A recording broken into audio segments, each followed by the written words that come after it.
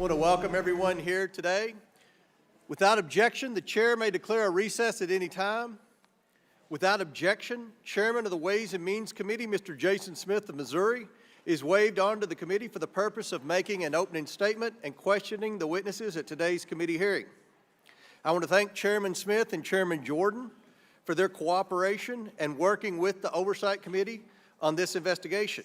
This is an important joint effort that shows the American people that accountability matters regardless of your last name.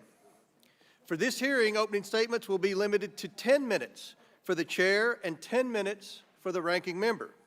I now recognize myself for the purpose of making an opening statement.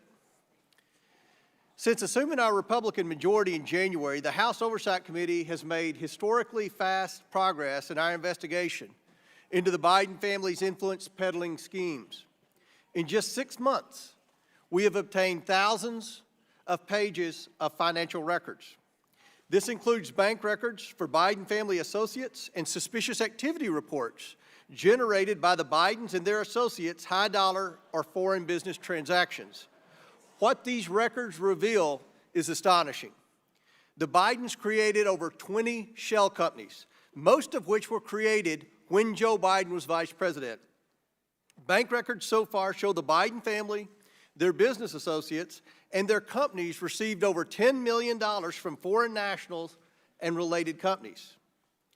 A lot of this money poured in while Joe Biden was vice president.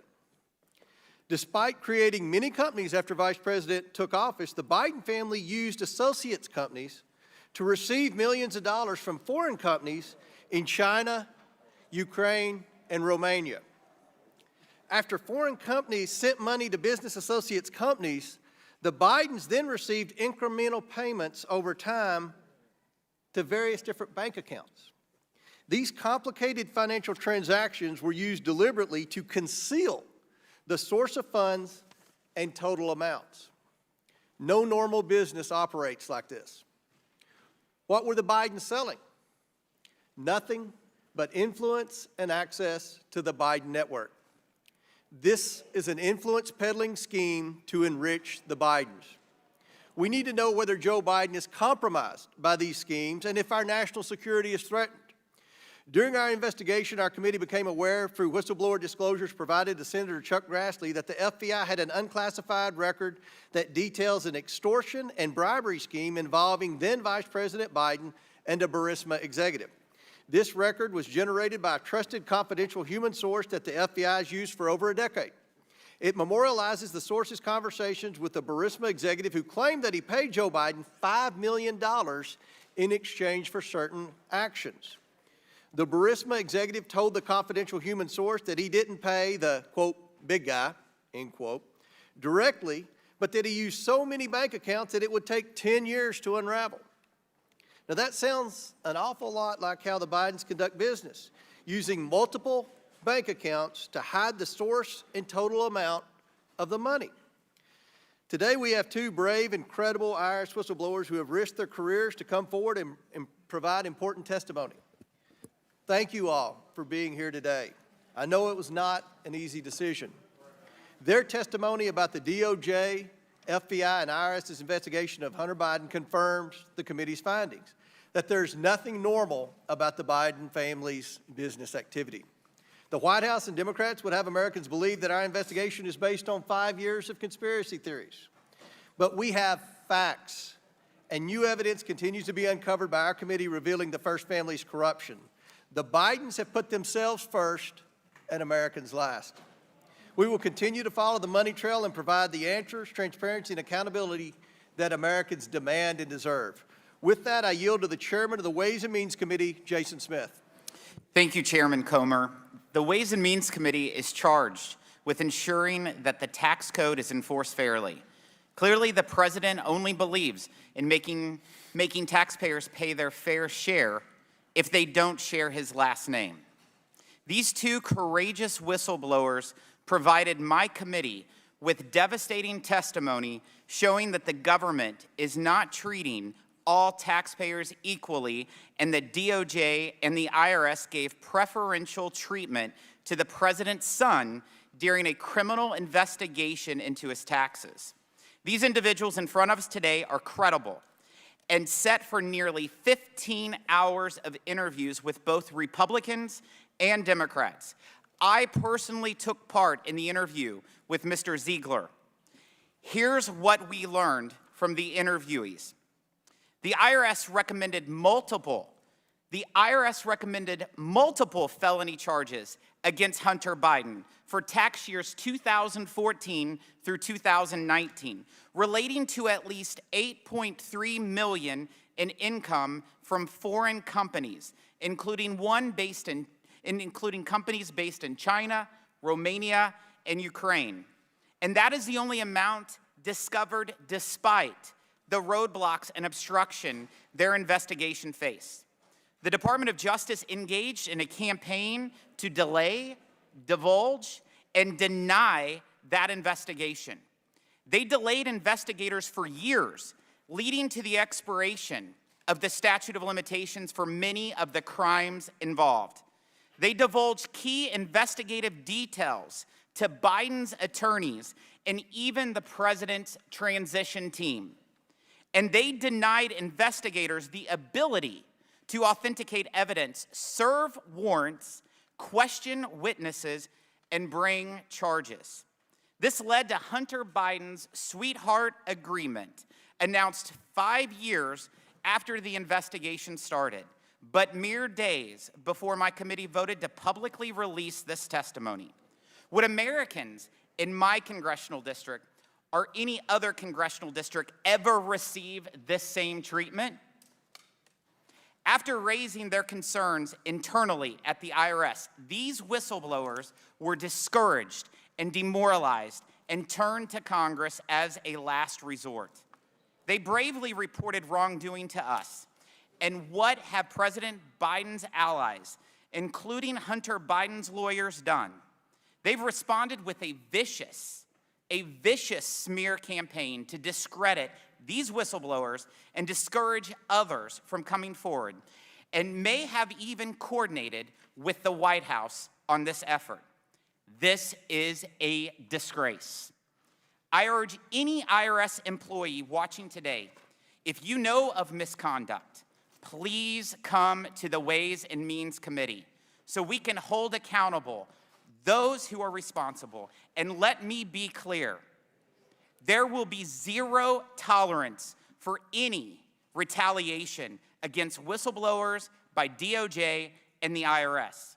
The American people expect answers about whether the federal government is treating all taxpayers equally or if the wealthy and politically connected get special treatment. Our committees are working together to get to the bottom of this abuse of power, and will work tirelessly to do so and to make sure it doesn't ever happen again. Americans should not have to accept 2 tiers of justice in this country. One if your last name is Biden, and one for everybody else. I want to thank both whistleblowers for coming forward publicly and for your testimony today. I yield to Mr. Jordan. I thank the gentleman for yielding. The question is, who are you going to believe? April 26th, in front of the United States Senate, the Attorney General said David Weiss is in charge of the investigation. October 7th, in a meeting with Gary Shapley, one of the whistleblowers, David Weiss said, I'm not the deciding official. Who are you going to believe? On February 28th, I wrote the Attorney General asking him why there's no special counsel in the Hunter Biden investigation. He didn't respond, which is unusual in and of itself. They always respond to the Judiciary Committee when we write something to them. I wrote again on May 25th. Again, the Attorney General didn't respond, but David Weiss did. And here's what he said. June 7th, he said this: I have been granted ultimate authority over the matter, including responsibility for deciding where, when, and whether to file charges. That's what the U.S. Attorney said on June 7th. 3 weeks later, Mr. Weiss wrote me again, and he said this: I stand by what I wrote, but I wish to expand. Wow. Already changing his story 23 days later. And he said this: my charging authority is geographically limited to my home district. Well, wait a minute. You just told me 23 days before you have ultimate authority. Now you change it. Then again, on July 10th, Mr. Weiss wrote Senator Graham, and he said this, paragraph 2, to clarify, I have not requested special counsel designation. Rather, I had discussions with departmental officials. Mr. Weiss can't get his story straight. 3 different stories in a 5-week time frame. On June 7th, he's Tarzan. He's super. I got ultimate authority. I can do what I want, file charges where I want, when I want, and how I want. June 30th, well, actually, no, I can't. And then, of course, on July 10th, he says, to clarify, I haven't requested special counsel status, but I've been talking to the folks at Maine Justice. 3 different positions in a little over a month. You know whose story hasn't changed? These 2 guys. Their testimony has been consistent. Throughout, their testimony has been the same. And guess what? 2 days ago, an FBI agent confirmed their testimony. Who are you going to believe? The Justice Department can't get their story straight, changed 3 times in 33 days, or these 2 guys? The Justice Department that was found to censor Americans just 2 weeks ago from the federal court in Louisiana, the Justice Department that said moms and dads are terrorists, the Justice Department that said if you're a pro-life Catholic, you're an extremist, the Justice Department that can't get his story straight are these 2 guys. 10 years, over a decade of experience for each of them, the go-to guys in international tax evasion cases, the A-team when it comes to investigating these matters. All over the world they've done this, and who've been consistent throughout. I think I'll believe these guys. I think they're the ones telling the truth. And that is fundamentally what this comes down to. So God bless you guys for the work you've done, the courage you have, and for being here today, stepping forward because you care about equal treatment under the law. That's what's at stake, plain and simple. I yield back. I now yield to the ranking member, Mr. Raskins of Maryland, for his opening statement. Thank you, Mr. Chairman. Good afternoon to the witnesses. I thought we might be here today on the matter that the chairman declared as top priority, the crusade to find evidence of wrongdoing by President Biden. But now the majority's long-promised star witness turns out to be a fugitive from American justice, an arms trafficker indicted on 8 federal criminal felony counts and an unregistered foreign agent for China who tried to trade Chinese arms for Iranian oil. So I guess he's not going to be a witness for the majority anytime soon. Well, after the failed SARS reports, bank records, Form 1023, we can conclude that this Inspector Clouseau-style quest for something that doesn't exist has turned our committee into a theater of the absurd, an exercise in futility and embarrassment. And now we can finally definitively say why the committee's efforts have run dry time and again. Just yesterday, Mr. Chairman, you and I got a letter from Lev Parnas, the Ukrainian-born American businessman who was at Rudy Giuliani's side as his right-hand man for a year between November 2018 to October 2019 as Giuliani and then President Trump tried to smear Joe Biden before the 2020 election with the very same allegations we're still running through the political spin cycle every week in this committee. I request unanimous consent to enter the Parnas letter into the record. Without objection to order. Now, in this extraordinary 10-page letter, Parnas painstakingly describes the campaign orchestrated by Giuliani and Trump to, quote, dig up dirt on the Bidens and spread misinformation about them through various networks, including government officials, journalists, and Fox News personnel. After explaining this campaign to fabricate corruption charges against Biden, Parnas concludes his letter by saying, throughout all these months of work, the extensive campaigns and networking done by Trump allies and Giuliani associates, including the enormously thorough interviews and assignments that I undertook, quote, there has never been any evidence that Hunter or Joe Biden committed any crimes related to Ukrainian politics. Never during any of my communications with Ukrainian officials or connections to Burisma did any of them confirm or provide concrete facts linking the Bidens to illegal activities. As Mr. Parnas concludes, there's never been any factual evidence, only conspiracy theories spread by people who knew exactly what they were doing, and then he calls on this committee to end its wild goose chase and offers to come and testify. Remember, this is Mr. Giuliani's guy. This is his interpreter and right-hand man who spent a year out there trying to cook the books against Joe Biden, and he offers to come testify. So if anyone doubts anything he's saying, let's bring him in as a witness, and let's hear about that crusade that they were on to smear President Biden by promoting the same baseless conspiracy theories that this committee serves up as moldy leftovers every day. At today's hearing, we're going to hear about wrongdoing by Hunter Biden, who's pleading guilty on 2 tax charges and a gun charge next week. We'll hear about the back and forth among investigators, prosecutors, and a Trump-appointed U.S. attorney, over a dozen people who spent 4 years investigating the president's son. We'll hear about how they disagreed on investigative steps and what criminal charges to bring, all normal stuff in government investigations that doesn't usually lead to a congressional hearing. But one thing you will not hear today is any evidence of wrongdoing by President Joe Biden or his administration. Like every other try by our colleagues to concoct a scandal about President Biden, this one is a complete and total bust.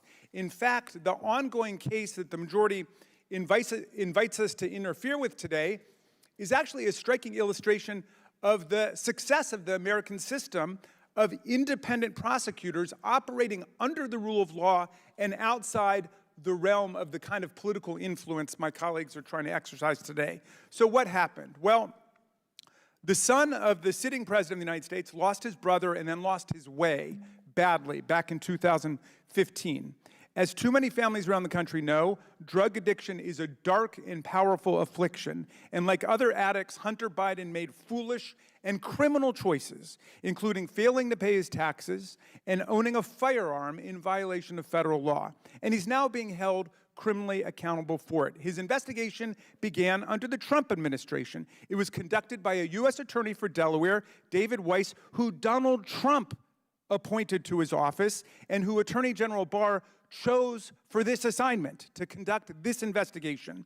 In his final press conference in December of 2020, Attorney General Barr expressed full confidence in Weiss's work, saying it was, quote, being handled responsibly and professionally within the department, and to this point I have seen no reason to appoint a special counsel, and I have no plan to do so before I leave. Furthermore, Joe Biden never publicly questioned or challenged this prosecution. When it began, he did not decry it as a witch hunt by Donald Trump. He placed his trust in the fairness of the American justice system. When he became president, not only did he not use his power to halt the investigation, he kept in place Trump's handpicked U.S. attorney, Mr. Weiss, overseeing it, even though incoming presidents usually replace U.S. attorneys with their own appointees. And his attorney general, Merrick Garland, made sure that Mr. Weiss, appointed by Donald Trump, had full authority and resources to pursue this probe and charge it however and whenever he saw fit in any district in the country. And in the past few weeks, as Hunter Biden accepted a guilty plea, the president and his attorney general have done nothing to interfere with the case, which is overseen by a federal judge appointed by, yes, Donald Trump. Now, can you imagine Donald Trump saying nothing about a witch hunt or not trying to quash the prosecution if it were his son being prosecuted? Indeed, President Biden's traditional and scrupulous respect for the independence of the Justice Department stands in sharp contrast to Trump's spectacular disrespect for the rule of law and his serial efforts, both in office and outside office, to get prosecutors to go after and lock up his political rivals and to suspend accountability in specific criminal cases when it comes to his friends. When Michael Flynn was investigated for lying to the FBI and later convicted for it about communicating with the Russians, or when Paul Manafort was investigated and later convicted for bank and tax fraud, or when Roger Stone was investigated and later convicted for lying to Congress and witness tampering, an outraged President Trump repeatedly denounced the Department of Justice for prosecuting his cronies and reportedly got Attorney General William Barr to pressure prosecutors to recommend more leniency in their cases. Trump also went to FBI Director James Comey and pushed him to pledge absolute loyalty to Trump and to find a way to let Flynn go. Ultimately, Trump used the power of the presidency to pardon all of these convicted criminals. Now, unlike President Trump's blatant abuse of the rule of law and the relationship between the president and DOJ, there's no evidence that President Biden has involved himself in any way in the investigation into his own son, an investigation that's been overseen by Trump's appointed U.S. attorney. No matter what my GOP colleagues say, and I appreciate the testimony of our witnesses today, there is no evidence that Hunter Biden has received any kind of official favoritism in this prosecution for being Joe Biden's son. On the contrary, there are more than 10 million Americans who have filed taxes but failed to pay them, the exact crime Hunter Biden is pleading guilty to. The vast majority of these cases are resolved administratively or through civil settlement. Indeed, every year the IRS and DOJ obtain convictions and sentences in fewer than 700 cases for tax crimes of any kind, a minuscule percentage.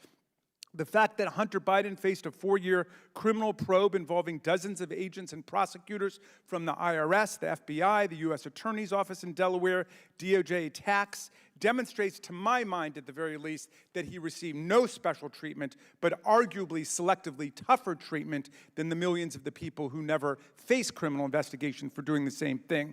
If my GOP colleagues think that the treatment of millions of tax scofflaws, or even the handful who face criminal prosecution like Hunter Biden, is too lenient, I invite them to join us Democrats in supporting the $80 billion in funding for the IRS that we passed in the Inflation Reduction Act last year.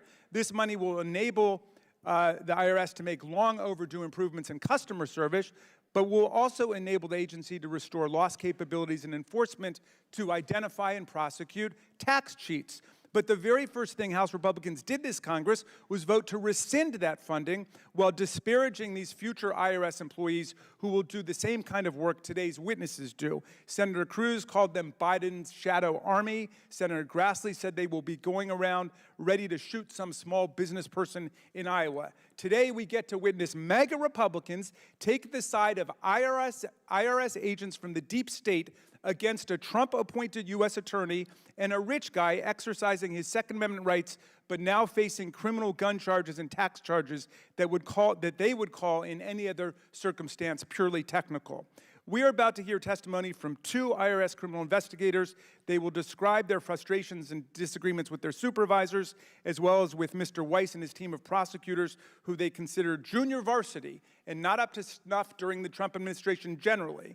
We will also hear about their confusion and profound misunderstandings about Mr. Weiss and how he reviewed the evidence and made the ultimate decision about charging Hunter Biden. A lot of the controversy here relates to the agent's failure to distinguish between special counsels and special lawyers, but we will clear that up today. The key point, Mr. Chairman, that America needs to understand is that the only political interference at play here is coming from Donald Trump and my Republican colleagues. We'll listen carefully to the testimony, and I thank you, Mr. Chairman. The ranking member yields back. I'd like to remind the members and the public that Section 6103 of the Tax Code makes taxpayer information confidential except in certain circumstances. One of those exceptions is the process the Ways and Means Committee used to receive testimony from these whistleblowers and report transcripts of their testimony to the full House of Representatives to make that information public. These whistleblowers have gone above and beyond to submit information to Congress in accordance with the law, and we are grateful to them for that. The witnesses can only testify to tax information that has already been released through proper procedures through the Ways and Means Committee. This means that in some instances they may have to decline to answer a question and instead submit additional information to the Ways and Means Committee at a later date through the appropriate process. They are each accompanied by counsel to address questions that arise on Section 6103 and are not present today to provide testimony or answer members' questions. I ask members to respect that process and requirements of Section 6103 and look forward to hearing what our courageous witnesses have to say. Further, due to the complex nature of the matter at hand, each of the witnesses shall have 10 minutes for their opening testimony. I would now like to introduce our witnesses. Mr. Joseph Ziegler is a special agent with the Internal Revenue Service, Criminal Investigation Division, specifically assigned to the International Tax and Financial Crimes Division. This is a group of 12 elite special agents who are subject matter experts in complex international tax and other related crimes. He started his career with the IRS in 2010 as a special agent and has developed successfully and has developed and successfully completed a multitude of complex financial investigations. The types of investigations include money laundering, bank fraud, wire fraud, mail fraud, healthcare fraud, violations of the Bank Secrecy Act, income tax evasion, and income tax-related charges, such as identity theft and filing false claims for income tax refunds. Mr. Ziegler has won multiple performance awards throughout his career in recognition for his work. And Mr. Gary Shapley. Mr. Shapley is the Supervisory Special Agent of the International Tax and Financial Crimes Group. Mr. Shapley started his career with the IRS in July 2009. He was detailed to the Department of Justice's Tax Division from 2013 to 2018, investigating foreign financial institutions. He was also assigned to the Joint Terrorism Task Force, working as a task force officer at both the FBI Washington Field Office and the FBI Baltimore Field Office. Mr. Shapley was promoted to Supervisory Special Agent of the Elite ITFC Group in 2018. He also served as the Assistant Special Agent in charge of both the New York Field Office and the Chicago Field Office. I want to again thank both gentlemen for their willingness to come forward and share their testimony today for the members of this committee and for the American people. Pursuant to Committee Rule 9G, the witnesses will please stand and raise their right hands.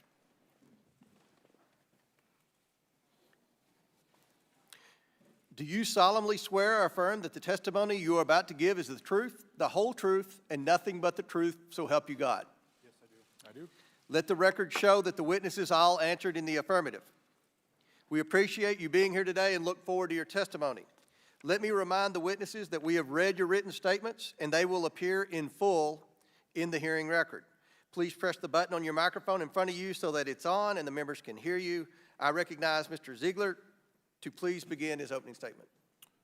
Thank you, Chairman Comer, Chairman Smith, Chairman Jordan, Ranking Member Raskin, and members of the committee. Today, I sit here before you not as a hero or a victim, but as a whistleblower compelled to disclose the truth.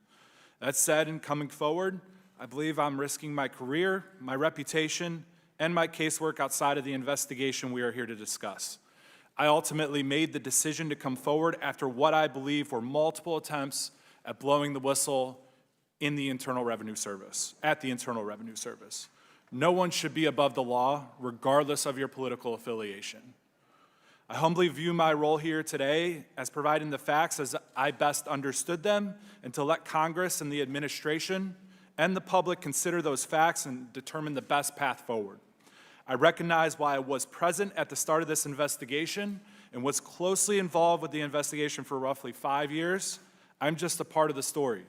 Others, including my colleague and Supervisor Gary Shapley, who is here with me today, have their own views and understandings of what took place during this investigation.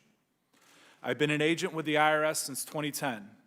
In 2007, I received my undergraduate degree from Ohio University, my MBA from John Carroll University. Prior to starting my career at the IRS, I worked at Ernst & Young as an external auditor. Throughout my career with the IRS, I have worked a variety of successful criminal tax and money laundering investigations. In 2018, I transitioned to being a part of the International Tax and Financial Crimes Group out of the Washington, D.C. field office. I was the lead IRS case agent on the Hunter Biden investigation.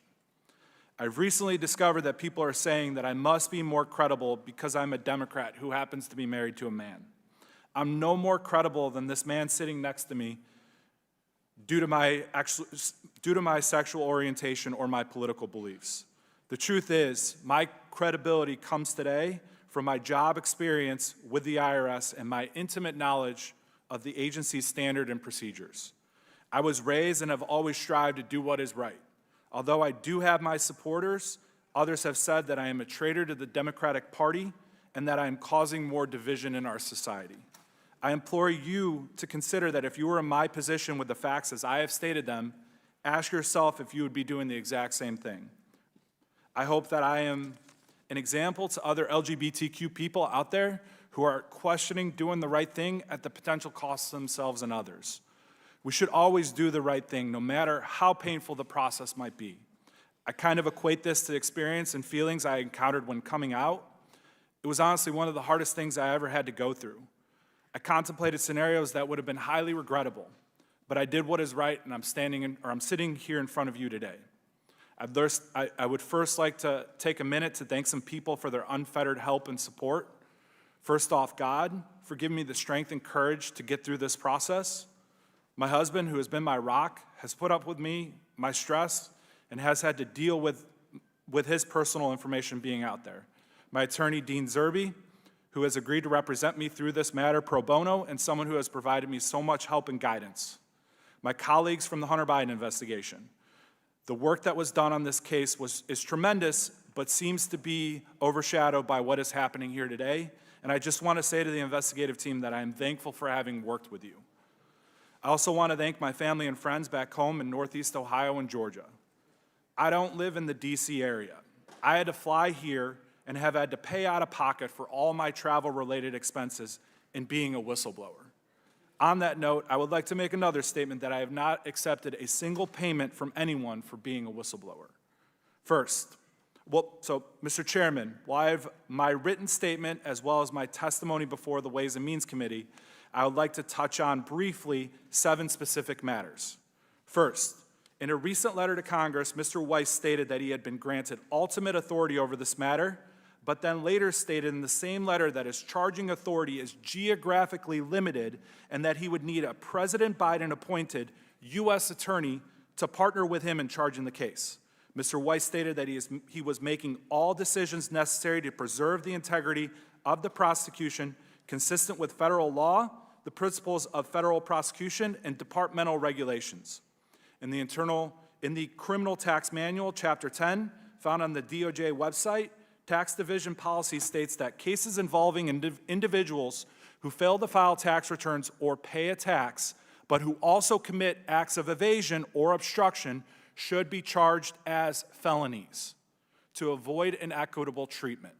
In early August of 2022, federal prosecutors from the Department of Justice Tax Division drafted a 99-page memorandum. In so, they were recommending for approval felony and misdemeanor charges for the 2017, 18, and 19 tax years. That did not happen here, and I am not sure why. And as the special agent on this case, I thought the felony charges were well supported. When considering the elements of felony tax case, under the criminal code, there are 2 key considerations: willfulness and tax due and owing. In the criminal context, willfulness is defined as voluntary, intentional violation of a known legal duty. The tax loss is the monetary loss to the government. In early 2020, Hunter Biden's unfiled and delinquent tax returns were being prepared, which included his 2018 tax return. During the 2020 time period, by Hunter Biden's own account, he was sober, newly married, and writing his memoir. Hunter Biden's accountants requested that he sign a representation letter stating that all the deductions were for business purposes and were being reported appropriately. Statements Hunter Biden made in his book completely contradicted what he was deducting as business deductions on his 2018 return. While writing his memoir, Hunter stated, "I holed up inside the chateau for the first 6 weeks and learned how to cook crack." Hunter Biden allegedly falsely claimed business deductions for payments made to the Chateau Marmont, a hotel room for his supposed drug dealer, sex club memberships, falsely referenced on the wire as a golf membership, hotels he was blacklisted from, and a Columbia University tuition payment for his adult daughter.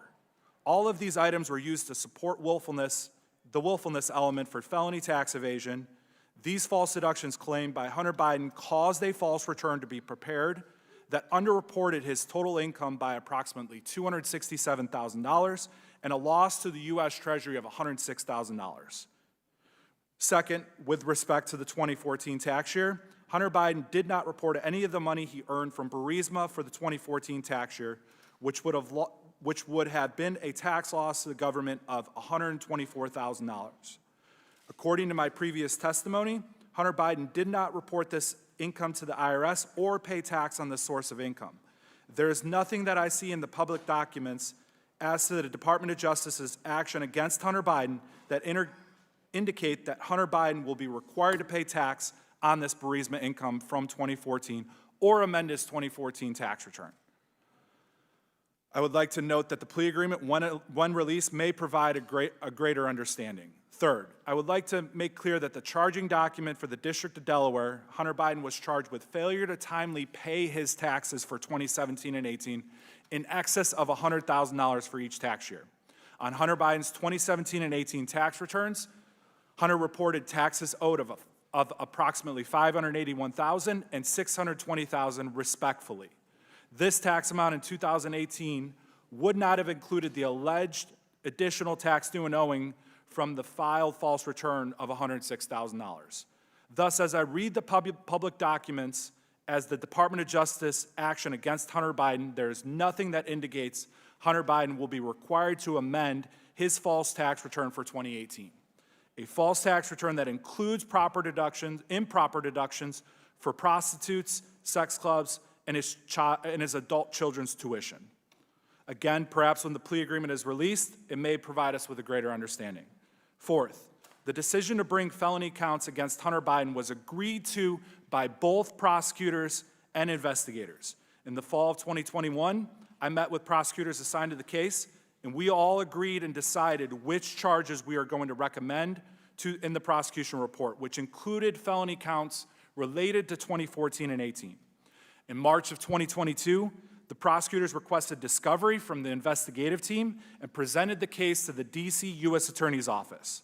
In later meetings in early August of 2022, the assigned prosecutors, all 4 attorneys, agreed to recommend felony and misdemeanor charges for the 2017, 18, and 19 tax years, insofar as the Department of Justice Tax Division attorney sent an email about the process of bringing charges to include felony and misdemeanor tax charges in 2 separate districts, Delaware and Los Angeles. Less than a month later, Gary Shapley and I met with Mr. Weiss. He stated that he agreed with us regarding the 2014 and 2015 tax year misdemeanor and felony charges, but that this could somehow affect the later year misdemeanor and felony charges that he conveyed were stronger. Despite these facts, the plea deal that is being discussed occurred. To this day, I do not have a reason why that occurred. From my perspective, this might not have been problematic had the investigation been handled in the ordinary course. Fifth, as I had previously testified and is contained in my written testimony, I have outlined for you some instances in which assigned prosecutors did not appear to follow the normal investigative process, slow-walked the investigation, and put in place unnecessary approvals and roadblocks from effectively and efficiently investigating the case. A number of times we were not able to follow the facts. I am happy to respond to questions concerning these instances. Sixth, I will also note that while the impression has been conveyed by the U.S. Attorney in Delaware that he has similar powers to that of a special counsel in this case, free rein to do as needed, that was not the case. It appeared to me, based on what I experienced, that the U.S. Attorney in Delaware in our investigation was constantly hamstrung, limited, and marginalized by DOJ officials as well as other U.S. attorneys. I still think that a special counsel is necessary for this investigation to further handle ancillary investigations that are spun off and relate to Hunter Biden, but may not have venue in Delaware. Lastly, I would like to conclude again by encouraging Congress and the administration to consider establishing an official channel for federal investigators to pull the emergency cord and raise the issue of the appointment of a special counsel for consideration by senior officials. I do not want my colleagues at the IRS, FBI, and other federal law enforcement agencies to go through my frustrating journey and that of our team. I believe such a path will strengthen the public's confidence in their institutions and their fair and equal treatment of all Americans under the law. Thank you, and I look forward to the questions. Thank you very much. Chair now recognizes Mr. Shapley for his opening statement.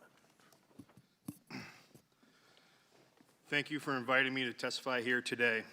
I want to thank every member and staffer on both sides of the aisle who work for the work you do to represent your constituents and hold government accountable. My name is Gary Shapley. I have worked as a special agent for IRS criminal investigation for 14 years. I have risen to become a senior leader in the organization and currently supervise 12 elite agents in the International Tax and Financial Crimes Group. I have worked directly with United States attorneys in multiple districts and have supervised or investigated cases in more than a dozen United States attorneys' offices across the country. I have led, planned, or executed undercover operations or search warrants in more than a dozen countries. I have investigated and managed some of the largest cases in the history of the agency, recovering more than $3.5 billion for the United States taxpayer. In this country, we believe in the rule of law, and that applies to everyone.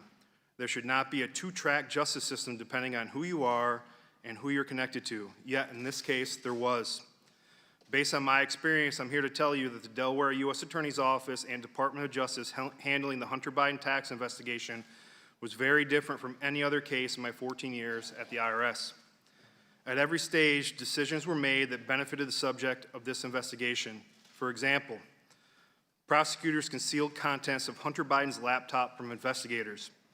DOJ slow-walked steps to include interviews, serving document requests, and executing search warrants.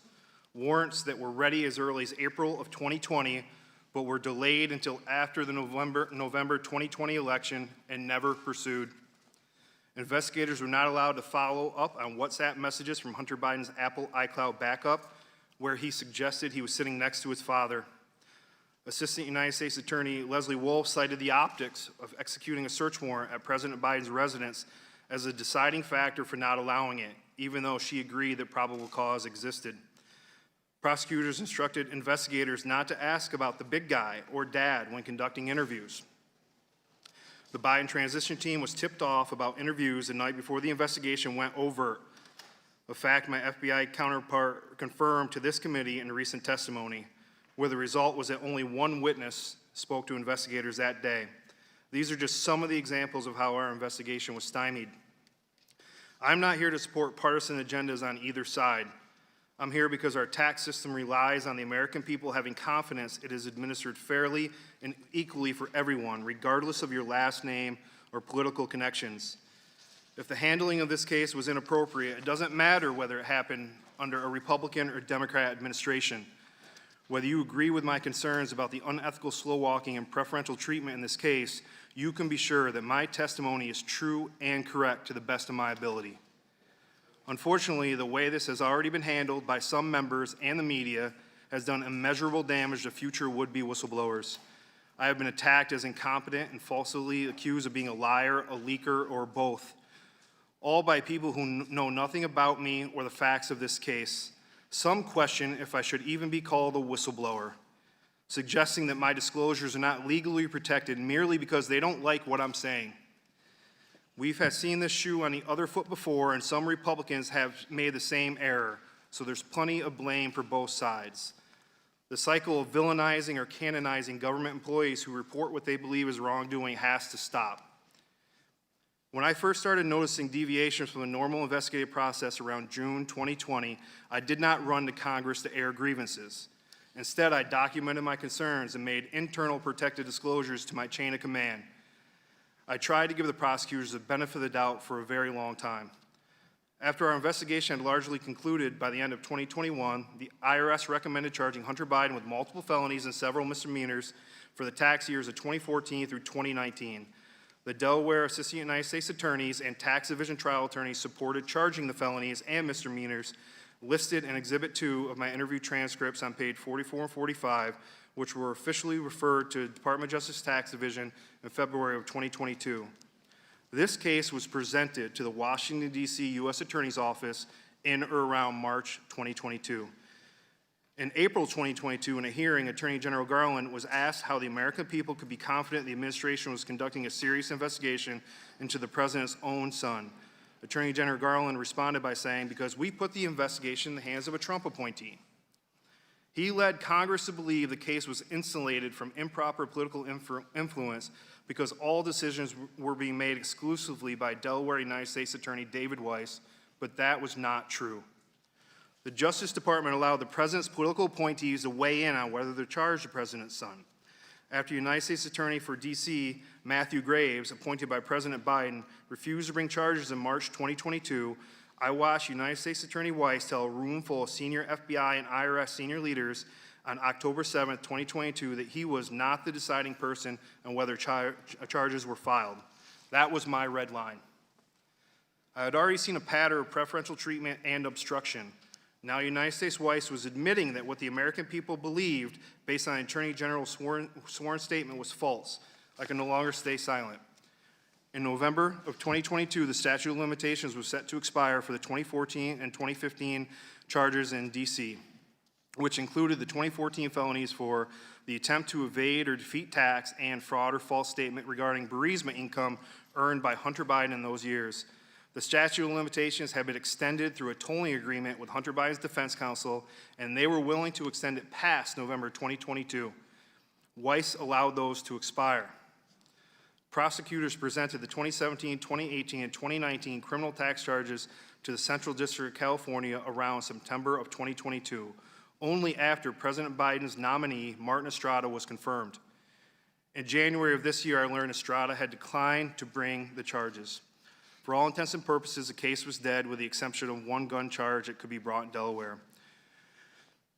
And yet, when Senator Chuck Grassley asked Attorney General Garland about the case in March 2023, Garland testified, "The United States Attorney has been advised he has full authority to make those referrals you're talking about or to bring cases in other districts if he needs to do that.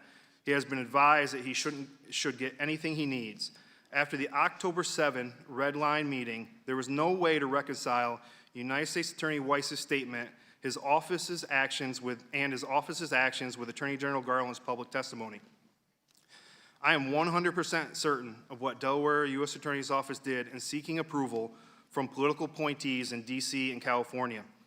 The New York Times reported that it has independently confirmed the charges being presented and declined in California.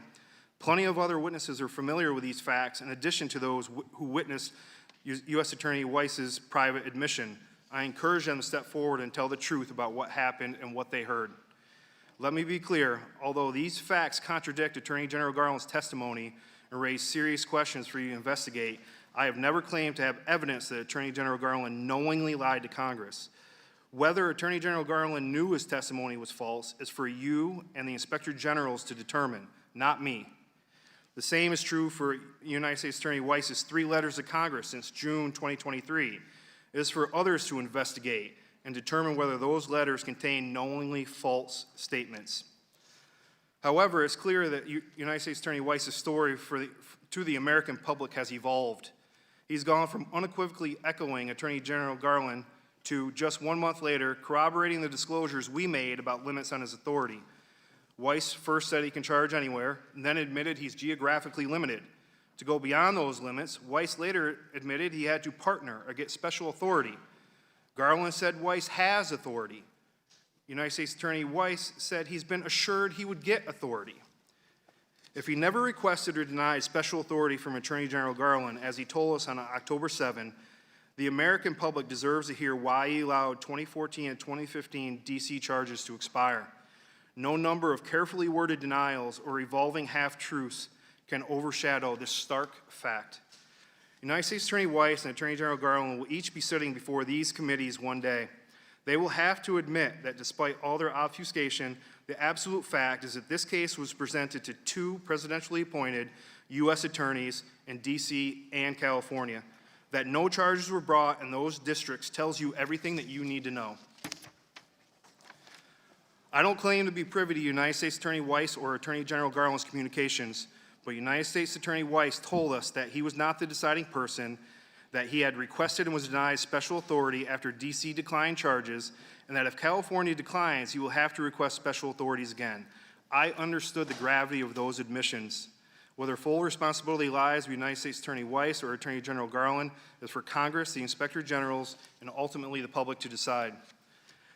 When I decided after October 7th to come forward and began researching whistleblower attorneys, I wanted to abide by the law in every way as I navigated the complex taxpayer privacy and grand jury secrecy statutes. I carefully followed the whistleblower process to the letter with the advice of counsel at every step. I am fortunate to be represented by Mark Lytle, a federal prosecutor for 25 years, including 5 years with the Department of Justice Tax Division.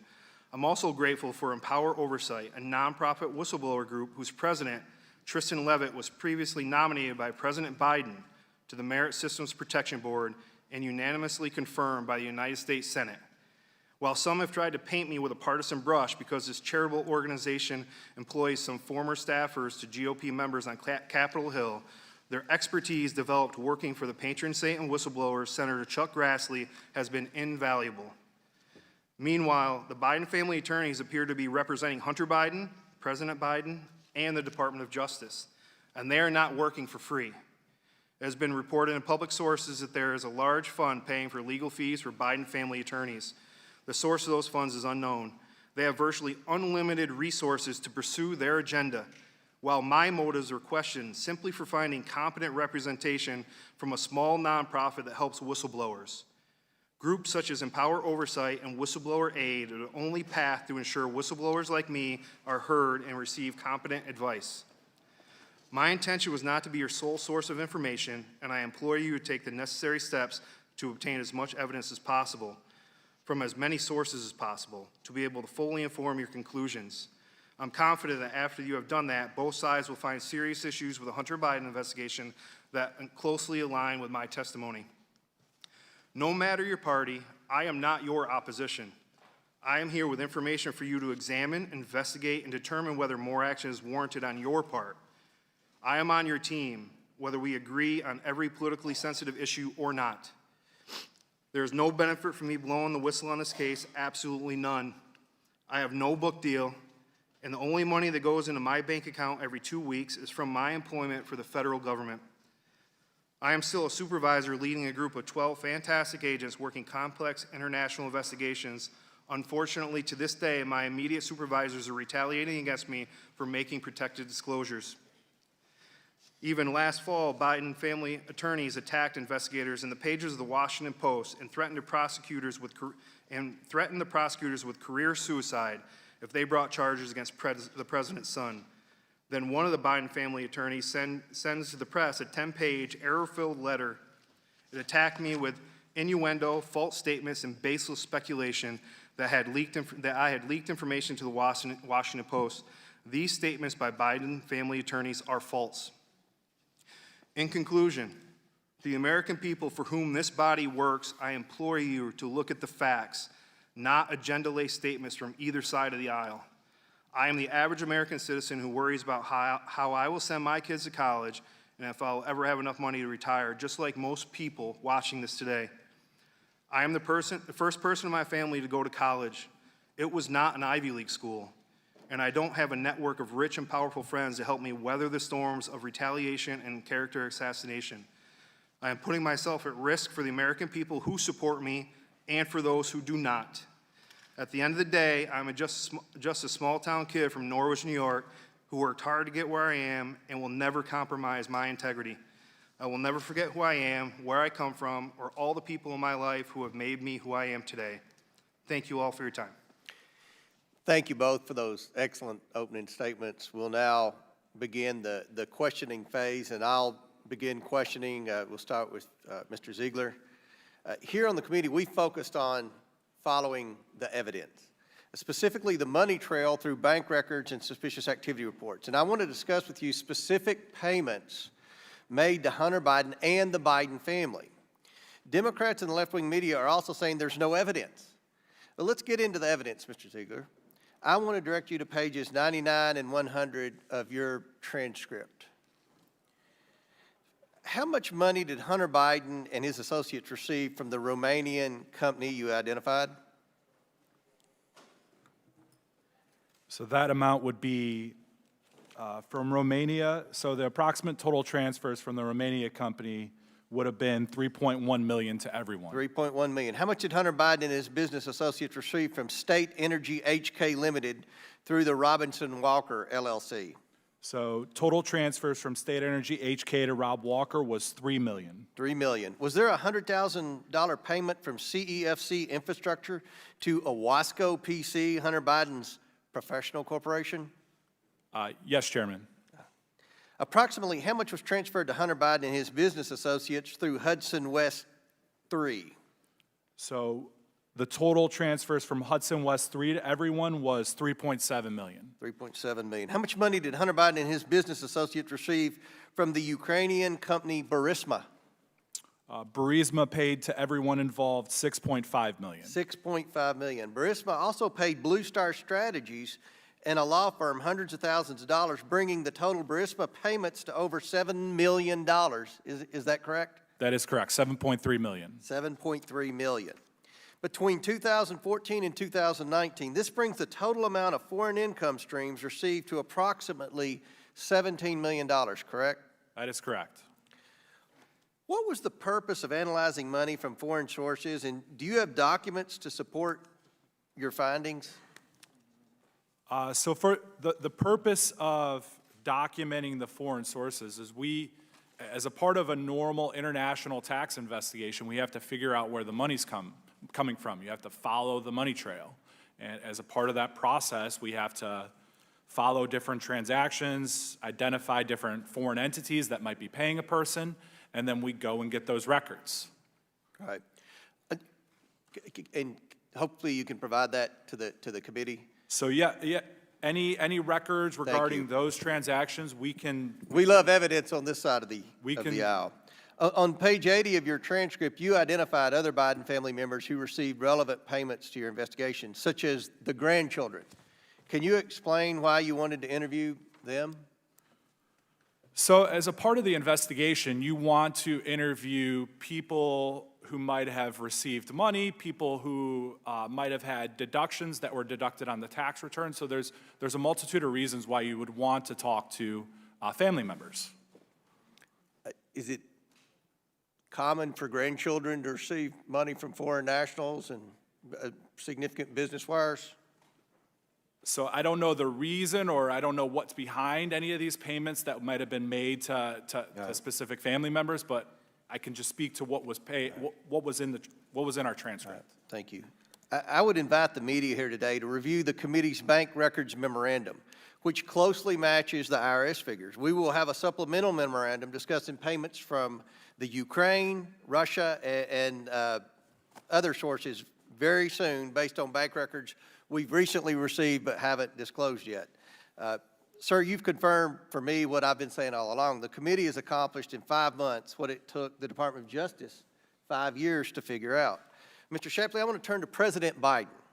You've stated to CBS Evening News that there were certain investigative steps you were not allowed to take that could have led to President Biden. Can you tell us what investigative steps related to President Biden that you wanted to take but you couldn't? So there were multiple instances in this investigation where there were references to the father of the subject, President Biden, and in the course of any normal investigation, when the subject's father is somehow related to the finances of the subject, that in the normal course of any investigation, we would have to go and get that information to properly vet the financial flows of money in that investigation to determine what we end up charging. Mm-hmm.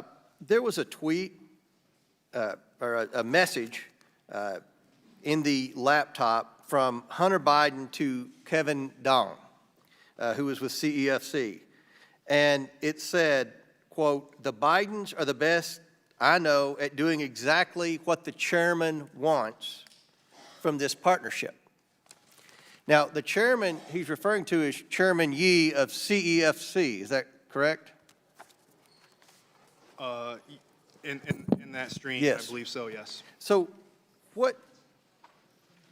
can you tell me what the Bidens are best at? Do you understand what he would have meant by that? I mean, this is a Chinese company, and I think the ranking member referred to it with Gal Luft. It's the same entity that paid Gal Luft the money that he got indicted for being an unregistered foreign agent, I believe was the charge. But this is another solicitation from Hunter Biden, and he refers to the Bidens, plural, and they're best at doing what the chairman wants. I think that's very concerning to our committee because this is a Chinese Communist Party-owned entity. This is of concern to our national security, and I didn't know, in closing, if you had any information with respect to that comment there. You know, with respect to the WhatsApp messages, it was something we clearly needed to follow up on, and that was really one of the major deviations from, in this case, is that investigators asked, and Special Agent Ziegler asked to follow, to take some investigative steps to review that, and it just simply wasn't supported by the prosecutors. So further delving into what that means, I just simply can't do. Well, I can promise you we're not going to stop on this committee until we understand what he fully meant by that message to a Chinese Communist Party official. Mr. Chairman, can I say something about that? Yes, please. So, thank you for that question. There was a long WhatsApp message contained in that was only a portion of it. So what we can do, or what we can go back, is we can turn that over to the House Ways and Means Committee. They can vote to release it, and then that information can be available for you. Thank you. Thank you very much. I now yield to Ranking Member Raskins. Thank you, Mr. Chairman. I want to thank both the witnesses for their testimony and for appearing with us today. It seems to me that a lot of your testimony has been about the problem of prosecutorial discretion and the traditional tug of war between investigators who characteristically want to charge as many offenses as they've come across, and prosecutors who are more attuned to the rigors of the courtroom and the complexity of forensic evidence. And I admit, as a former state assistant attorney general, I see it more from the prosecutor's standpoint than the investigator's standpoint. But, Mr. Shapley, would you concede that there are lots of crimes that are identified by investigators that are not actually charged by prosecutors routinely? I'll give you an example. In the recent prosecution, the recent indictment of Donald Trump for retaining government documents that he unlawfully took, according to the indictment, he was charged only with possessing those documents that were recovered after the August 2022 search warrant, but he had hundreds of documents that were recovered before that, 15 boxes that were recovered in January and then after the grand jury subpoena in June. But the prosecutors decided not to charge any of those as offenses. They said they were going to take the most egregious offenses and charge those. Is that unfamiliar to you, that kind of decision by a prosecutor? So I can't speak to anything related to the Trump investigation, but you know, the issue here with this case is that it wasn't just investigators that agreed with these charges. In Exhibit 2 in my testimony, it clearly shows a prosecution recommendation report where it says right in the document that the Assistant United States Attorneys and Department of Justice Tax Division agreed with those recommended charges. And then again, and as Special Agent Ziegler alluded to, in late 2022. And they were recommended to whom? To Department of Justice. So the prosecution recommendation report is referred to the Department of Justice Tax Division for approval, discretion, or declination. Right, but then it all went to the U.S. Attorney in Delaware, right? So that's not entirely accurate because, you know, Department of Justice Tax Division up through March 16th of 2023 had not yet approved, provided discretion, or declined charges. So U.S. Attorney Weiss had no authority to charge any of those charges without the Department of Justice Tax Division's approval beforehand. And I'd like to say something about this real quick. So, well, let me come back to you because I only have a limited amount of time and I've got questions for you. But in fact, Mr. Ziegler, you say that Hunter Biden's unpaid taxes were around $2 million, and he's now paid those back taxes, I understand it, and he's been criminally charged for not paying taxes. Will you just explain how people can be charged for not paying taxes even after they've made amends and gone forward to pay them? So under the statute, when someone fails to timely pay their taxes, usually due April 15th, once that date occurs, they have a known tax liability and they fail to pay it, the crime has already been committed. The fact that they paid the taxes after, that's a mitigating factor that the judge can use their discretion at sentencing. But I would like to make one reference that this does not include the over $100,000 in additional tax due and owing that was not charged related. No, you made yourself clear. You thought there were additional charges that were laid on the table and not pursued by U.S. Attorney Weiss, the Trump appointee. But Mr. Shapley, you testified that the critical moment in your decision to blow the whistle in the Hunter Biden investigation was the October 7th meeting, 2022, that you had with U.S. Attorney David Weiss.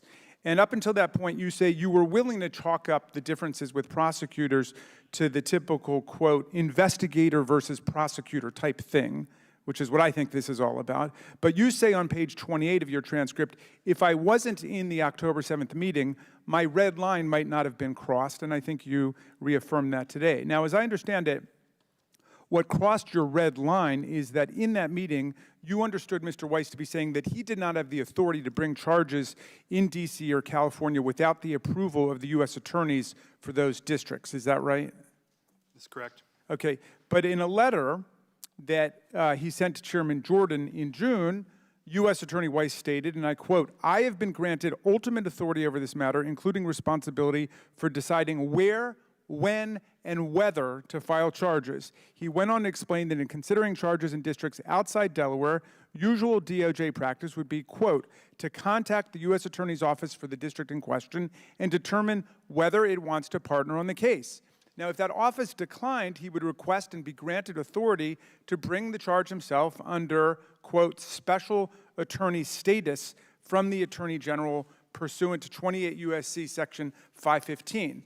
Now, to try to clear this up, Mr. Shapley, let's go back to March 2022, when, as you explained on page 153 of the transcript, the U.S. Attorney for D.C. declined to partner with Mr. Weiss to bring the 2014 and 2015 charges in D.C.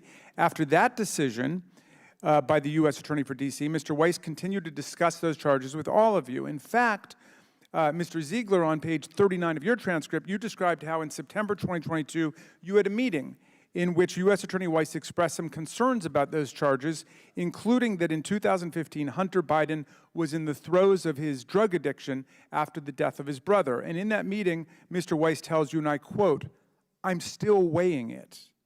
Now, Mr. Ziegler, in September 2022, Mr. Weiss was telling you that he was the one weighing whether to bring the 2014 and 2015 charges. Isn't that correct? That is correct. Now, coming back to the October 7th, 2022 meeting, Mr. Shapley, according to you on page 155, Mr. Weiss said that, quote, he decided not to charge 2014 and 2015. It seems to me this October 7th, 2022 meeting, which you've described as a red line, is just a misunderstanding. That after the U.S. Attorney in D.C. declined to partner on the 14 and 15 charges, Mr. Weiss took a good hard look at those charges himself and ultimately decided not to charge them and therefore not to seek the special attorney status. He may have been right about that. He may have been wrong, as you guys make your case for, but it was his decision. Isn't that right, Mr. Shapley? No, that's not supported by the facts. Really? Well, which facts is it not supported by? His own admissions in the October 7th, 2022 meeting that I documented contemporaneously, and if the only piece of... But he contradicts what you're saying. Do you agree that? He doesn't agree with what you're saying about that meeting. Now, I wasn't at that October 7th, 2022 meeting, but while what was said at the meeting over 2.5 years ago may be a little ambiguous or unclear today, Mr. Weiss's letter to Chairman Jordan could not be more clear. He had, quote, ultimate authority over this matter, including responsibility for deciding where, when, and whether to file the charges. So if there's any ambiguity, it's got to go to U.S. Attorney Weiss, Donald Trump's handpicked U.S. Attorney for Delaware. I yield back, Mr. Chairman. Gentleman yields back and now recognize Chairman Smith. Can I say something real quick on that? I have two things that I wanted to bring up. So there are a lot of different tax cases out there that include misdemeanors and felonies, and there's a lot of reasons why we charge the felony, we might charge the misdemeanor. But I want to be clear on this, that when you have a felony charge with a misdemeanor, that you have to charge the felony. And in this case, they did not charge that felony. And then there's one more point to this.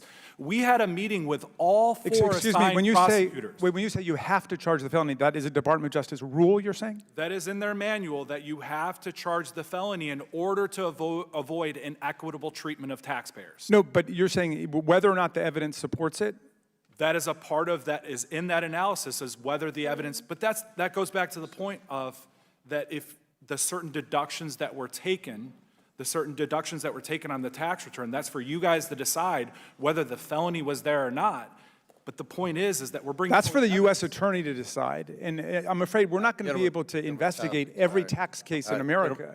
Gentleman's time's expired. Now, Chair now recognizes Mr. Smith from Missouri. Thank you, Mr. Chairman. Mr. Shapley and Mr. Ziegler, I want to thank you both again for your testimony and your willingness to come forward and tell the truth for the American public. And I apologize of the behavior of some of our colleagues and how the press has treated you for doing what is right so the American people can see it. Mr. Shapley, included in the documents you provided to the Ways and Means Committee is a document labeled Exhibit 2 in the transcript of your testimony, which is a portion of a special agent report. This document is located following page 41 of the transcript, this one. What is this document, and what recommendations are made in this document? Yes, so this is the prosecution recommendation report that IRS CI agents produce at the end of an investigation when they're going to recommend prosecution to the Department of Justice. This was authored by Special Agent Ziegler, and it's an incredibly robust document. There's several thousand pages because each of these, the facts and the elements in this particular report, the elements of each violation show which piece of evidence meets that element. So in this report, it recommended felony charges for 2014, 2018, and 2019, and misdemeanor charges for 2015, 2016, 2017, 2018, and 2019. And it further shows that Special Agent Ziegler spoke with prosecutors and worked hand in hand with prosecutors while this was being drafted, and they clearly agreed that the elements of these violations were met, and they supported this document. And when it was sent to Department of Justice Tax Division for approval on February 25th, 2022. Mr. Shapley, what level of confidence does the IRS need to have to recommend charges like the felony counts listed in this document? So, I mean, each violation has each element listed in this report, and the evidence is shown underneath each of it. This report goes through internal departments at IRS, criminal investigation, and in addition to the prosecutors agreeing that the evidence supported charging felony counts, the senior leadership up to the Director of Field Operations, the IRS criminal investigation, also personally reviewed this report and approved it to be sent to Department of Justice Tax Division. So were you surprised that on June 20th, 2023, prosecutors announced a plea agreement with Hunter Biden under which he would only plead guilty to violations of 2 misdemeanor charges? So, you know, the guilty plea is outside of my control, but what I can say is it's not what an investigator thought, it's not what Special Agent Ziegler or I thought, that felony charges were proven in this case. The prosecutors again and again agreed with that assessment. And Attorney General, United States Attorney Weiss also agreed with these because he went to the DC U.S. Attorney to ask him to partner. You don't ask someone to partner with you if you don't yourself agree with those charges. And when he got denied that, he requested special authority and was declined, as he said in the October 7th, 2022 meeting. Yeah, in the report that we just highlighted as Exhibit 2, it states in there that even Leslie Wolf agreed with these charges moving forward, the assistant prosecutor. Mr. Ziegler, on page 32 of the transcript of your testimony, you discussed the need to interview Hunter Biden's adult children regarding certain deductions that you listed earlier of Hunter Biden included on his tax returns. You also testified that Assistant United States Attorney Leslie Wolf told you that you would get into hot water if interviewed the president's grandchildren. In other cases that you've worked over your career, have you ever had a prosecutor tell you that you couldn't interview a relevant witness? So there are certain things that come into whether we talk to a witness or not. So if they're an attorney, if there's some special situation that might come up, that might cause caution to interviewing that witness, but I've never been told that we couldn't approach someone to interview them as a part of an investigation. Yeah, I mean, there's certain situations to where you have to do a further analysis of the information that you might get if they're, like I said, if they're an attorney. But yeah, so in this case, we needed to talk to witnesses related to things that were deducted on the tax return. And in this case, it was the adult children that we needed to talk to. Thank you, Mr. Chairman. I see my time expired. Gentleman yields back. Chair now recognize Mr. Kritzamorte from Illinois for 5 minutes. Thank you, Mr. Chair. Thank you, Mr. Shapley. Thank you, Mr. Ziegler, for your service to this country. Really appreciate you coming here and appearing in this capacity. First of all, Mr. Ziegler, I see at page 12 of your transcript, deposition transcript, you start laying out a series of concerns that you had with regard to various people and different issues related to this investigation. You say, quote, I started this investigation in November 2018 after reviewing bank deposits. Then you later say, career IRS staff were not initially supportive of starting the investigation. Of course, in November 2018, Joe Biden was not the president, correct? Joe Biden was not the president, correct? And then at page 20, you lay out another concern. You had a concern about Bill Barr, Attorney General Bill Barr, consolidating these series of cases into the U.S. Attorney's Office in Delaware. At that point, you said, quote, what was the potential issue I saw with working the case in Delaware? We were working with a small U.S. Attorney's Office who might not have ever worked a case of this caliber. Now, of course, Bill Barr was appointed by Donald Trump, correct? Yes, that is correct. Now, let me turn to another concern that you lay out in your testimony. You were concerned about the quality of the prosecutors. On page 14, you say, quote, the prosecutors were the JV squad, and they weren't up to the task of handling such a big case. Now, sir, U.S. Attorney Weiss was also appointed by Donald Trump, right? So as far as the actual nomination and what went into why... I'm not asking you why. I'm just saying USA Weiss was appointed by Donald Trump, correct? That is correct. Okay. Now, another concern you lay out in your deposition at page 21, you talk about your concerns about this investigation having been made overt, being publicized for the world to know. You said, quote, one of the first disagreements I recall between the IRS investigators and prosecutors was the idea of going public. Now, sir, this was in March, April 2019. Joe Biden was not the president then, was he? So I don't recall the exact date of when he announced that he was going to run for presidency, but I know that That's not my question, sir. Joe Biden was not the president in March, April 2019, correct? That is correct. Now, Mr. Shapley, let me turn to you for a second here. You also raise a series of concerns in your deposition transcript. One is this. You said you were concerned about the complexities of the election cycle and potential delays that arose in connection with the election cycle. You said at page 23, and I remember there were always times where we were always on an impending election cycle. It was always the elections being brought up in early 2020. It was the presidential primaries. Now, sir, Joe Biden was not the president at that time either, was he? I mean, the answer to your question is no, he was not, but I don't see where you referenced it in my, for me to Page follow along. 23. You're talking about how the election cycle is delaying decisions by the prosecution. And it turns out that the delay in the election cycle was happening at a time when Joe Biden was not the president. I'm sorry, sir, that's in Special Agent Ziegler's transcript. That's why I couldn't find it. So, Mr. Ziegler and you shared concerns about delays related to the election cycle, but at that time, Joe Biden was not the president. I believe at that time he was the nominee for president. But, well, he was not the president, was he? It's just a simple question, sir. Can you rephrase what time period? Joe Biden was not the president in the presidential primaries in 2020. Correct, that is correct.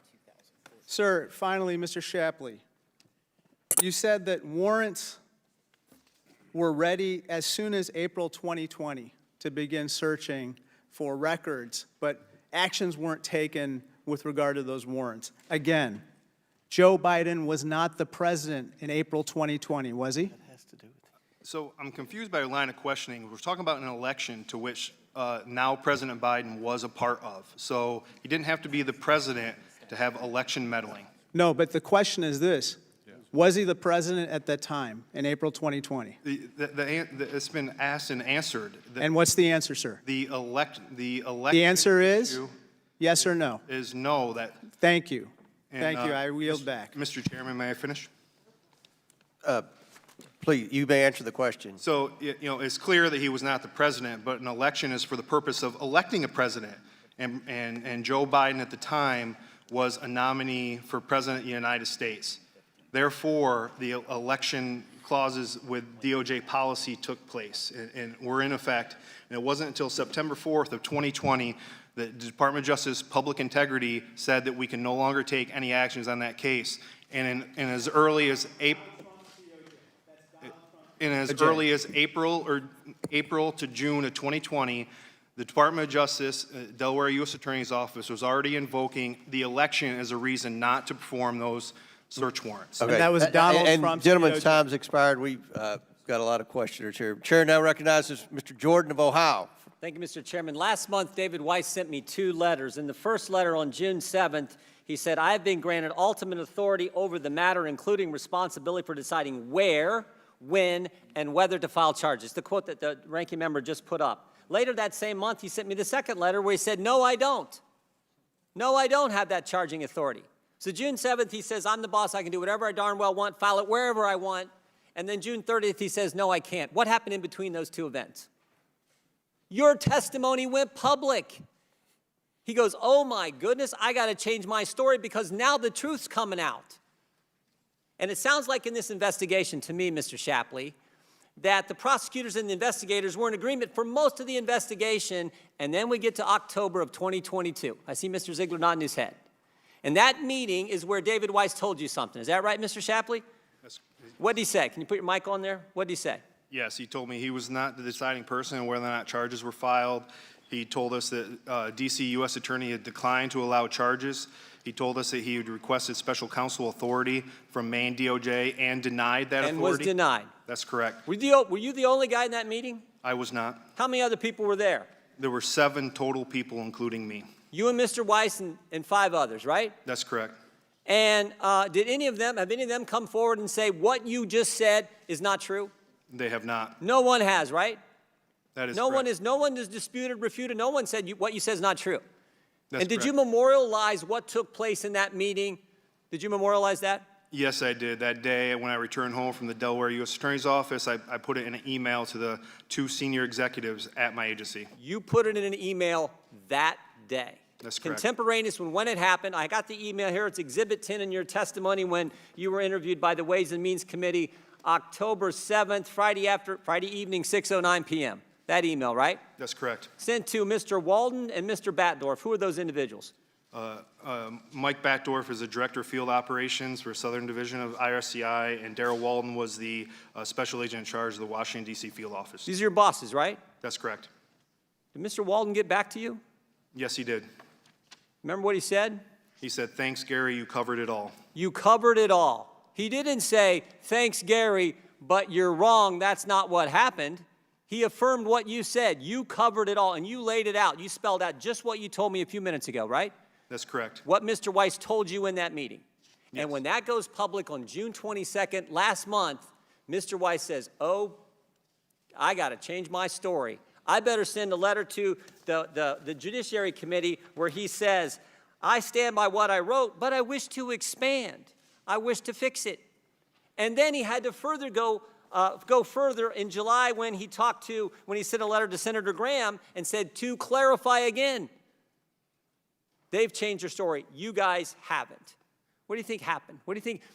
Mr. Weiss was consistent with the investigators up until this October 7th meeting, and then he changed. What do you think happened, Mr. Shapley? I mean, I don't know what happened internal at Department of Justice, but what I can say is that the story has been changing from Department of Justice and U.S. Attorney Weiss, and I think the only person that's really had any documents that have been corroborated are my own. Exactly. I think what happened. I think it's obvious. Anyone with common sense can see what happened because he said it in Mr. Graham's letter. He said, I had discussions with Maine Justice. I had discussions with the folks, the Deputy Attorney General, the attorney, whoever it was, I don't know, but he had discussions with the people at Maine Justice, and suddenly things change. And that all became evident on October 7th. And until October 7th, the investigators, to Mr. Raskin's point, the investigators and the prosecutors, they were in agreement. Here are the facts. Here's how we do it. Here's how we've always done it. We got the two best agents in the place on the case. Let's go. And then shazam, something changes. And I think it's what Mr. Weiss conveyed to Senator Graham when he said, I had discussions with folks at Maine Justice. We don't know what were in those discussions, but it looks pretty obvious what happened. Looks pretty obvious. Initially, everyone was pounding their chest. David Weiss has complete authority. Now, suddenly, he doesn't. He doesn't, because you guys came forward and told the truth. I yield back. Chair now recognizes Mr. Lynch from Massachusetts. Thank you, Mr. Chairman. First of all, I wanted to thank the witnesses for their willingness to work with the committee and help us with our work. I am surprised, though, seems to be a new level of hypocrisy here. As a longstanding member of this committee, I think most of the members who have served a long time here know full well what political interference and what sweetheart deals look like. And I think context is very important. In 2017, we had a situation where former National Security Advisor and Trump campaign surrogate Michael Flynn was indicted. Indicted by the federal grand jury, he pled guilty twice. And he lied to FBI agents about his communications with the Russian government prior to the inauguration of President Trump. He was only National Security Advisor for 22 days. But my colleagues on the other side of the aisle had no interest, zero interest in looking into that case. And in response, the president at the time, President Trump, repeatedly and publicly attacked the case and the agents who brought it, including by claiming that Mr. Flynn was the victim of quote, dirty, filthy cops at the top of the FBI, close quote. He also described the prosecution as a disgrace and claimed that those who investigated Mr. Flynn were guilty of treason. Those are public statements made by a sitting president attacking the FBI. And despite the fact that Mr. Flynn pleaded guilty twice to lying to the FBI, President Trump's Attorney General William Barr personally intervened in the case, and that led the Department of Justice to abruptly reverse course and have the case dismissed on grounds that a federal judge found dubious, to say the least, and that's a quote from the judge. In the case of longtime Trump associate and advisor Roger Stone, a federal jury found him guilty in 2019 of obstructing a congressional investigation into Russian interference in the 2016 presidential election by lying to Congress and witness tampering. In response, a sitting president, President Trump, immediately took to Twitter, attacking the Department of Justice and accusing them of employing a, quote, double standard and committing a, quote, miscarriage of justice. President Trump also publicly attacked the department's sentencing recommendation for Mr. Stone, leading senior officials to overrule the federal prosecutors who had investigated and brought the case. So this blatant political intervention, not complained of at all by my Republican colleagues at the time, caused those prosecutors, some of them, to resign or withdraw from the case. President Trump even congratulated former Attorney General Barr for intervening. That's what political intervention looks like, and we know it on this committee. And in the case of former Trump campaign chairman Paul Manafort, who worked to elect a pro-Kremlin president in Ukraine and was convicted in 2018 of bank and tax fraud, ultimately pleading guilty to conspiracy against the United States and conspiracy to obstruct justice. President Trump deemed it, quote, a very sad day for our country. And in terms of sweetheart deals, in December of 2020, at the end of his term, President Trump granted full pardons to his close allies, his pals, Flynn, Stone, and Manafort, allowing them to escape accountability for their numerous crimes. Now that is a sweetheart deal.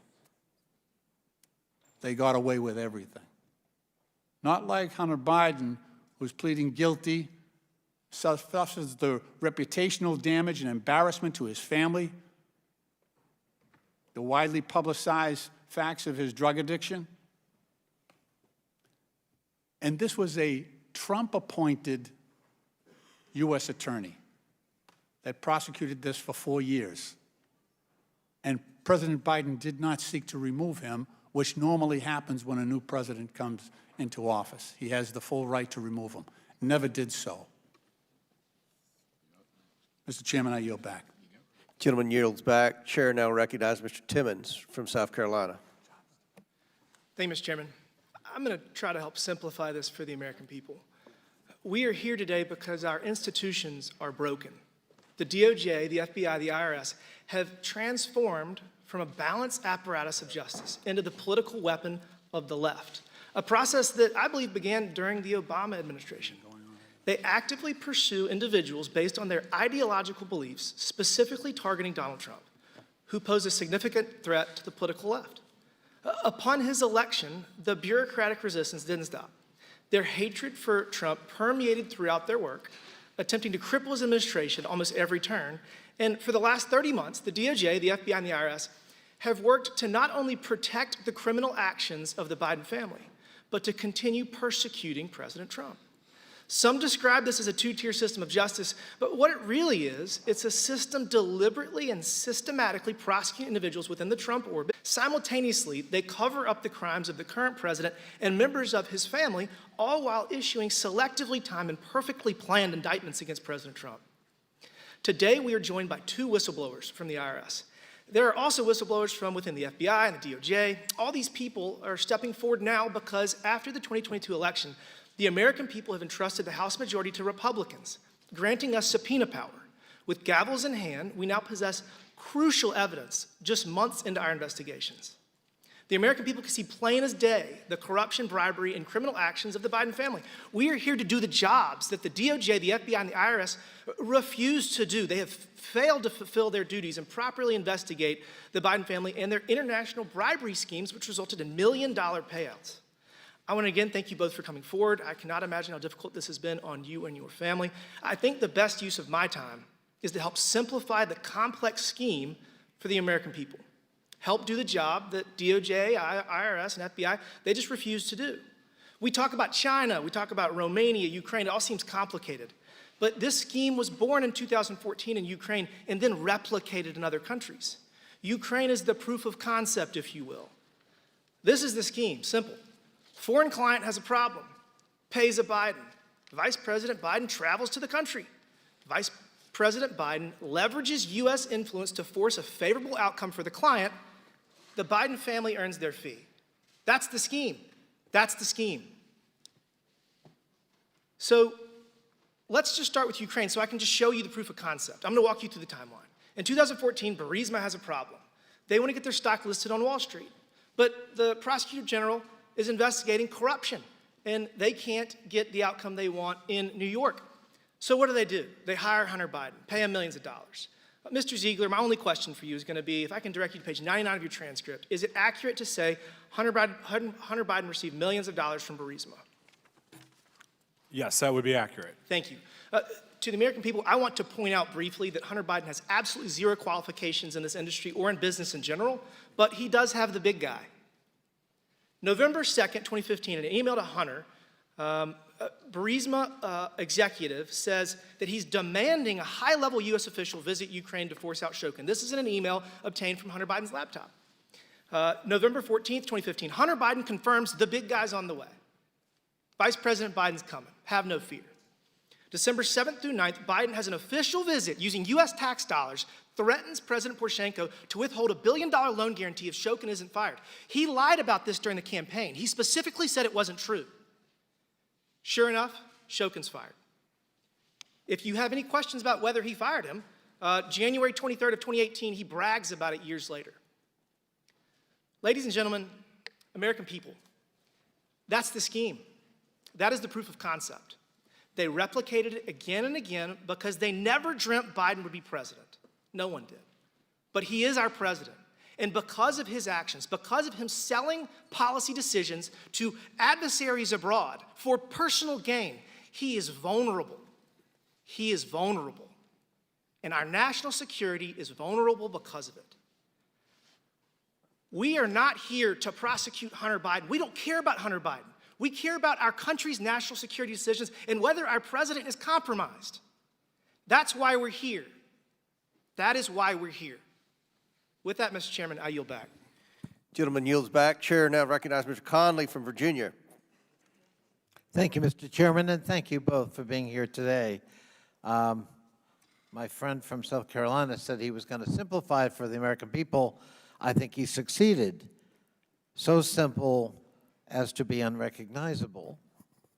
And if we're going to talk about Ukraine and Burisma, let's remember that the President of the United States, not Joe Biden, Donald J. Trump, was impeached over a phone call to the President of Ukraine wanting to get dirt on this very subject, on this very individual, with this very company, and withheld military equipment desperately needed, as we now know, including Javelin missiles, which are very useful in anti-tank warfare, to get it, for which he was impeached, quite correctly.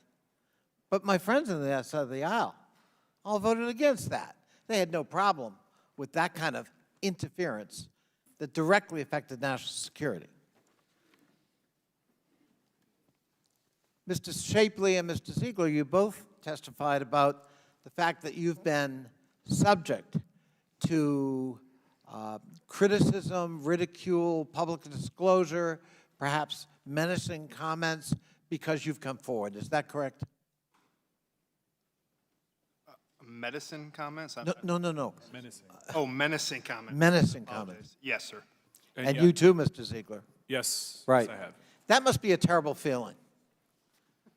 And whoever does that, I think you'd probably both agree, is doing a disservice to the country and to you individually. You're simply doing your duty as you see the light. Fair enough? Yes. Mr. Yeah. Ziegler? I am doing my duty. Yes. So can you imagine how the district attorney in Fulton County, Georgia must feel? Or the district attorney in Manhattan must feel? Or the special counsel of the Department of Justice, Mr. Smith, must feel? When the very subject of an indictment or a pending indictment takes to public rallies and ridicules them by name, disparages them by name, characterizes them by name, putting them and their families at the same risk you're experiencing. If it's wrong for these anonymous people to criticize you, it must certainly be wrong that the former President of the United States would demonize people doing their jobs just like you try to do yours, as they see the light. You can disagree with their judgment, but it's not right to disparage their character. And what's so ironic about this hearing is, again, not one mention on the other side of the aisle about that malign behavior by the very subject of the indictment. And speaking of interference, the American people know President Trump pressured the Justice Department, which we're talking about here today. Like, wouldn't that be wrong if someone did that? To go easy on his friend Michael Flynn. We know when President Trump's handpicked Attorney General William Barr took the reins, he pressured officials to reduce their sentencing for Roger Stone and glossed over Robert Mueller's 2016 presidential election report saying it exonerated the president, when in fact Robert Mueller explicitly said no, it did not, and listed 10 specific items of obstruction of justice he recommended be pursued, and pointed out, lest we misunderstand the pursuit part, he couldn't indict a sitting president according to DOJ guidelines. But he said in his report, an enterprising district attorney, once that president left office, might want to pursue it. According to recent reporting in the New York Times, former President Trump explicitly told his chief of staff, John Kelly, that they, quote, ought to investigate and get the IRS on former civil servants that Mr. Trump considered his political enemies. Explicit testimony from his own chief of staff. But again, absolute silence on the other side of the aisle, including from the Ways and Means Committee, which purports to be so concerned about any hint of interference by any political entity or individual over the pristine work of the Department of Justice and the IRS. An agency, I might add, another piece of irony of this hearing, that has been disparaged as the hobnob, boot on the neck of the American taxpayer for so long by the majority, and denied resources by the majority. As we speak, they cut $24 billion in the debt ceiling compromise agreement out of the $80 billion we provided to, in fact, give you more resources to do your job. I yield back. Gentleman yields back, and we're going to have 2 more questions, and at the request of the witnesses at every 90-minute mark, we're going to take a 10-minute bathroom recess. So we'll recognize the next 2 questioners and then go to that recess right now. Chair recognizes Representative Turner from Ohio for 5 minutes. Gentlemen, thank you for being here. I appreciate your courage, and I appreciate your dedication to the truth and your sense of obligation. Surprisingly, my questions are actually going to be about your testimony and the subject matter as to why we're here. We're going to have a little shift to actually talk about what you're here for. I'm going to cite specific spots of your transcript testimony for each of you, but I don't think you'll have to read along. I'm going to do it for the purposes of the record. If I ask a question after having cited one and you want to refer to it and take a pause, please let me know, but I think pretty much we'll be able to follow along. Mr. Ziegler, you stated on page 17 of your transcript that you started this investigation in November of 2018 after reviewing bank reports related to another case that you were working on a social media company. Those bank reports identified Hunter Biden as paying prostitutes related to a potential prostitution ring. Also included those bank reports was evidence that Hunter Biden was living lavishly through his corporate bank account. Mr. Ziegler, when you make the statement, did you actually review these bank statements? This is not knowledge, in other words, that you got from someone else, that someone is relating to you what they said. You've actually looked at these documents. That is correct. I actually looked at them. Mr. Shapley, you testified on page 57 concerning the 2014 tax report that what Hunter Biden did is that he told Burisma to send that income to Rosemont Seneca Bohai, and that when the money came back to him, he booked it as a loan. You then go on to testify that it should have been taxable as soon as it became income from Burisma to Hunter, and whatever he did with it after that was really just a scheme to evade taxes for that year. You add that Rosemont Seneca Bohai and it did not book this as a loan itself, so Biden is treating it differently than they did. Did you look actually at those records? Is this actually your viewing of them to make this, to create this testimony? Yeah, I looked at the evidence, especially Ziegler would be the expert that saw every single piece, but yes, I saw that evidence. So, Mr. Ziegler, you also looked at these bank records with respect to the 2014 tax payment from Burisma? Yes. Mr. Shapley, you went on to say, this is like textbook. I learned at basic training nominee stuff, and in all of these defenses, it was a loan. You got to have a promissory note, you've got to have defined interest, and you've got to have repayments, and none of them were included. So Hunter Biden claims this is a loan, but the company he got it from doesn't claim it as a loan. There's no promissory note, there's no interest, there's no repayments. Is that correct? That is correct. And they actually booked it, Rosemont Seneca Bohai booked it as a deduction. As a deduction, meaning it would have been a payment to him, and so it would have been deductible to them. Correct. Income to him, then payable with tax. Excellent. So, but it wasn't just the bank documents that you looked at. You also had the opportunity to look at a memo from Eric Sherwin, and Eric Sherwin was actually Hunter Biden's accountant.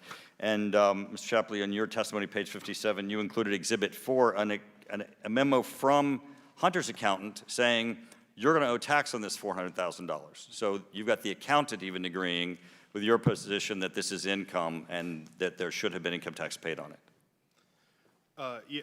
Correction to that is that I did not provide this document. This was provided by the committee.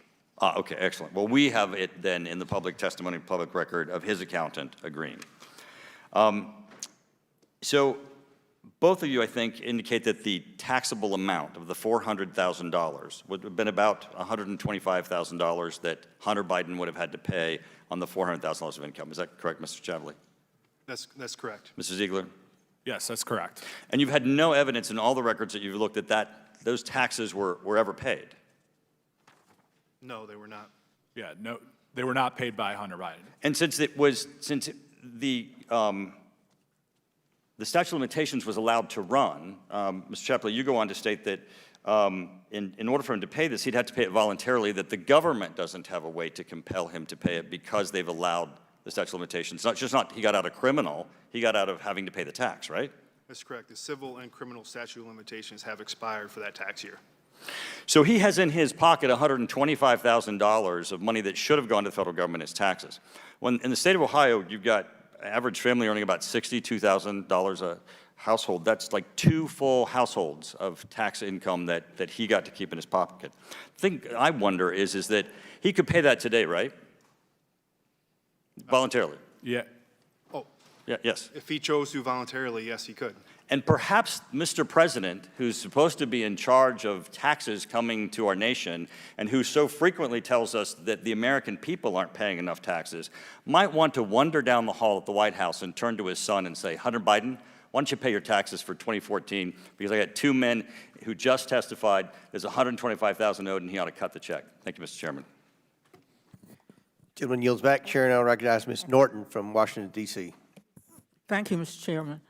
Mr. Shapley and Mr. Ziegler, thank you for being here today. We're obviously going to talk a lot in this hearing about the investigation into Hunter Biden's taxes. So I think it's important that we set the scene and make it clear what type of investigation we're talking about. Mr. Ziegler, what year did you open the Hunter Biden investigation? That was 2018, November of 2018. 2018. Thank you. The Department of Justice announced a plea agreement with Hunter Biden last month. So I estimate that you spent 4 or 5 years on this investigation, Mr. Ziegler? That would be correct. Mr. Ziegler, in your testimony before the Ways and Means Committee, you said that when your time working on the investigation ended, it was both, and him I'm quoting, 99.9% done, that's end quote, and that you had, here I'm quoting again, worked to complete 95% of the investigation, end quote. Given this testimony, is it fair to say, Mr. Ziegler, that in the years that you spent on the investigation, you saw it nearly to completion? So that reference was to the tax case. So the tax investigation, as far as all the work that we had done regarding that, 99% of that had been done to that date. Exactly. Mr. Shapley, on page 12 of your transcript, of the transcript from your interview with the Ways and Means Committee, you described the IRS team that worked on this investigation as consisting of, and here I'm quoting, 12 elite agents who were selected based on their experience and performance in the area of complex, high-dollar international tax investigations, end quote. Mr. Shapley, how serious are the investigations undertaken by these elite agents? I'm not sure I understand how to answer your question. How serious? Yes. Do they have to be very serious to be undertaken by such elite agents? Well, I think I can answer this. So we got to treat each taxpayer the same. That's the most important part. We're kind of the agents, with the International Tax Group that come in there and that we have the expertise to work these complex financial investigations. So whether they're more serious or we have to treat each person, each taxpayer the same. And that's what I try to do in my job. Yeah, I was referring to these particularly complex, high-dollar tax concerns. I understand you have to give equal treatment. Mr. Ziegler, you called Hunter Biden investigations a, quote, complex criminal tax investigation, end quote. And I understand that it was an interagency effort involving the IRS, the FBI, the U.S. Attorney's Office in Delaware, and DOJ's tax division in D.C. Mr. Ziegler, is it fair to say that this sort of interagency team is only assembled for serious and complex investigations? So I can only speak to what happened in this particular investigation. The reason why other agencies might join an investigation, that just depends on the crimes we're investigating. Us at the IRS, we are the only agency in the federal government that is allowed to investigate tax crimes. So that's why you have to have, if you have a tax crime case, you have to have the IRS on that case. Yeah, and you had lots of other agencies as well. Look, it sounds like Hunter Biden's taxes were subject to a great deal of scrutiny and rigorous review by a large team of expert investigators who had experience working complex cases. This investigation occurred over several years, spanned multiple agencies and divisions, and had an expert team. The time, personnel, and other sources devoted to this investigation make it abundantly clear that this investigation was taken seriously by both the IRS and DOJ. While our witnesses here today may disagree with the U.S. Attorney's decisions, it is undeniable that Hunter Biden was subject to a thorough and rigorous investigation. I thank you, and I yield to the ranking member. Gentlelady yields back, and as we promised the witnesses, we're going to take a 10-minute recess, at which point we will reconvene in approximately 10 minutes. House is now in recess.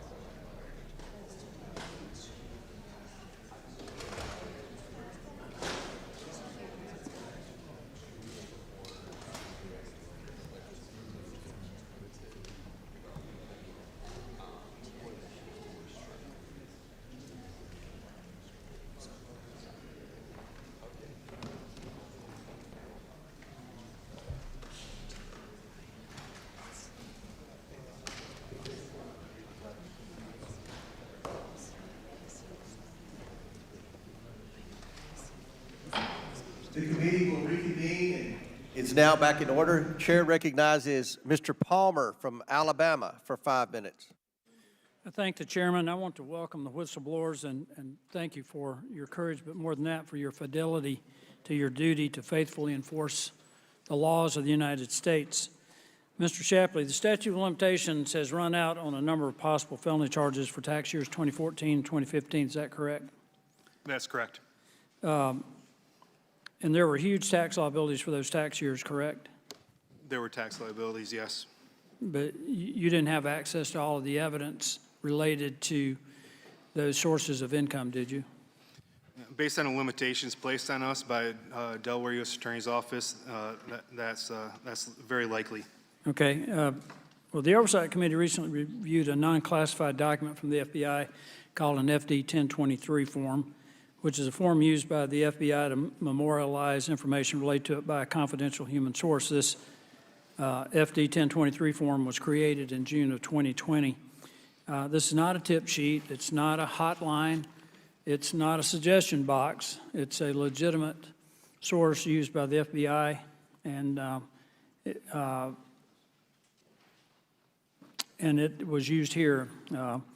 Mr. Shapley, did you ever review the June 2020 FD 1023 form with information about Hunter Biden and President Biden? No, I did not. I reviewed the form, and there are startling allegations in it.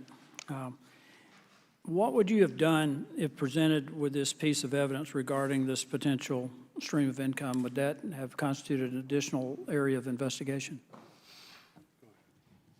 So, since I've never seen the document, I only know what's been reported. Right. So, I can say that there were investigative steps that involved President Biden that were not allowed to be taken, and that information like this would have been really helpful to have from investigators, by investigators when we received any pushback, when we were asked to take names out of document requests or search warrants. It would have been nice to have information that showed why, that helped prove why those names needed to be in those requests. Well, I think it's material to your investigation because it was, after all, other information that led you, related to Hunter Biden's lifestyle, that led you to launch the investigation to begin with. Was there other evidence in this investigation that you were denied access to? Yes, there was. Do you want to elaborate on that? So, one piece was the Hunter Biden laptop. There's a memorandum that I documented contemporaneously in my House Ways and Means Committee testimony that states what Assistant United States Attorney Leslie Wolf told us on that day. I think it was September 3rd of 2020.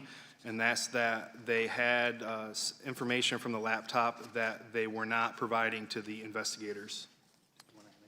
Yeah, can I add something on that? Yes, sir, Mr. Ziegler. So when it came to questions, as a part of the investigation, we interviewed a lot of people.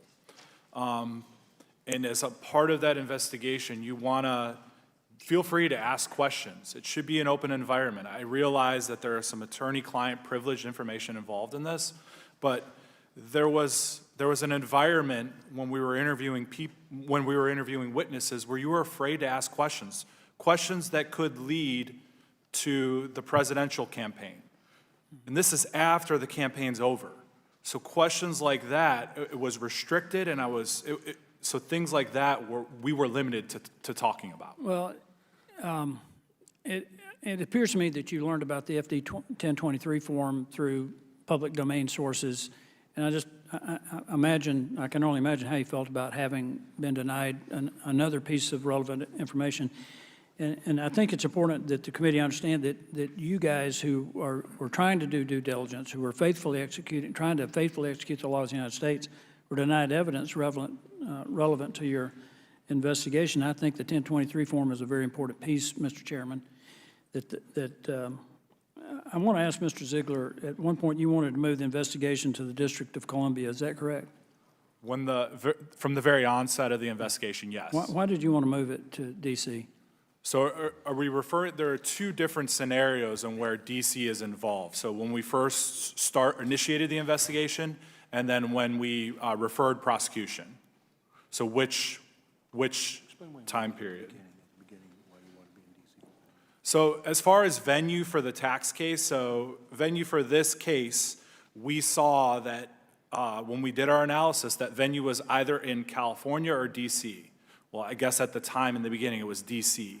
So that was where we wanted to start our investigation, was in DC. But you were told that Attorney Weiss could bring charges anywhere. Was that your understanding? Okay, so that fast forward to March of 2022, I had a phone call with the prosecutors assigned to the case. They said that our prosecution report went to low-level people at the DC U.S. Attorney's Office. Those low-level people reviewed it, said, hey, we're going to assist you with this. Here's what we're going to do to help you finish the case here in DC.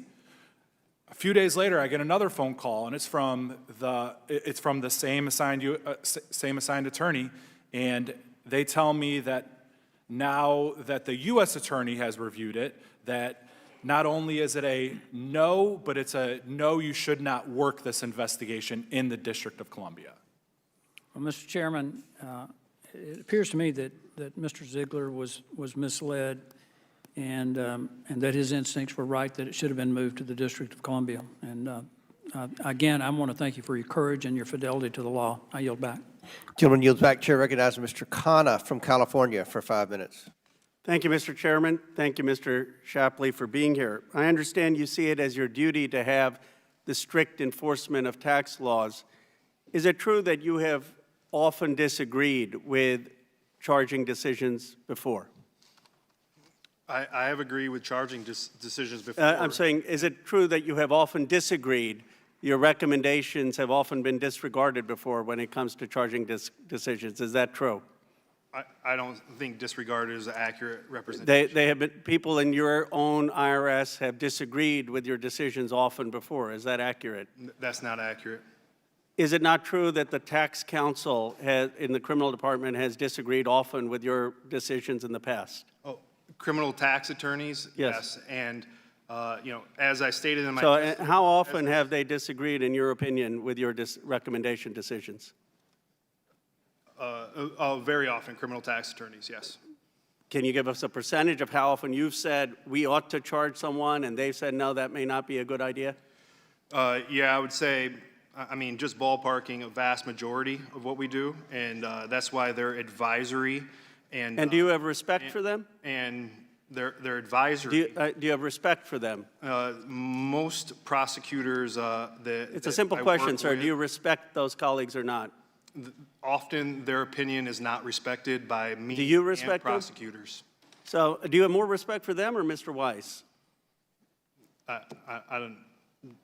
I just think because you have a history of wanting to charge people and then people pushing back. By your own testimony under oath, you said about 90% of the time people are pushing back on what you want to do. And I'm not questioning.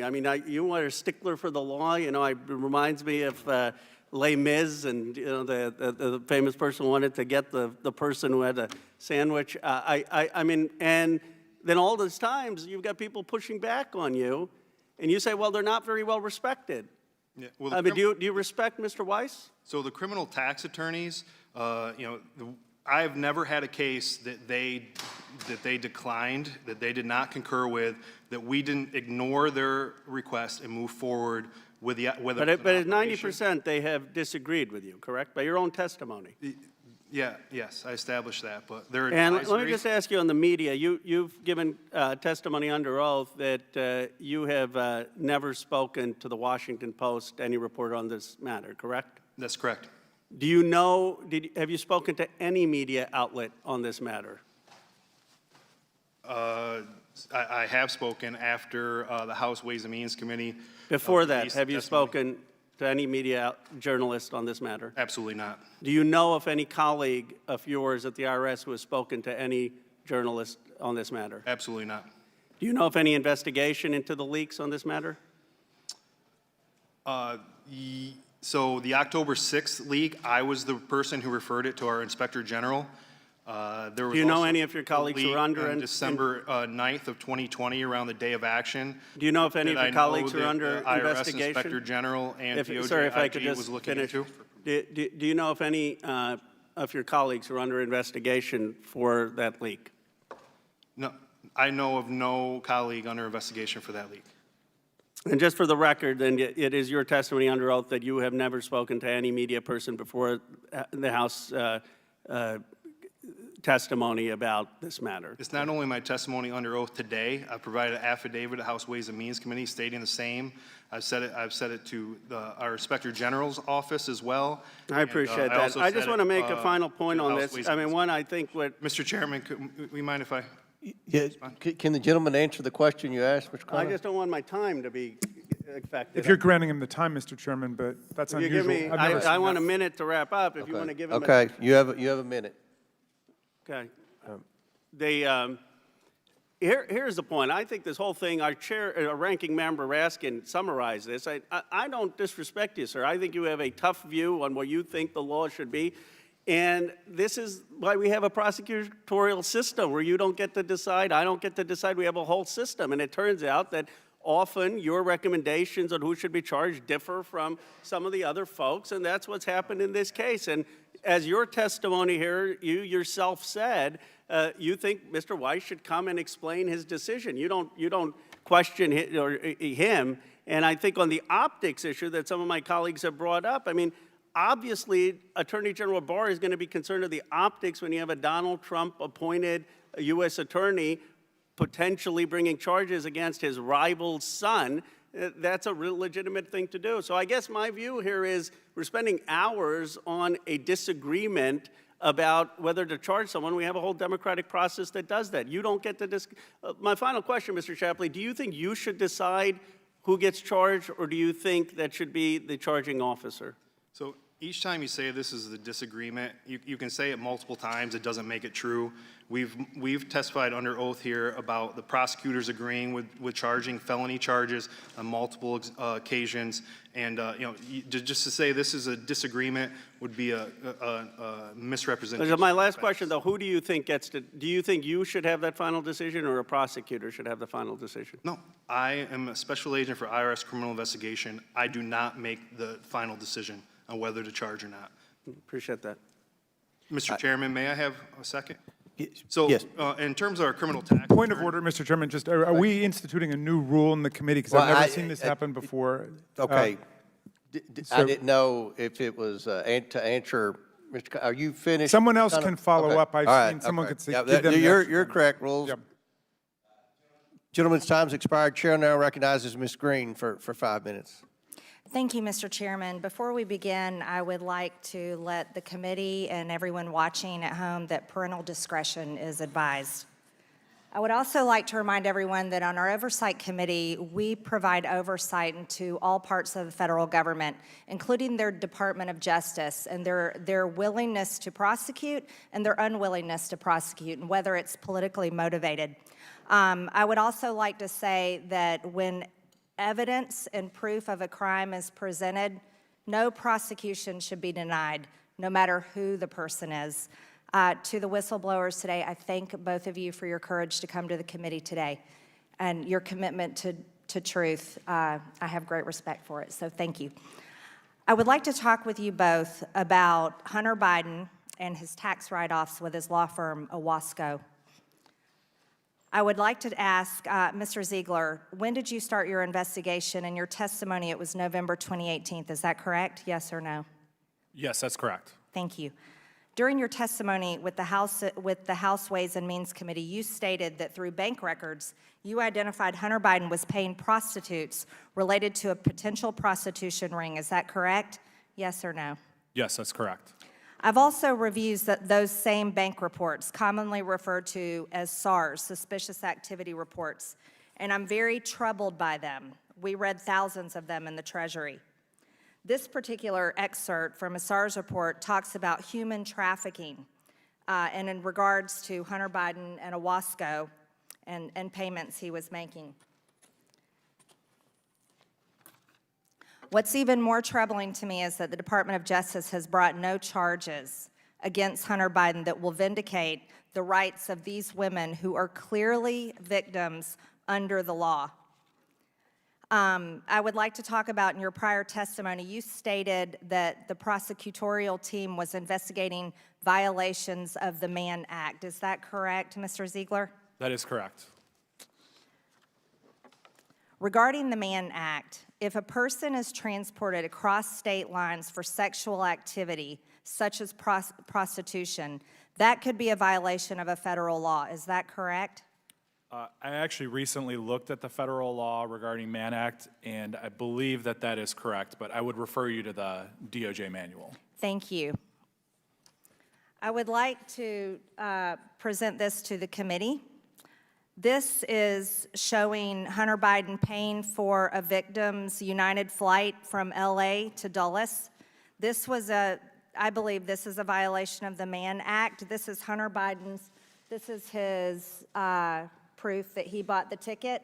He bought it for this woman right here. He flew her from Los Angeles to Washington on June 14th, flew her back to Los Angeles, California on June 15th of 2018. And I would like to point out that if he was purchasing her a plane ticket for sex and traveling across state lines, do you believe that to be a violation of the Mann Act, Mr. Ziegler? So I can talk to specifically what's in my transcript regarding the Mann Act. So I know we were compiling the information together. Yes, but Mr. Ziegler, as the law states, by the code of the law, it states traveling, paying someone to go across state lines is prostitution. It's a violation of the Mann Act. Let me just move on just one more second here.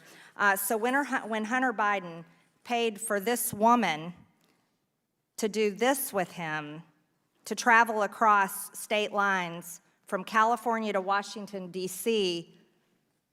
on June 15th, this is a violation of the Mann Act. This was prostitution. Let me continue. Did Hunter Biden also use his company, Owasco PC, to pay prostitutes? Can you hold on one second? Chairman? Yeah, we'll give you this additional time back. Thank you. That was.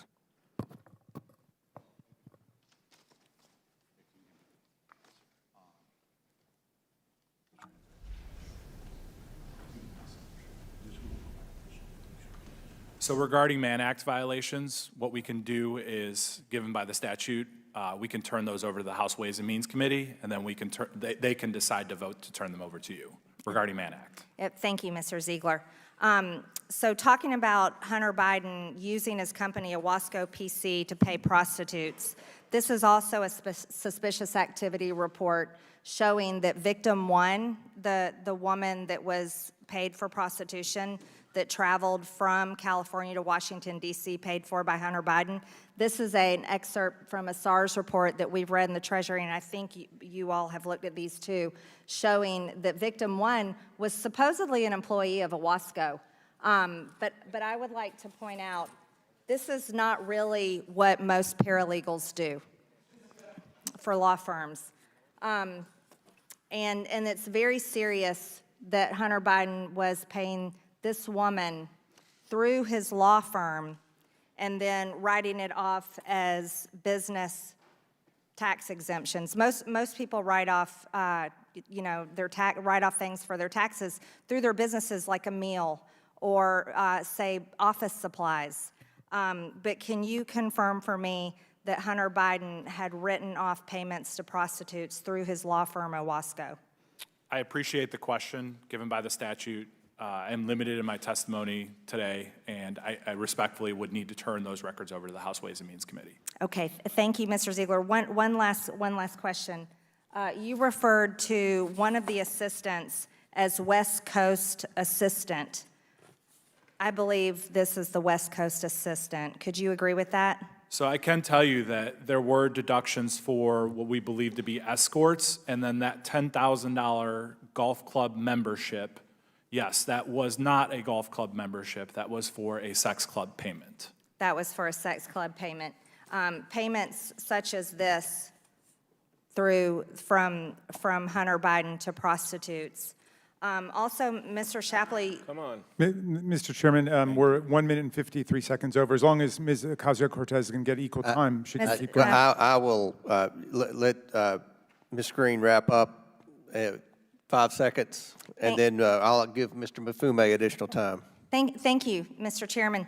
Mr. Shapley, you started an investigation into Hunter Biden, codenamed Sportsman, which opened in November of 2018.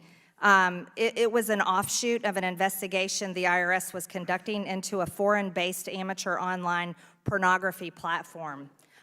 This is evidence of Hunter Biden making sex. Excuse me, this is my time. Making pornography. Should we be displaying this, Mr. Chairman, in the committee? Gentlelady's time's expired and went 2.5 minutes over. Chairman, If can I Mr. have a point of Mafume order? wants the 2.5 minutes, he can have it. If he wants to yield some to Ms. Ocasio-Cortez when she goes, she can have it. We'll make it right, 2.5 minutes. You all Mr. have an Chairman. extra 2.5 minutes. Chair recognizes Mr. Mafume Chairman, for point 5 of order. minutes. Point of order, Mr. Chairman. Down State your here. point. My understanding is that this committee was provided the suspicious activity reports on the condition that it not publicize them for the reason that they are not actually even allegations, much less evidence of anything. And my colleague from Georgia has now just revealed it publicly. That is a good point. However, that suspicious activity report has been public for years. That suspicious activity report was on the internet long before I became chairman of this committee. So that particular suspicious activity report has already been publicized. Thank you for that clarification. She had said it was part of the thousands she reviewed, but I appreciate the clarification. Public and able that we all reviewed in the Treasury. Chair's reclaim time. Chair recognizes Mr. Mafume for 5 minutes, and if you want more time, we'll work with you. Well, thank you very much, Mr. Chair. I am going to claim my 5 minutes and yield the 2.5 additional minutes that you have given me to my colleague from New York, Ms. Ocasio-Cortez. I'm glad somebody brought up the word suspicious activity, because that's just what's taking place in this room. Make no mistake about it. And I want to congratulate my colleagues from across the aisle for gathering us here today, almost distracting us from the biggest investigation that is going on right now in our country and in our nation's history, involving the former president and the front runner for the Republican nomination, who is currently facing a 37-count indictment this week, and maybe 2 weeks from now more, and maybe 2 weeks from then more. But we're spending our time talking about Hunter Biden, someone who has already pleaded guilty to not filing his taxes, having a gun charge, and now I hear also paying for prostitution. But let's just remember that there was a case in New York not too long ago where our former president also got into trouble regarding payments and regarding a stripper, and was found guilty of a violation in civil court. Now, there seems to be a lot of hemming and hawing about special treatments.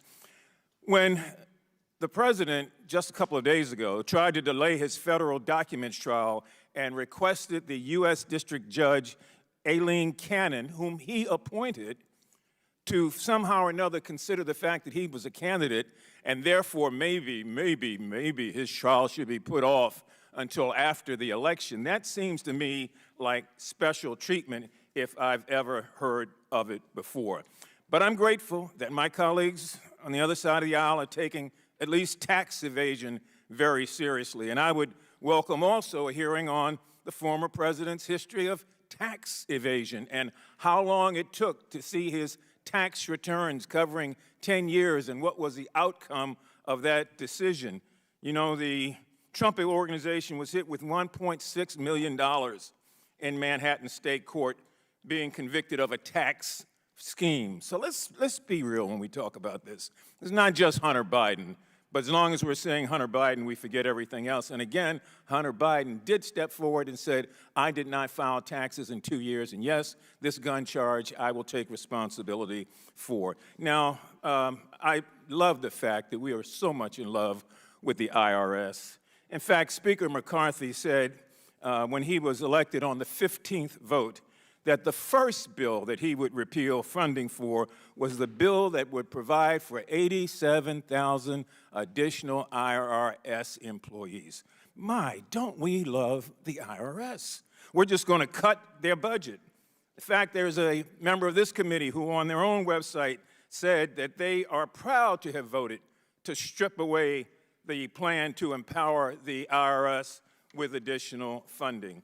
So I'm going to get back to those two words again about keeping it real, and I think we really have to do that.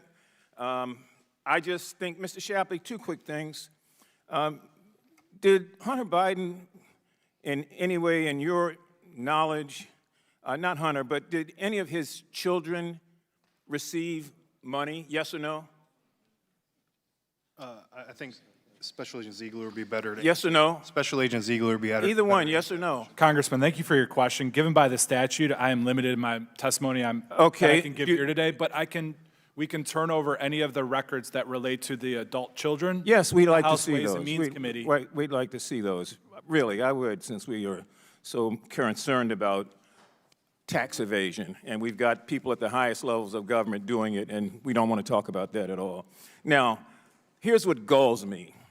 I don't like these attacks on the Department of Justice, the FBI, the IRS, as if they are somehow anti-U.S. agencies. Those agencies keep this democracy in check. It keeps them afloat. They provide the checks and they provide the balances.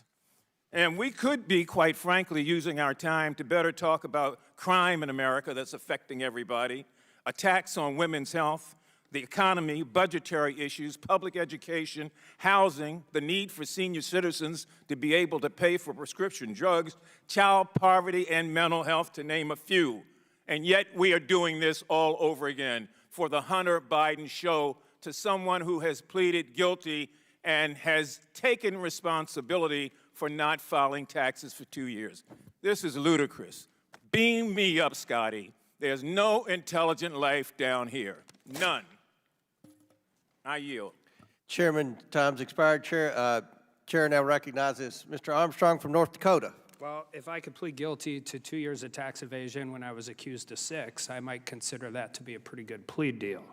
And let's talk about what this is and what it's supposed to be. Mr. Shapley, I think you were going to testify that IRS criminal tax attorneys are advisory only, and often DOJ prosecutors disagree with the IRS tax attorneys. Is that probably an accurate statement? Yes, it's an accurate statement. And I think this is important because everybody continues to go after you two, like you're the only two people who were involved in this. You went to work for the IRS in 2008?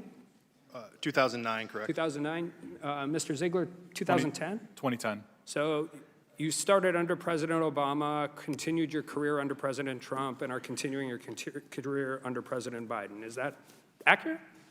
Yes, That is that's correct. accurate. And in your entire career, excluding today, how many times have you talked about who appointed a U.S. attorney? I haven't. In the course of any investigation, have you talked about whether it was a Democratic appointee or a Republican appointee? I have not, no. Mr. Ziegler? I have not. Because it's not supposed to matter, right? And that's why you have line U.S. attorneys that also go across administrations and work through Republican administrations, Democratic administrations, and that's the part of your investigative team. Now, that investigative team recommended that you charge Hunter Biden for every tax year from 2014 till 2019 and felonies for at least 2014 and 2018. And this included income from Burisma and a scheme to evade taxes through a partnership with a convicted felon. Is that accurate? Yes, that's accurate. And the total amount of taxes not paid over that period or not paid timely was over $1.5 million, and that didn't include interest and penalties or other enhancements that are typically involved in this case, correct?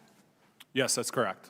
And Mr. Ziegler, your testimony identifies 2 separate criminal violations, which is an attempt to avoid taxes and filing false tax returns, and they both carry a 6-year statute of limitations. That is correct.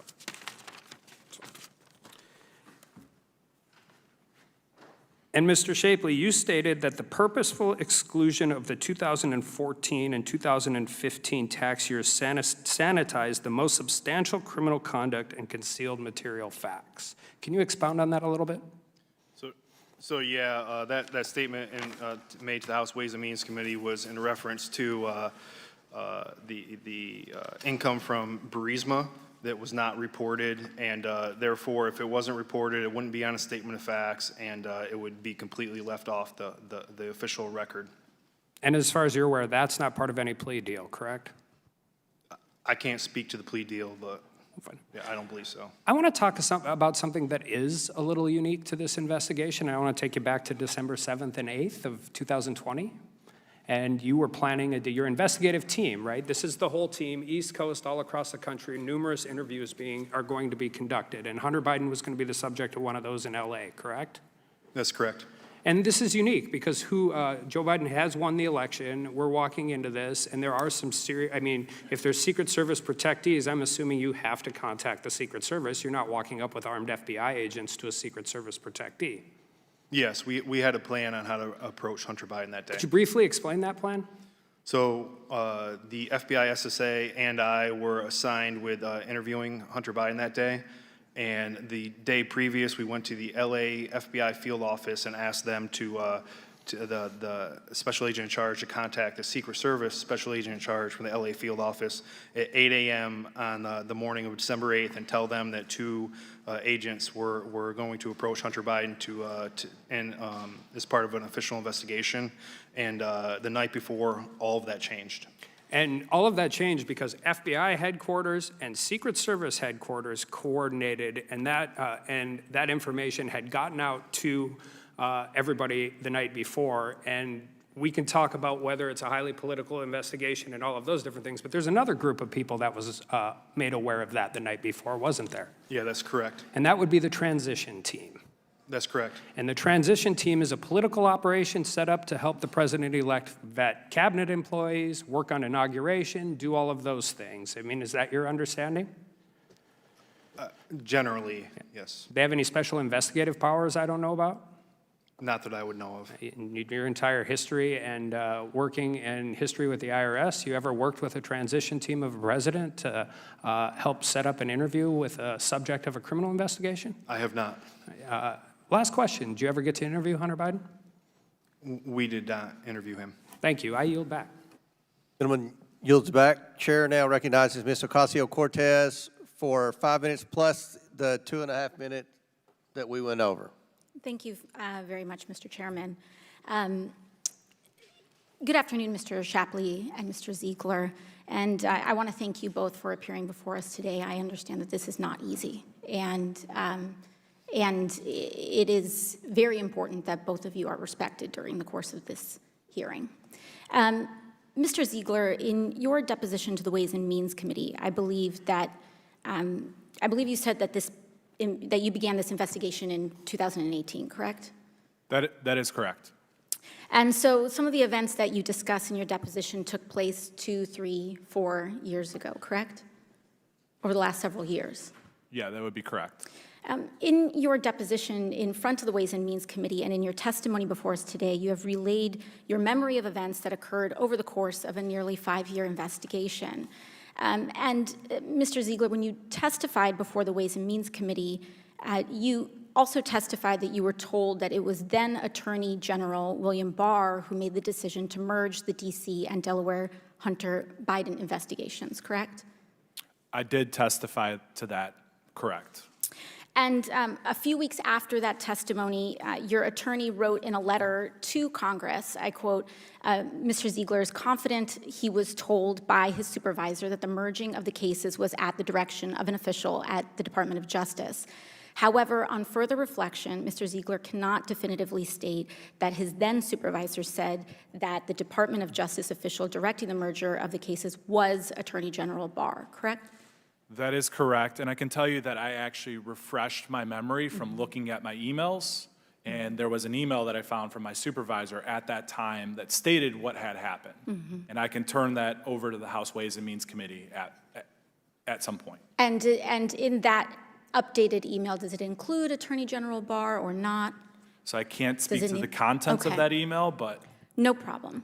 I think in light of the correction, and truly in good faith, these things happen all the time, right? The recollection of these investigations require an extraordinary amount of detail, and the charges of what is being brought forward today are extremely serious, which require a high threshold of evidence, including investigations and depositions. But I hope you'd agree that even the best memory can be fallible at times, and that is the widely understood reality in our justice system. Mr. Shapley, from your testimony today, I think you would agree that it is important that criminal investigations be conducted fairly and free from political influence. That's why we're here today, correct? Yes, that's correct. Now, as you stated, and as was kind of discussed with Mr. Khan and with others, there are often disagreements. It seems as though within some of the transcribed interviews that we read, it says, yes, about 90% of the time, there is this IRS reviewing attorneys disagree with the charging decisions of the agents in the group, correct? That was part of the testimony, not all of it. In some of your comments, you've also noted that you've made reference to a special counsel in this situation. But I believe what there might be a reference to here is the question of a special attorney, not a special counsel, correct? So if you're speaking about the October 7th, 2022 email that I documented contemporaneously on that day, that's why I documented it on that day, so that, 9 months later, I'm not trying to recall a specific word. And so it says special counsel authority. That's what he said that day. That's what a senior executive IRS corroborated when he responded to my email as well. And I do think that distinction is important, because in this letter to Chairman Jordan, the issue at hand seems to be a special attorney, not a special counsel, which are two distinct, different legal authorities. And there also may be some confusion, I think, with respect to that as well. Which brings me to the point of political influence. Where there actually is a set of breadcrumbs, however, is in a set of tweets and letters sent from former President Trump to several chairs, to the chair of the House Judiciary Committee that we see here. In fact, according to New York Times article, which I'd like to present to the record today, President Trump's attorney wrote to the Judiciary Committee chairman, urging him to investigate what he called, quote, a rogue local district attorney. And after that New York DA convened a grand jury that ultimately indicted Donald Trump, Chairman Jordan complied with that letter. Shortly after President Trump's attorney sent that letter to the committee, which is highly unusual, a very highly unusual act. And in fact, after that, on March 20th, Chairman Jordan, together with the Committee on House Administration, Chairman Brian Steele, as well as the chairman of this committee, wrote to District Attorney Bragg and then demanded a sweeping series of documents, including communications between the DA's office and the Department of Justice, also highly unusual. In fact, on his Truth Social account later on, Donald Trump claimed that the U.S. attorney investigating Hunter Biden, a U.S. attorney, by the way, that Donald Trump appointed, was, quote, a coward. And then in that, he then urged that maybe the presiding judge will have the courage and intellect to break up this, quote, cesspool of crime. Curiously, just a few days after this tweet, the chairman of the Ways and Means Committee, Jason Smith, sent a letter to U.S. Attorney David Weiss and Attorney General Merrick Garland, who are implicated in this hearing, explicitly asking them to place the whistleblower testimony from the committee's depositions into the court record, which were addressed during the chairman's opening statements, before Hunter Biden's plea hearing at the end of the month. And as you can see right here, Chairman Smith explicitly said, and I quote, entering this information into the formal record. Additionally, those two chairmen waived onto this hearing today. Highly unusual. Will the gentlelady yield? And one moment. And when we talk about political influence, we are not here today, unfortunately, because the facts have brought us here. We are here today because Donald Trump is exerting an influence campaign in Congress when he is no longer president of the United States. In addition to that, if we want to talk about charges that have been dismissed, and if we do want to follow the evidence, perhaps we should discuss Ivanka Trump's investigation who was close to being charged with felony fraud after Donald Trump's personal attorney provided political contributions to the local DA. Those charges were dismissed, and ultimately we saw that DA Vance, President Trump's attorney, provided over $50,000 in political contributions after the case was dismissed. So when we talk about political contributions, I would hope, if we are following the evidence, that we are willing, that this committee, if this committee is going to go there, that they be willing to open investigations into the dismissal of charges against Ivanka Trump. And, by the way, if the gentlelady from Georgia wanted to follow evidence, we should also take a look at, hypothetically, a case where sex trafficking charges against a 17-year-old girl potentially... The gentlelady's time's expired. Thank you, and I yield back. Chair now recognizes Mr. Gosar of Arizona for 5 minutes. Thank you, Mr. Chairman. Now, Chairman Comer and his team have done an outstanding job of uncovering the millions of dollars sent to Hunter Biden from foreign sources located in places like China, Romania, and Ukraine. It's pretty obvious that the Hunter Biden's only avenue for making money is the influence over his father. Now, the only thing missing is direct evidence that Joe Biden knew and participated in these bribery schemes. That is where you brave men have come in. Their investigative efforts have the potential to uncover direct evidence in a pay-to-play, and in some cases, it did. Yet they're very hindered from doing their jobs by the Department of Justice deep state. As Mr. Shapley put it, quote, "At every stage, decisions were made to benefit the subject of this investigation," end of quote. That's Hunter Biden and, by extension, Joe Biden. Now, these men are not political people. They're hardworking agents. The last thing they want to do is speculate. So I'm going to stick to confirming the most egregious examples of the DOJ's prosecutorial misconduct, abuse, and favoritism detailed in their testimonies, and leave it up to the American people to draw their own conclusion. Mr. Shapley, under U.S. tax law, taxes owed on all income received from legal and legal sources, right? Yes, yeah.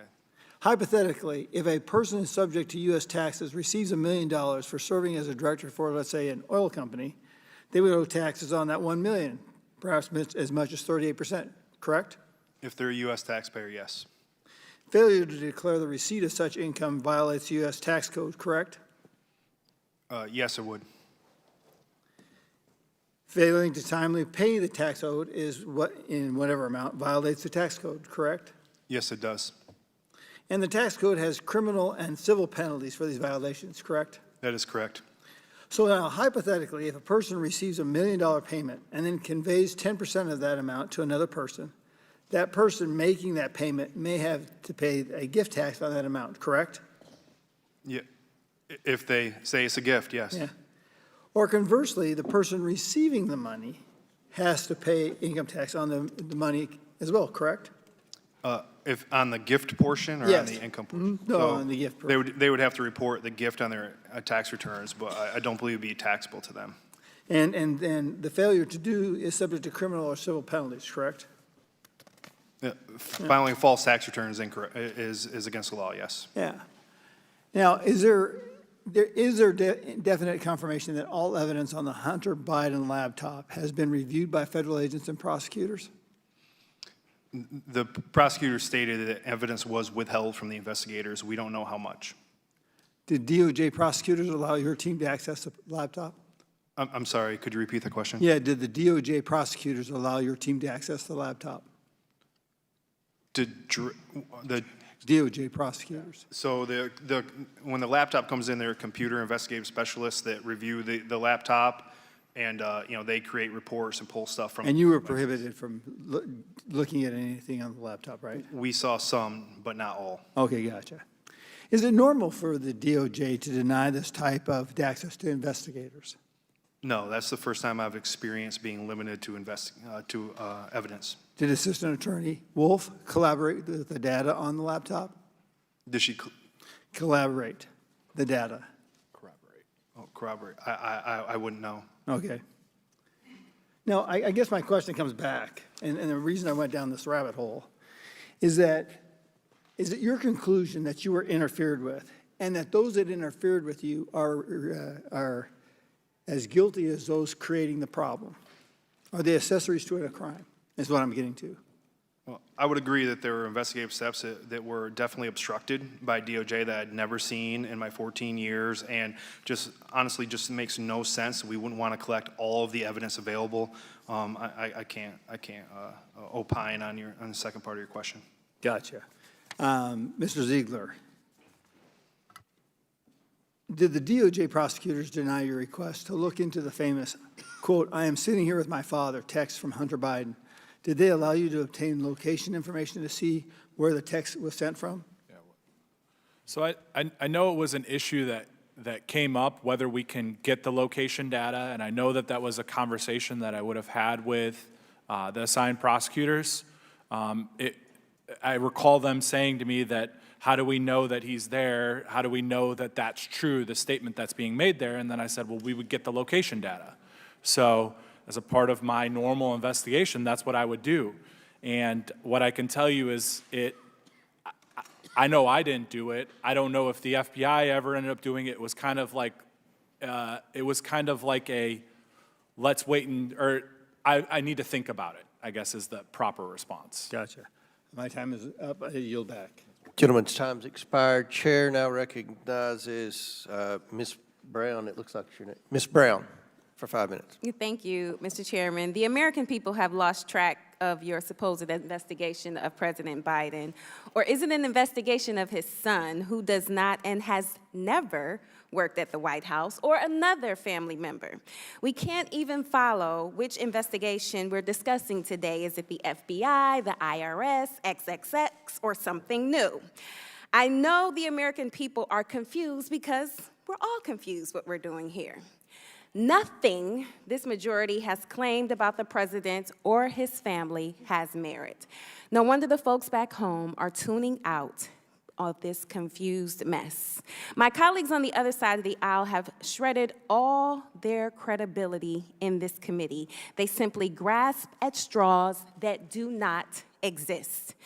In this Congress so far, we've held more hearings on gas stoves than gun violence, and culture wars than kitchen table issues. So let's talk about the real two-tiered justice system, the one in which big corporations pollute the air we breathe, and the big banks cause meltdowns with their negligence, and not one person is held criminally liable.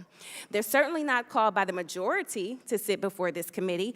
Or, Mr. Chairman, what if we talked about the other unspoken two-tier justice system in this country, the one where people of color are subject to a deliberately harsher system at every turn, from policing to prison to parole? In this country, a black person is 5 times more likely to be stopped without due cause than a white person. And black defendants are 25% more likely to be held pre-trial. Meanwhile, the twice indicted former president is out campaigning around the country and didn't even have to post bail. Yet hundreds of thousands of Americans sit behind bars waiting for their day in court. These are the types of lived experiences we should be addressing in this oversight committee. This is the real two-tiered justice system, and it's the justice system Democrats are trying to fix after 4 years of Donald Trump's misuse. Congressional Republicans, however, are working to make these inequalities worse through their efforts to defund the IRS and other Democratic priorities included in the Inflation Reduction Act. So, since my colleagues claim to want stricter IRS enforcement, you would think we would at least agree on giving the IRS its proper funding. So let me conclude by asking a simple question. Mr. Shapley, yes or no? Do you know the rate at which Black taxpayers are audited as compared to taxpayers who are not Black? No, I don't know. Well, the answer is Black taxpayers are audited at 2.9 to 4.7 times the rate of non-Black taxpayers. Another question for you, sir. Yes or no? Will this hearing help alleviate the racial disparity in the rates of the IRS audits? No. That's not the topic of Thank this you, and with that, I Will will the gentleman yield? I will yield the balance of my time to the ranking member. No, thank you kindly and for your excellent questioning and statement there. The chairman of the Judiciary Committee, when he was here, invited us to believe that the U.S. Attorney for Delaware had changed his tune or changed his story. But when you look at the letters he actually sent, he didn't change his tune at all. He said the exact same thing every time and even expanded the answer to be perfectly clear. In his June 7th letter, he says, I've been granted ultimate authority over this matter, including responsibility for deciding where, when, and whether to file charges and for making decisions necessary to preserve the integrity of the prosecution consistent with federal law, the principles of federal prosecution, and departmental regulations. In other words, it's up to him. It's up to the U.S. Attorney. Then, in June 30, the letter to Chairman Jordan, he says, second, in my June 7th letter, I stated, quote, I have been granted ultimate authority over this matter, including responsibility for deciding where, when, and whether to file charges, etc. Unquote. I stand by what I wrote and wish to expand on what this means. And this gets to the heart, I think, of what we're doing here today. As the U.S. Attorney for the District of Delaware, my charging authority is geographically limited to my home district. If venue for a case lies elsewhere, common departmental practice is to contact the U.S. Attorney's Office for the district in question and determine whether it wants to partner on the case. If not, I may request special attorney status from the Attorney General pursuant to 28 U.S.C. 515. Here I've been assured that if necessary, I would be granted Section 515 authority in the District of Columbia, the Central District of California, or any other district where charges could be brought in this matter. Okay, and it is the difference, as Ms. Ocasio-Cortez was saying, between special counsel and special attorney, which might explain the confusion or the disagreement here. In any event, the U.S. Attorney for Delaware had all of the authority he needed to bring whatever charges he wanted, wherever he wanted, and he is the witness for that. Thank you, Mr. Chairman, and I'll yield back to the gentleman. I would like to be clear that he was assured that authority. He was assured. Yes, he was, and he said he was assured the authority. And he is limited within Delaware. Well, right, but that's just the rules. You're just restating what the rules are. That's what he explained. You're not a lawyer, right? You don't work in the Department of Justice, correct? He's explaining what the rules are. Gentleman's time's expired. Okay. Chair recognizes Dr. Fox from North Carolina for 5 minutes. Thank you, Mr. Chairman, and Mr. Shapley, Mr. Ziegler, thank you for being here today. Blowing the whistle against a man as well connected as Hunter Biden is a truly courageous act, and I hope that all of my colleagues can appreciate that as well. Mr. Shapley, I'd like to start with a simple question. When did you start your career as an investigator with the IRS? In July of 2009. Thank you. And in what year were you promoted to a supervisory role? In 2018. So that's 14 years of service at the IRS, with 5 of those years in a senior leadership position, correct? That's correct. Did you ever, in your 14 years of experience, see an investigation be handled in the same manner as the one we're here to discuss today, the one into Hunter Biden's taxes? I have not, no. And when were you made supervisor of the investigation in Mr. Biden's Operation Sportsman? In January of 2020. By your estimate at that time, when did you initially believe that the evidence was sufficient to request physical search warrants in California, Arkansas, New York, and Washington, D.C.? So Special Agent Ziegler drafted an affidavit in April or May, and that was when for the search warrant. Of 2020? Of 2020, yes, I'm sorry. And it was a short time after that you began to suspect that career officials at DOJ were, quote, dragging their feet regarding the next steps in the investigation. Is that correct? Yes, that's correct.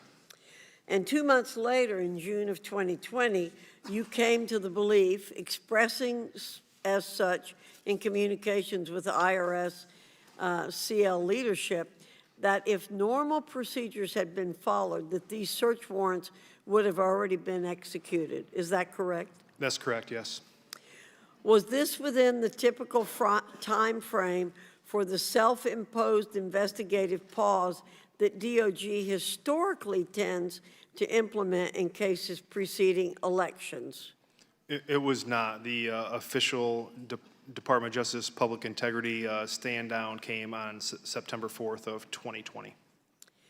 After the initial steps were inexplicably denied, prosecutors continued to decline to advance on promising leads. There were, for example, many problematic text messages and emails on the infamous laptop in August 2020. When were you informed by Assistant U.S. Attorney Wolf that the DOJ would not allow a physical search warrant on Hunter Biden? So I don't recall the exact date. Do you? And I don't think that that's in the confines of our testimony, but we can provide that information to the House Ways and Means Committee, a clarification to that, and then that can clarify that issue. My understanding is that it was October 2020, but we appreciate your clarification of that. Did Assistant U.S. Secretary Wolf's decision not to execute a search warrant on Hunter Biden strike you as atypical, Mr. Shapley? Generally, in any other investigation, if we have probable cause and we believe there's evidence in that location that could help prove our violations, then we would execute that search warrant. So it was an unusual action. Yes, Congresswoman. Thank you.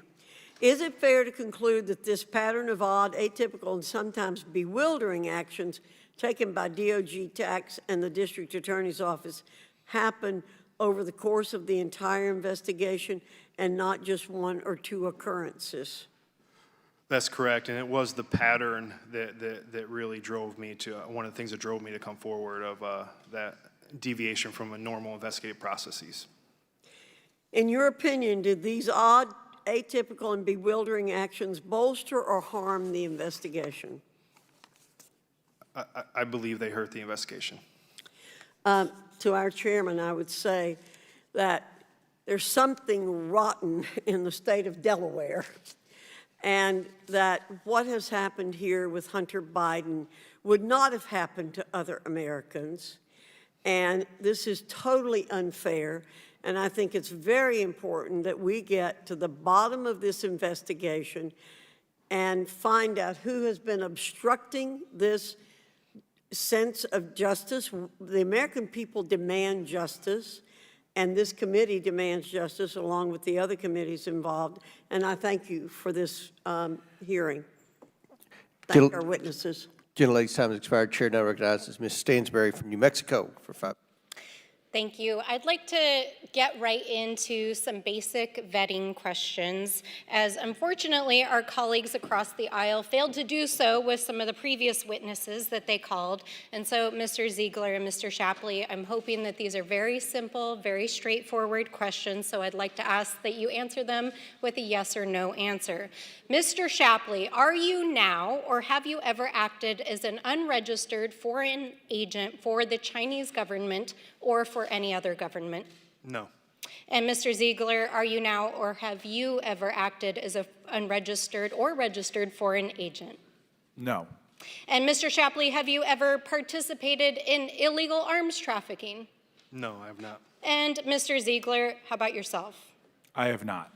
And finally, Mr. Shapley, have you ever been indicted of a crime, lied to investigators while under oath, or run from the law?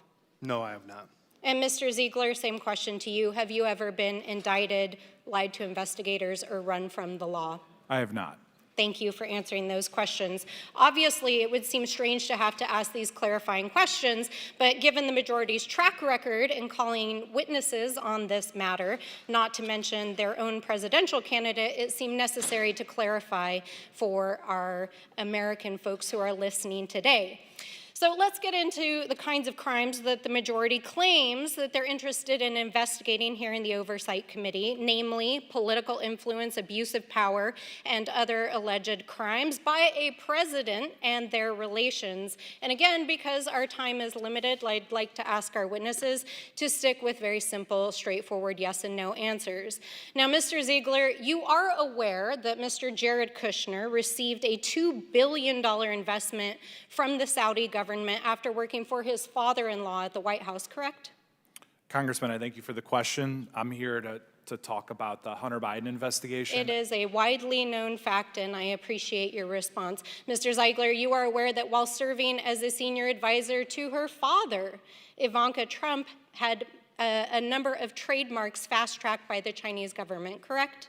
Again, I have to stick to the confines of my transcript. I appreciate that. And finally, I want to remind everyone that the person who appointed U.S. Attorney General David Weiss to handle the matter that we're here to discuss today was Donald Trump.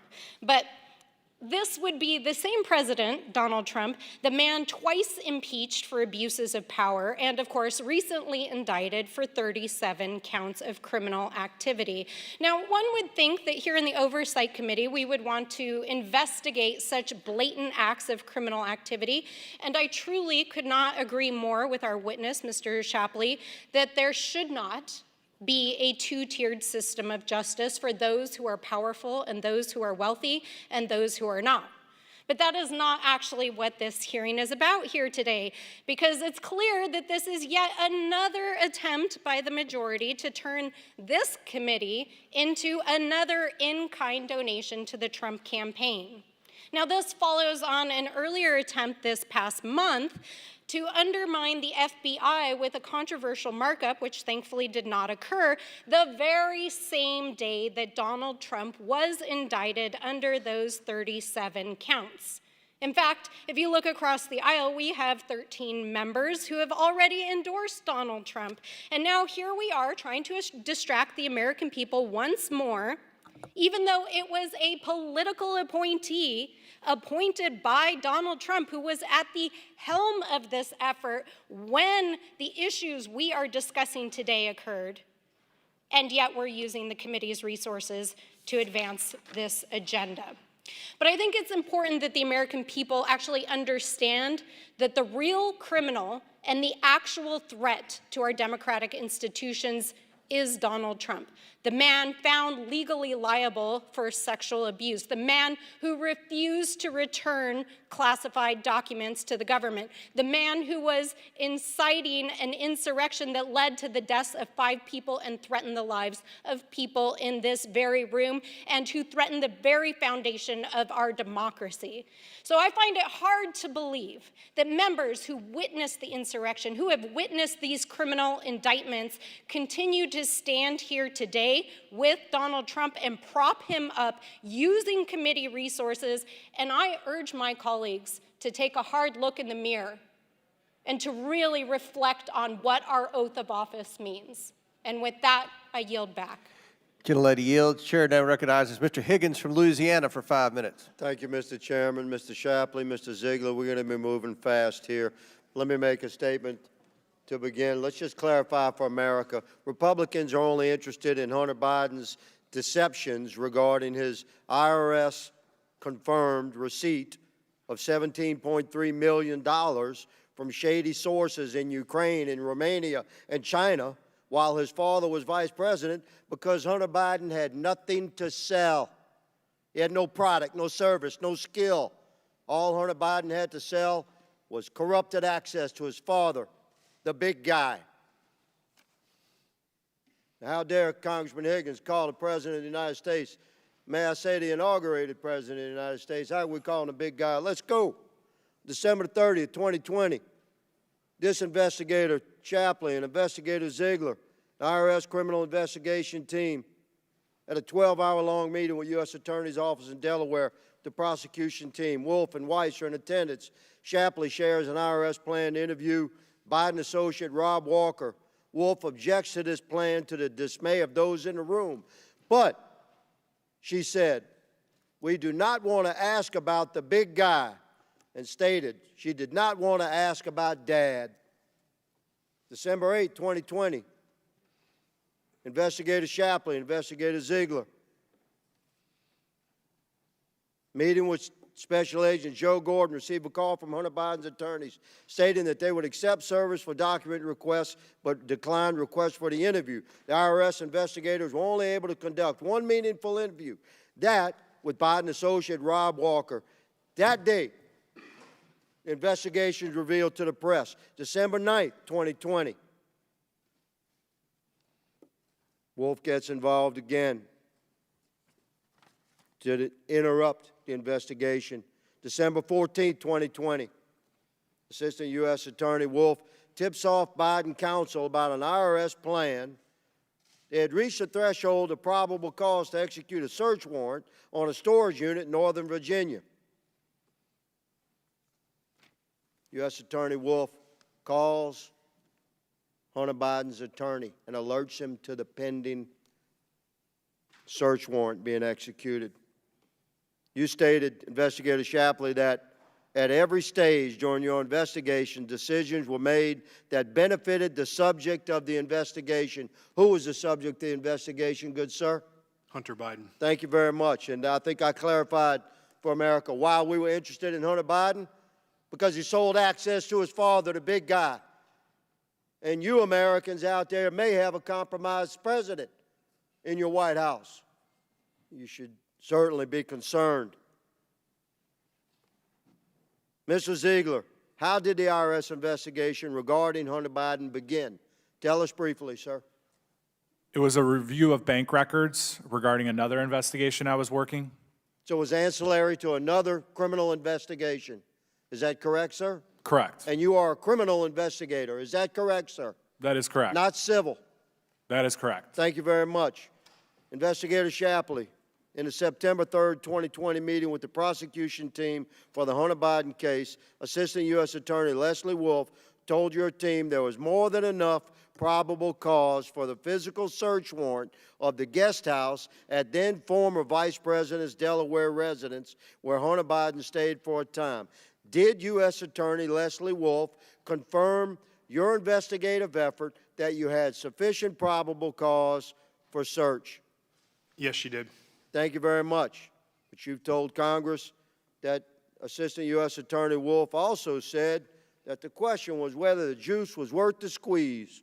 That's a quote. And that optics were a driving factor in the decision on whether to execute a search warrant. Optics? Have you ever run into that, Mr. Shapley? I have not, no. Have you, Mr. Ziegler? I have not. Now, why do you think the Department of Justice might be concerned about optics in the search of the president's son's residence during the course of a criminal investigation? Mr. Shapley? I mean, just the sensitivities involved with that search warrant, and it would, you know. It's pretty clear, isn't it? Yep. There's another search warrant I'm going to touch on in my remaining section. I'm going to have my time expired here. Let me just say, gentlemen, you're courageous for coming forward. And let me ask you, did your job begin with an oath? It did. Have you upheld that oath?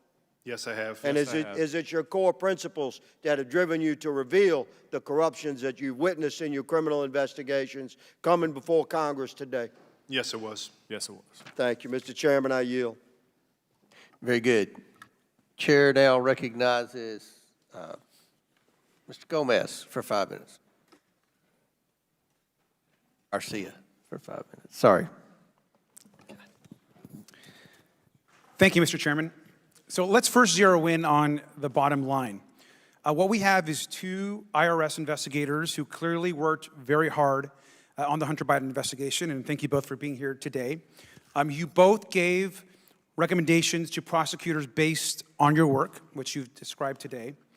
And then Donald Trump's hand-picked prosecutor then made recommendations to charge Hunter. He acted independently, and he himself has confirmed this. You did your job making recommendations, and then the prosecutor did his job. You don't have to agree with his conclusions, but that's the bottom line of what we have today at this hearing. But today's hearing is like most of the majority's investigations and hearings. a lot of allegations, zero proof, no receipts, but apparently some dick pics. Now, at a certain point, the American people will need some actual evidence. Actual evidence. But we've seen absolutely none. So let's go back and review what's gone over the course of the last 7 months of this smear campaign against the White House. First, the committee is clearly obsessed with Hunter Biden, massively obsessed with him. Now, keep in mind, there's been no evidence of any wrongdoing or transactions of the person that's actually in government, Joe Biden. A lot about Hunter, not a lot about Joe Biden. And Hunter Biden, I want to remind the majority, is actually not the President of the United States. And I want to point out that no Biden family members hold government positions of any kind. Now, this is, of course, in stark contrast to the Trump crime family. The majority conveniently glazes over the Trump's family's foreign dealings. The Trump family, who, of course, were actually appointed to White House senior jobs, from Ivanka's Chinese trademarks to Jared's Qatari real estate bailout and $2 billion in Saudi private equity money. So where's that investigation? They were actually in the White House. And I think Chris Christie, one of the Republicans running for president, said it best, of course, in the former governor. This is his quote, not mine. "The grift from the family is breathtaking. It's breathtaking. Jared Kushner and Ivanka Kushner walk out of the White House and months later get $2 billion from the Saudis." Continue. You think it's because it's some kind of investigative genius or investing genius? Or is it because he was sitting next to the President of the United States for 4 years and doing favors for the Saudis? Now, these are quotes from a man who's known Trump and the Kushners for years. These people are in the White House every day, formally making policy, unlike Hunter Biden. Now, the Biden family attacks, of course, went nowhere. And so they tried, of course, to create a new storm, a new conspiracy theory with the so-called FBI Ukraine document, another fake scandal. This new fake scandal had a lot of hype, a lot of scary headlines from our chairman, from a lot of members of this committee, but a lot of us actually read the document, and when you read the document, it was pretty clear this was all hype. Just a wild accusation being passed along to the FBI with zero proof.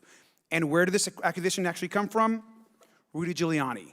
Just another Rudy Giuliani tinfoil hat conspiracy theory that went nowhere. Giuliani recommended that Rudy Giuliani, by the way, whose law license is being recommended to actually be removed. Now, Rudy Giuliani's longtime associate, Lev Parnas, just said that he's prepared to testify under oath that there is no evidence that the president or his son Hunter interfered with Ukrainian politics, and there never has been. The Republican U.S. Attorney Scott Brady, handpicked by Donald Trump, determined it did not have sufficient evidence to further investigate Rudy's claims. But members of this committee, even today, repeat this narrative over and over again. More accusations, no proof, no receipts. So what's next in the switch hunt? This man, Gal Luft. The Republicans were so desperate just last week to find someone who could tell them what they wanted to hear that they promoted and collaborated with a Chinese spy trying to influence U.S. policy while selling weapons to Iran and Libya. So why is the so-called whistleblower missing? We don't know. Skipped his bail, being searched upon after being arrested. Now we're so desperate to cling to this narrative that they're defending this alleged crook. I want to know, we have questions. Was the chairman, was the committee staff in contact with Mr. Luft while he was a fugitive? Do we know where he is? What vetting does the majority do to make sure that there aren't targets of foreign influence on this committee? These are the real questions that we need answers to. If you're willing to yield, I'll answer that question. Sure, I just want my time. I've never met Gal Luft in my life. All I know is he was getting money from the same company that the Bidens were getting money from, CEFC.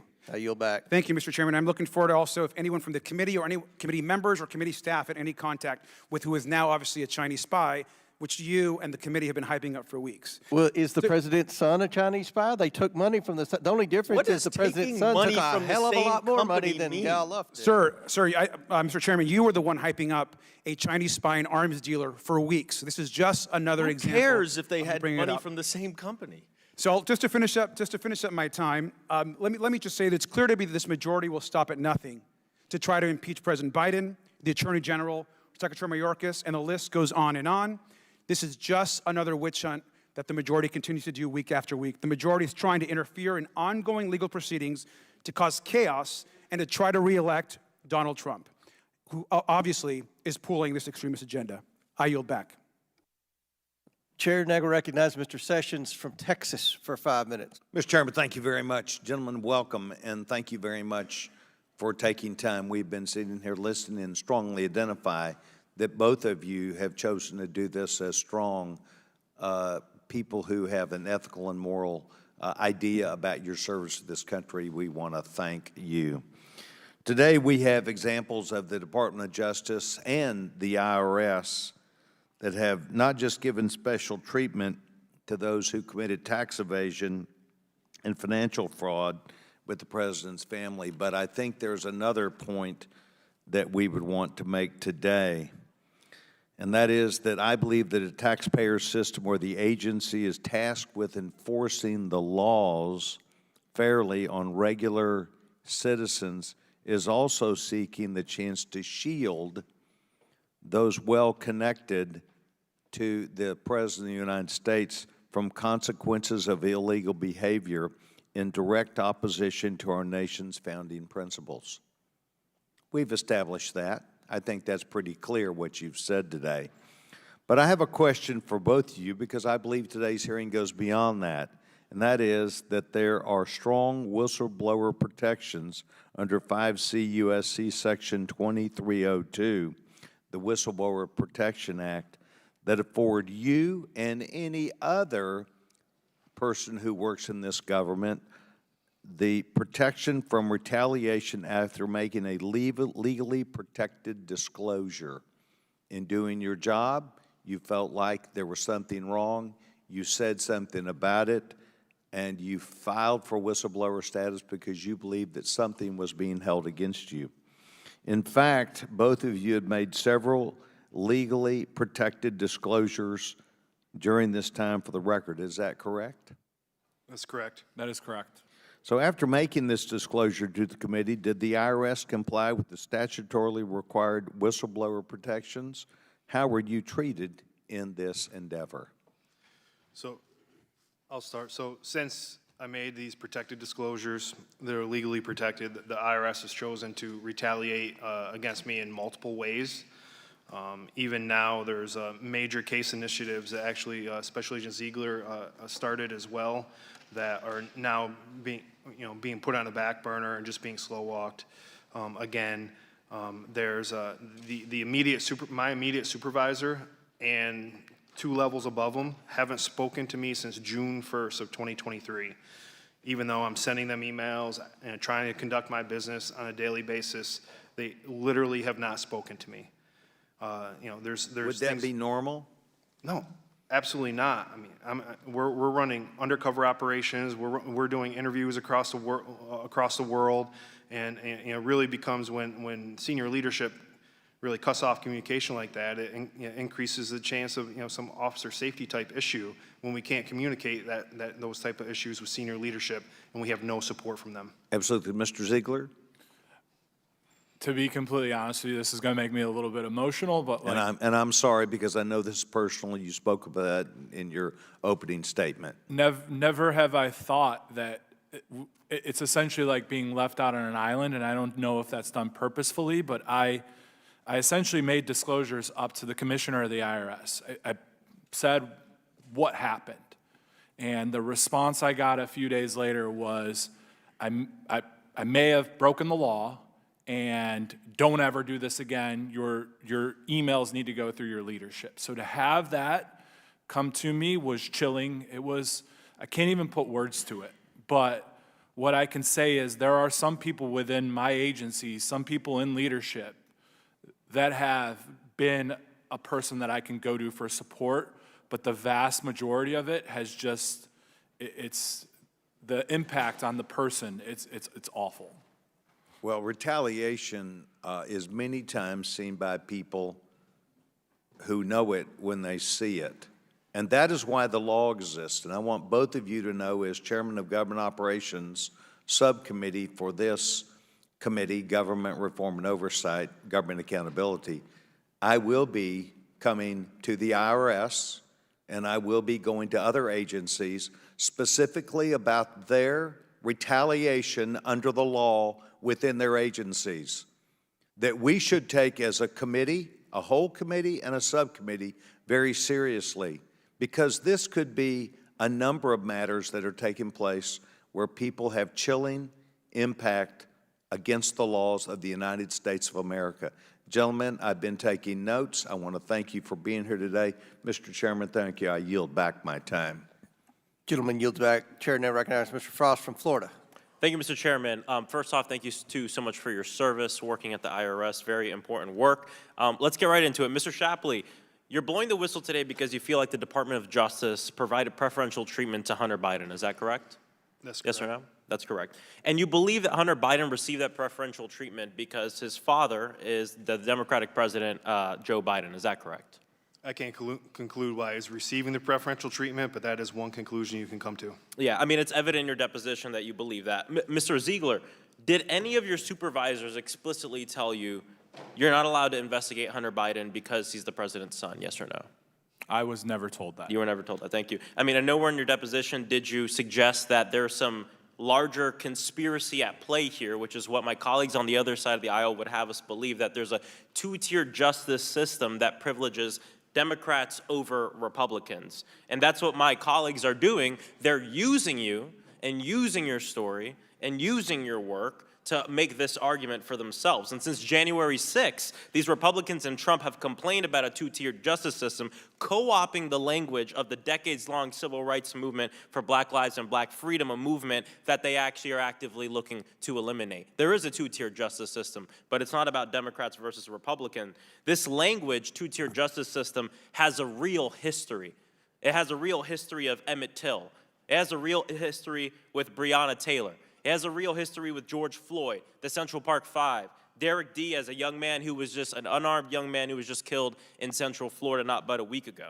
And it has a real history with the Groveland Four Black boys from Central Florida who were falsely accused of kidnapping and sexually assaulting a white woman when they pulled over to help her when the car was broken. The fourth boy, who isn't pictured here, Ernest Thomas, wasn't apprehended initially. He was actually shot to death in his sleep. A 100-person mob wanted to get their hands on the remaining 3 black boys and couldn't, and so they took it out on the predominantly black town, shooting residents, looting, setting fire to their homes. Charles Greenlee was sentenced to prison for life. He was 16 years old. Now, just a quick trigger warning here for Black death and trauma, but it's an important story to tell when we talk about the two-tier justice system. Because on the way back from the courthouse, the sheriff took it upon himself to shoot the 2 remaining individuals, Walter Irvin and Samuel Shepard. Walter Irvin actually ended up living because when he was shot, he played dead. But the other one was shot, killed, Samuel Shepard. They were both handcuffed, as you can see in the photo, and were shot to death. They all died in either prison or on parole as convicted criminals. And in 2021, 72 years later, a judge exonerated them, and the trial was considered a fraud. In closing, there is a two-tier justice system. It does exist, but it's not what my Republican colleagues want to say it is, using your story for that. It's not Republican versus Democrat. It's black, brown, and poor people versus everyone else. And I won't accept when Republican politicians look to appropriate the language of the movement for Black lives and civil rights to fit a political agenda to defend Donald Trump. This is the two-tier justice system. This is the two-tier justice system. And so we have to continue to fight for a world where this doesn't happen. This case about Hunter Biden is a case closed. And, I'll close with a question with the chairman. Considering the, quote, falsehoods, abuses, and misrepresentations of sensitive information that you presented here, when we're done with this made-up investigation, are you expecting to be censured by the House? The reason I ask is because it's in line with the logic and actions of the Republican Party here in the 118th Congress. Thank you. And I yield, With the gentleman, yep. I yield to the ranking member. Thank you very kindly. Mr. Ziegler, you referred to an FBI supervisory special agent who went with you to try to interview Hunter Biden. Is that someone that you respect? That wasn't me. That would have been my supervisor. Okay, sorry, Mr. Shapley, you went with this SSA. Was that someone that you respect? Yes, I respect the FBI SSA. Because he came and did an interview with us, and he said He testified that over his decade of experience with the Delaware U.S. Attorney's Office, the FBI agent never knew the Assistant U.S. Attorneys in the office or U.S. Attorney Weiss to allow any political considerations to influence their prosecutorial decisions in any case. Do you accept his judgment, or you disagree with his judgment about that? So, yeah, the FBI SSA I respect, and it's a matter of timing. He retired in June of 2022, and at that time, I haven't even overcome the burden that it took me to say that this has been political and been politicized. It wasn't until October 7th, 2022. So, the FBI SSA, he came to his conclusions, and he wasn't there for that October 7th. Can I mention something Let regarding me that? just say, I respect very much your service, and I respect very much your testimony today, but I think it's completely within the realm of prosecutorial discretion and just subjective differences of opinion that people have. And those of us who've been in prosecution understand that happens all the time with prosecutors and investigators. Chair recognizes the gentleman from Arizona, Mr. Biggs, for 5 minutes. Thank you. It's good to have you here. Appreciate it. Appreciate your courage and your willingness to testify.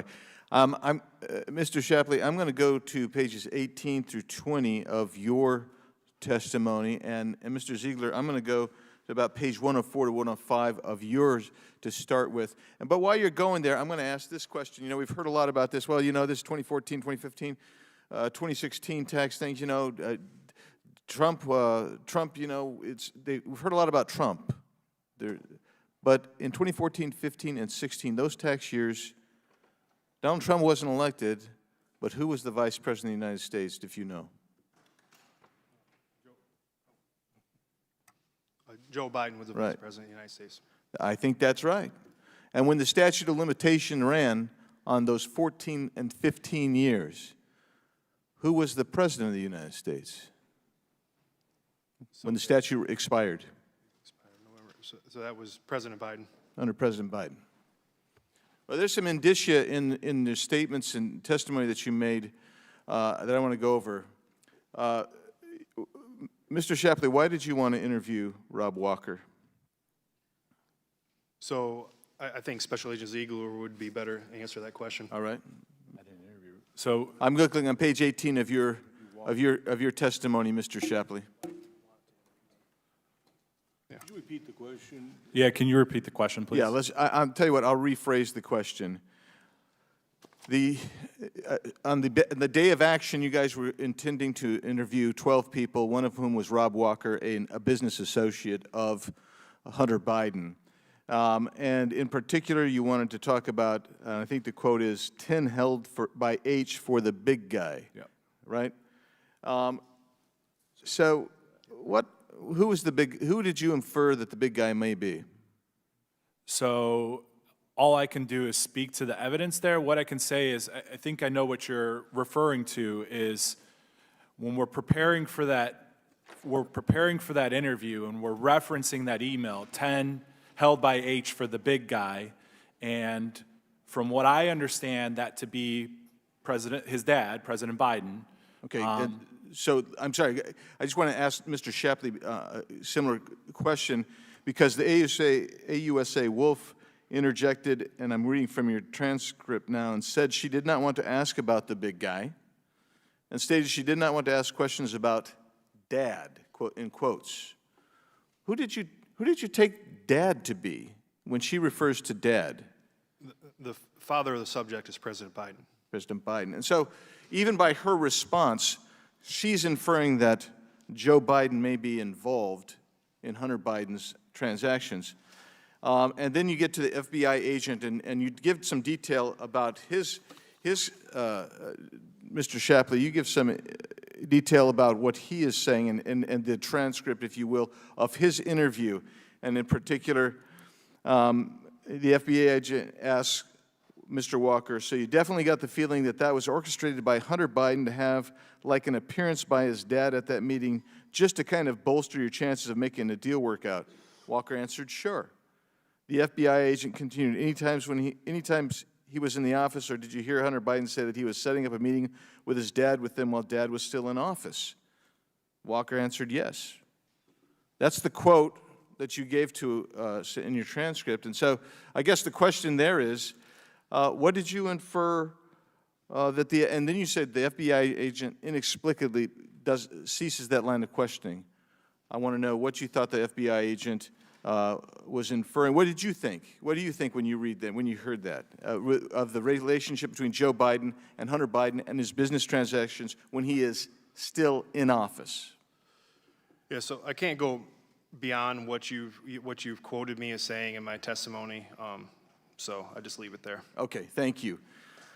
And Mr. Ziegler, on page 104 of yours, you mentioned that Mr. Biden, Hunter Biden, attempted to obtain a business tax deduction on his return for hotel rooms that were used by his father, Joe Biden. Tell us about that, please. So yeah, on his tax return, he deducted a hotel room for his dad, so Joe Biden, and we actually got the invoice from the hotel that showed the dad's name on it. So for that to be a valid business deduction, he would have to be doing business with Hunter Biden. Is that not true? So we would typically, a typical part of the process would be to interview that person to find out what you had, or what might have happened. Why did you go to that hotel room? And based on statements he made in his book, I mean, you can correlate to what was kind of going on around that time. But how does it become a valid business deduction if Joe Biden's just there on vacation? You know, generally speaking, to be a valid business deduction, it would have to be some type of business activity being conducted at that time. And The last one is the WhatsApp. And I won't get into it because we're just about out of time, but I would just say the WhatsApp where he says he's sitting, my dad's sitting next to me, and you remember that, and that's on, I want to say, page 105. That's where you talk about it, Mr. Ziegler, and page 105 of your transcript. I guess the question there is, how would you be able to determine whether those rooms, whether he was actually next to Hunter Biden? How would you be able to determine that? And the gentleman's time's expired, but you can please answer the question. So typically, in that situation, you'd want to get location data, contemporaneous data that would show where that person's at. So that's what we would typically look to. Yeah. Thank you so much. Very good. Chair now recognizes Ms. Lee from Pennsylvania. Thank you, Mr. Chairman. Republicans have been invoking this term two-tier system of justice a lot recently. So I want to talk about what the real two-tier justice system is, where black and brown people are over-criminalized and over-incarcerated. On June 20th, Chairman Comer claimed in a committee press release, quote, the Department of Justice's charges against President Biden's son, Hunter, reveal a two-tier system of justice. From this, as you see or have seen from the knockoff social media site, former President Trump has also used this phrase in connection with the Hunter Biden investigation. I'd like to address the way my Republican colleagues are attempting to co-opt the phrase two-tier justice system to make it sound like Trump and his cronies are somehow the victims here, when the reality is that the term two-tier system of justice is meant to refer to the very real system that exists in the United States and which affects black and brown folks, not powerful former presidents and their political allies.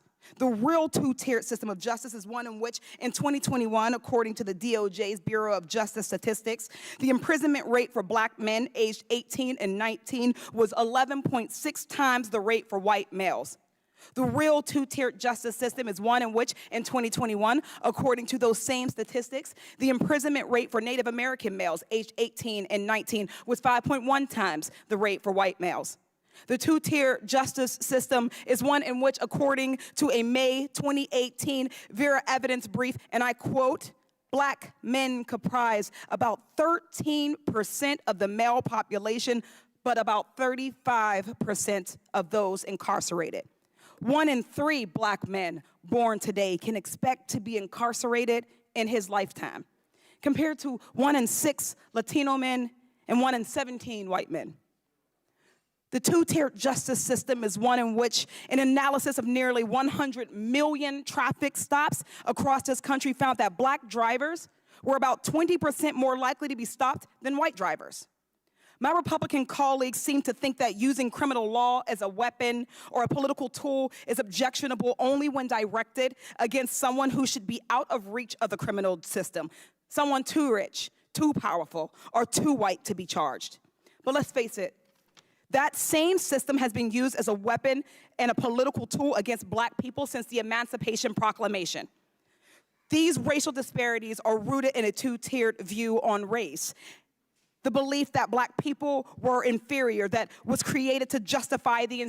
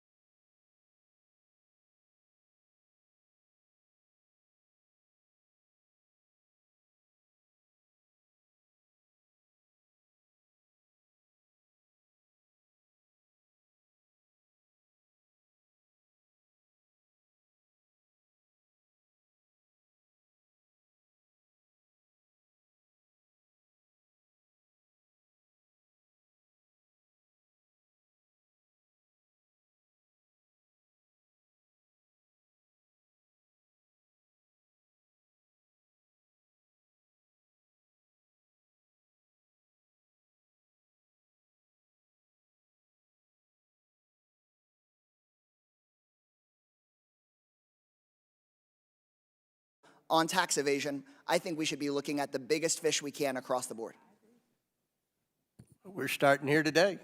No, but yeah, and we're having a hearing about accountability. But what I want to know is why it is folks have voted for cutting billions of dollars in order to let folks off the hook. So I'd be interested in if we could have a hearing on the fact that the IRS has lost to attrition thousands of employees, including those with sophisticated skills. It used to be that 41,000 audits happened a year for millionaires. That was 10 years ago. But in fiscal year 2020, the IRS only audited 11,000 millionaire returns. Only about 7,100 of those returns were audited by revenue agents who are the most highly qualified auditors. So I want to know, Mr. Chairman, can we have a hearing? I think this is something we could all get behind. Have a hearing about billionaires and big corporations at large scale, potentially getting away with, from the latest reports, we're talking about $160 billion in uncollected taxes. I would like to see whether there might be interest from anybody on the other side of the aisle on us having that kind of a hearing. Any interest? Really, I have over a minute of time. Mr. Sessions, that'd be great. I think that would be a good hearing for us to have. Yeah, we want everybody to follow the law. I agree. And with that, I yield back my time to the ranking member. Will you yield? We'll yield to the gentleman from New York. Thank you. I appreciate the gentleman from Texas yielding. I want to bring up that October 7th meeting real quick in just the minute we have. You're familiar with an October 6th Washington Post story entitled "Federal Agency Chargeable Tax Gun Purchase Case Against Hunter Biden." Is that right? Mr. Yes, Shapley? I'm familiar, yes. And then this meeting occurred October 7th, the day after this, right? That's correct. Was this article discussed at that meeting? It was. And what was the nature of the discussion? It's in that document, that email that basically says that we got to keep the sphere small, and that. So it was pretty clear, though. You would agree it was pretty clear that this was a leak to the Washington Post by law enforcement agents, since it describes what federal agents believe, right? So it wasn't actually clear to me that it was, because usually they'll say that it's a law enforcement source that provided it. And if you see in the bottom, it says that they corroborated independently, and they did not mention law enforcement.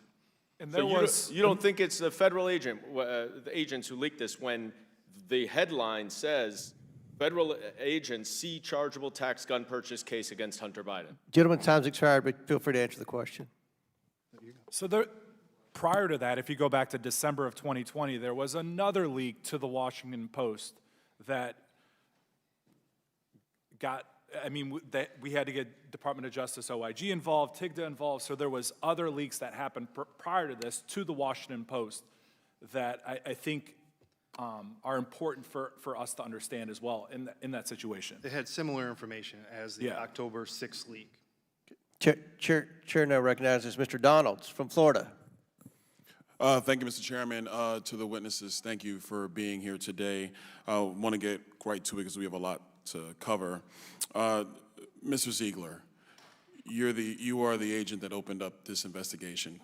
From your transcript, page 17, what it says is that you were investigating a social media company, and through the process of that investigation, you found out that Hunter Biden was paying potentially 4 prostitutes in a potential prostitution ring. Is that correct?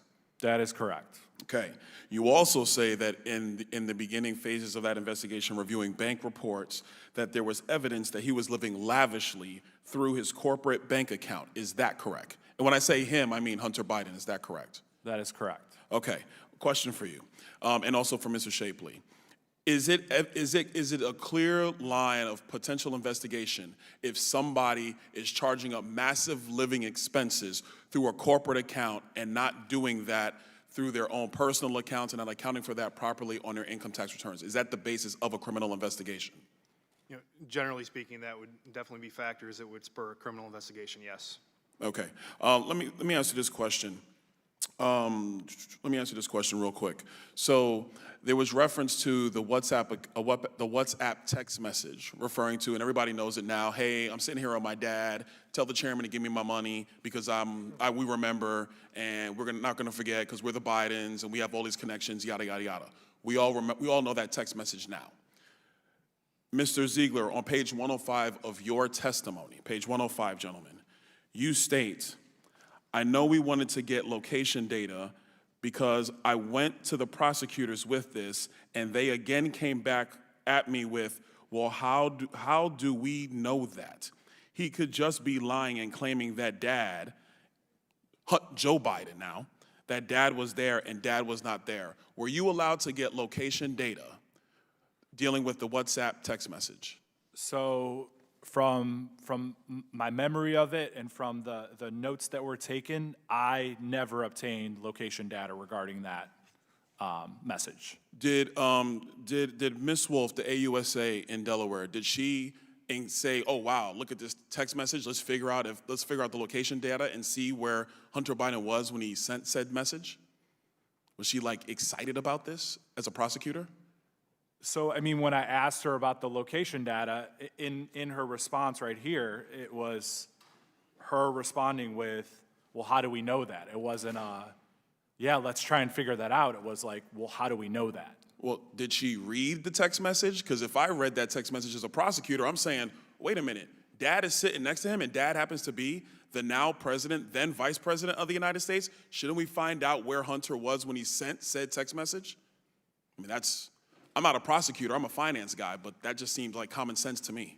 Yeah, and I think with the previous email that was referenced, 10 held by H for the big guy, now that you have those two things kind of correlating with each other, as a normal process or procedure that we would go through, you would want to figure out, is that information truthful in that WhatsApp message? I totally agree with you, Mr. Ziegler, which is why I think it is the view of members on this committee, and frankly a lot of Americans at this point, that there are elements at the Department of Justice who did not want this information out, who did not want to go down the line of actually going through the evidence gathering process to see the depths to which this international pay-for-play scheme that was actually happening around Joe Biden, going through Hunter Biden, and all the money that the Biden family was incurring. That's not a question for you, that's just a statement from me. Last question, through your investigation, how much money did you uncover was coming from Ukraine, Romania, and China? If you hold on one second, let me reference the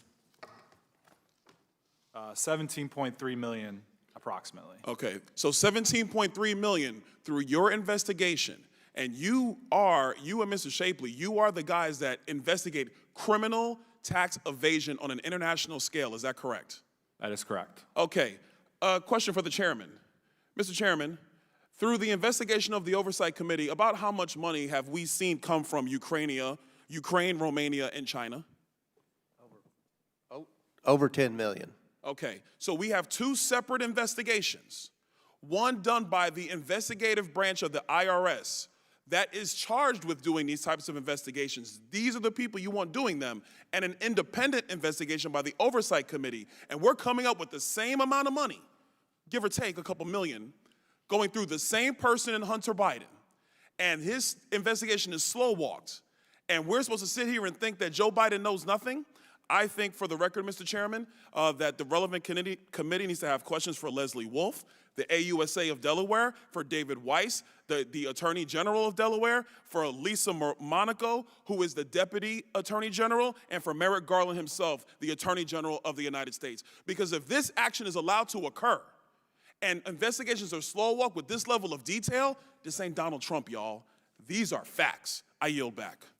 Thank you. Great job. And I will add, we just got bank records for Ukraine. So we'll be going through that. At the request of the witnesses, we're going to recess for 10 minutes, and then we'll promptly reconvene. Committee in recess.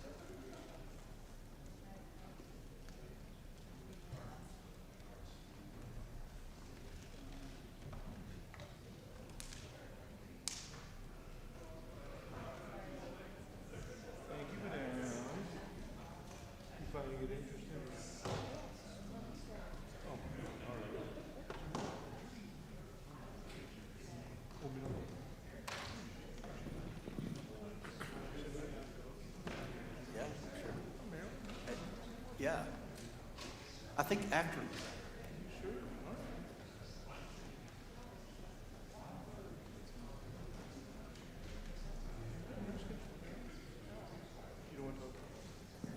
Ready, sir.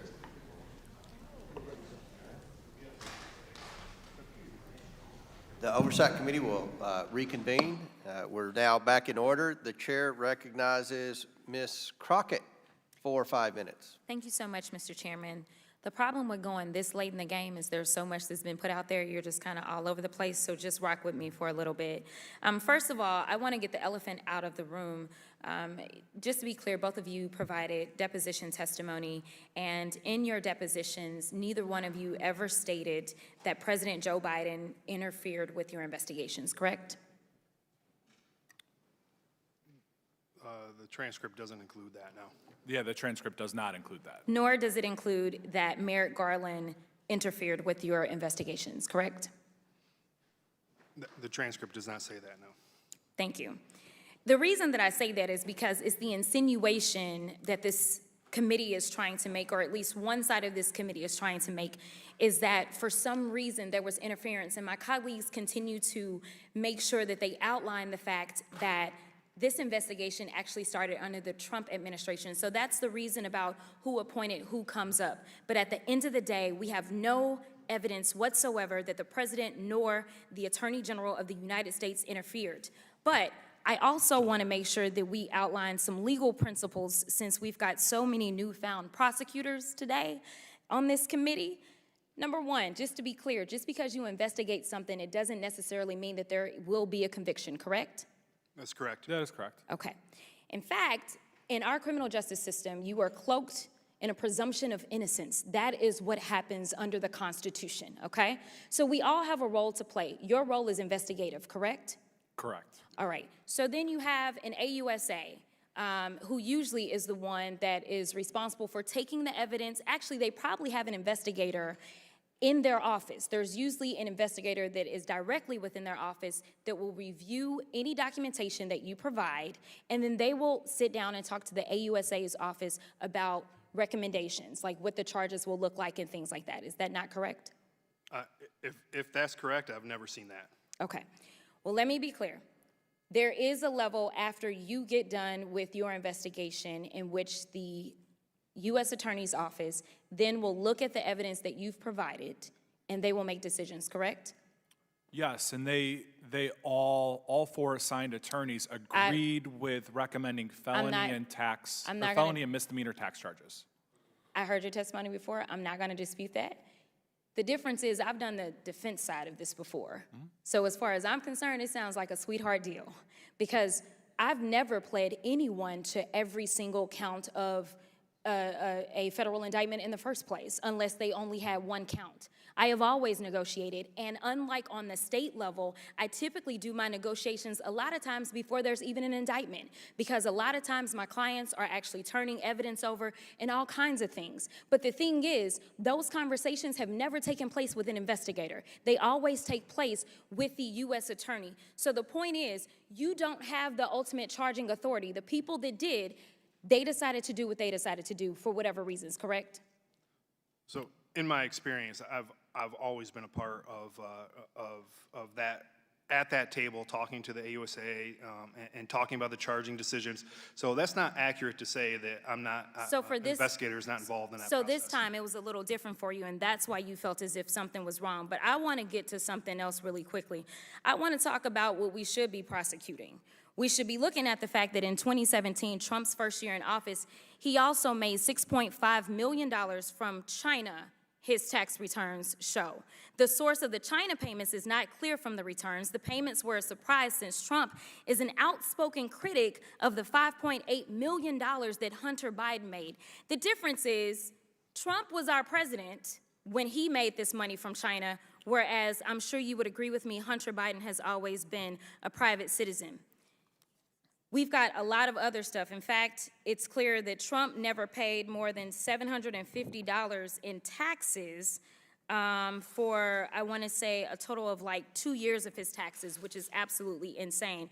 But we also know that it showed that Trump claimed large cash donations to charities, But the report said the IRS did not verify them. The report also said that while Trump's tax filings were large and complicated, the IRS does not appear to have signed experts to work on them.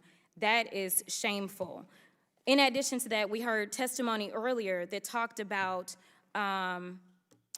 whether or not you executed a search warrant under Section 913.420 of the DOJ's Justice Manual. It specifically states that when searching the premises of an attorney that is the subject of an investigation, prosecutors are expected to take the least intrusive approach consistent with vigorous and effective law enforcement. It's kind of what they did for Trump when they gave him a number of opportunities to turn over the documents, our national secrets, that he kept in the toilet. But he chose not to, and that's why he is facing federal charges down in Florida. And finally, I just want to make sure that we clear up something about the Central Park 5, because I don't think my colleague from the other side of the aisle understands that not only were they found to be not guilty, they were paid $41 million in a 2014 settlement because their civil rights in that lawsuit were violated. In addition to that, we do know that one of the Central Park 5 now serves on city council, Yusuf Salam. So I ask unanimous consent that I allow this, Without New York Times objection to article be ordered, admitted. and the lady's time's expired, but would the lady yield to a quick question? So who? Would you yield to a question? Yes. You made the argument that Trump received $6 million from China or something, and Hunter Biden received the money from China. Do you know exactly what Hunter Biden did to receive the money from China? Because that's something we've had a hard time trying to figure out. I think I know what Trump's businesses were. I'm not saying it's right or wrong. I just know what his businesses are. I don't know what the Biden's businesses are. And you don't know what it's not. Well, I'm sorry? And you don't know what it's not either. But what I'll say. So you have no idea why or why not he received that money. What I will say is, You have Chairman, no evidence about it. Can I submit this MSNBC or this NBC article for the record as well? Without objection, so ordered. And I will say that in this article, it specifically says that the source of a number of Trump's monies, it was unclear. He just said that he did have businesses there. He did say that he had opened some bank accounts in China, but they could not find the source of the monies that were paid to him from China. Chair recognizes Mr. Turner from Kansas for 5 minutes. Thank you, Mr. Chairman. Thank you both for being here today. There's a lot of information. Let's try to quickly lay this out for the American people, okay? So quick answers. How long have each of you worked for the IRS? Mr. Shapley, you first. 14 years. 13 years. Is it fair to say that you both have had successful careers at the IRS? You've both been recognized for your achievement there? I believe so, yes. Yeah, absolutely. Are either of you overly partisan people? I am not, no. Yeah, I've made an effort to not be overly, like, I've made an effort to be partisan. I apologize. Do either of you have a burning desire, or have you ever, to be a spectacle at a congressional hearing? Are you wanting to be on TV? Are you looking for your 15 minutes of fame here? I would prefer not to be here. Yeah, I'd never imagined that this would happen, but here I am. Then quickly, for the American people, why did you step forward? Because we need the equal application of justice, and we hear all these stories about these crimes that are committed that are horrible. But without the equal application of justice, I don't understand how we move forward, and I don't understand how I meet my oath of office if I don't do what I can to ensure that occurs. There are 300 million taxpayers out there that they think that this hearing is a big deal because they're paying their taxes and they see someone who isn't. And Mr. Ziegler? So it's a matter of accountability. So it's twofold. A matter of accountability. We need to hold those accountable who basically for the last 5 years hasn't been following proper procedure. And the second part of this is that I think we need to have some reform or something that's built in there that this doesn't happen to people again, investigators. Let's get the facts out. The Biden family and their associates received millions in global payments from companies linked to Ukraine, Romania, and China, funneled through various shell companies. Mr. Ziegler, is that correct? That is correct. It's 17.3 million. Quickly, Mr. Shapley, what is a special agent report? It's the report that recommends prosecution for various charges, each of which have been proven, each element. Approximately how many of these over your career have you been a part of or have you prepared? Guess. Hundreds. Hundreds. Did you complete a special agent report for the Hunter Biden case? Special Agent Ziegler authored that report. I completed that report. And when this special report was sent up the chain of command, just like you all have been involved with, in your case, Mr. Shapley, hundreds of times, did you notice anything outside of the normal process that you have grown used to over the years? So the changing at criminal tax attorneys was definitely inappropriate and out of the norm. But no, after that, the senior leadership quickly trumped CT Council, and they concurred with the charges, so we sent it forward to the Department of Justice Tax Division for further approval. And Mr. Ziegler? Everything that he just said was correct. Now, Mr. Shapley, you recommended felony charges in this special agent report, and we all know the answer, but was Hunter Biden ultimately charged with those felonies? No, he was not. Mr. Ziegler, what role did Leslie Wolf play in the investigation? So she was an assistant United States attorney out of the District of Delaware assigned to the investigation. You met with her and her team during the Hunter Biden case, correct? That is correct. In your testimony to Ways and Means, you describe Assistant U.S. Attorney Leslie Wolf, who was once again overseeing the case out of Delaware, as saying during a meeting that she did not want to ask about the big guy and stated she didn't want to ask questions about Dad. Is that statement accurate? And I want to remind you that you're under oath. Is that accurate, your testimony to Ways and Means? Can you ask that question one more time so I can... She said, Leslie Wolf said, during a meeting that she did not want to ask about the big guy and stated she didn't want to ask questions about Dad. So there's twofold to that. There's that line in the email that said 10 held by H for the big guy. That was something that came up as a part of us reviewing what we were going to say during that day, and she immediately says, no, we're not going to ask that, and then we essentially had to argue our stance on why we should ask it, and then it was ultimately that we didn't know, it was unknown. I appreciate that. Mr. Shapley, you stated in public interviews that you and your team were stopped from taking certain investigative steps that you believe could have potentially connected this Hunter Biden case to President Biden. Is that correct? That's correct. Now, I just want to summarize as quickly as I can here. We have two credible, nonpartisan IRS investigators confirming that there are millions of dollars in foreign payments to shell companies to the Biden administration. We have Hunter Biden, who most of us wouldn't hire to dog sit, receiving these millions of dollars for services that they cannot come forward and tell us about, and that potentially this is linked to President Biden, but we don't know that for a fact because you were shut down. You were not allowed to pursue the investigative angle that you wanted to. This is something that we have to get to the bottom of. It's shameful what's happening, and I want folks to mark my words that we will not be stifled, this committee will not be stifled by the Department of Justice or anyone in the Biden administration. We are going to pursue this and get to the bottom of this no matter what. Thank you, Mr. Chairman. I yield back. Chair recognizes Mr. Gomez for 5 minutes. Thank you so much, Mr. Chairman. I just want to be clear, whistleblower allegations should be taken seriously, period. I had a whistleblower approach my office during my first term. But one of the things I learned from that is that there's a clear, fact-based process that needs to be followed to ensure a whistleblower investigation is executed properly without political interference. This is not what is happening here today. Where this originated in Ways and Means, Republicans threw that process into the gutter. Here's how. One, there were more than 50 people identified in the Ways and Means Committee's depositions on this same topic that were not spoken to and not interviewed before the Republican majority released these allegations to the public. They didn't take the time to check their fact. And the Republicans even admitted during questioning that they never interviewed or asked questions or sought to ask questions of these individuals. Instead, Republicans cherry-picked 13 people who they knew agreed to corroborate their claims. Why wouldn't they conduct a thorough investigation and interview all people identified who might have information in this case?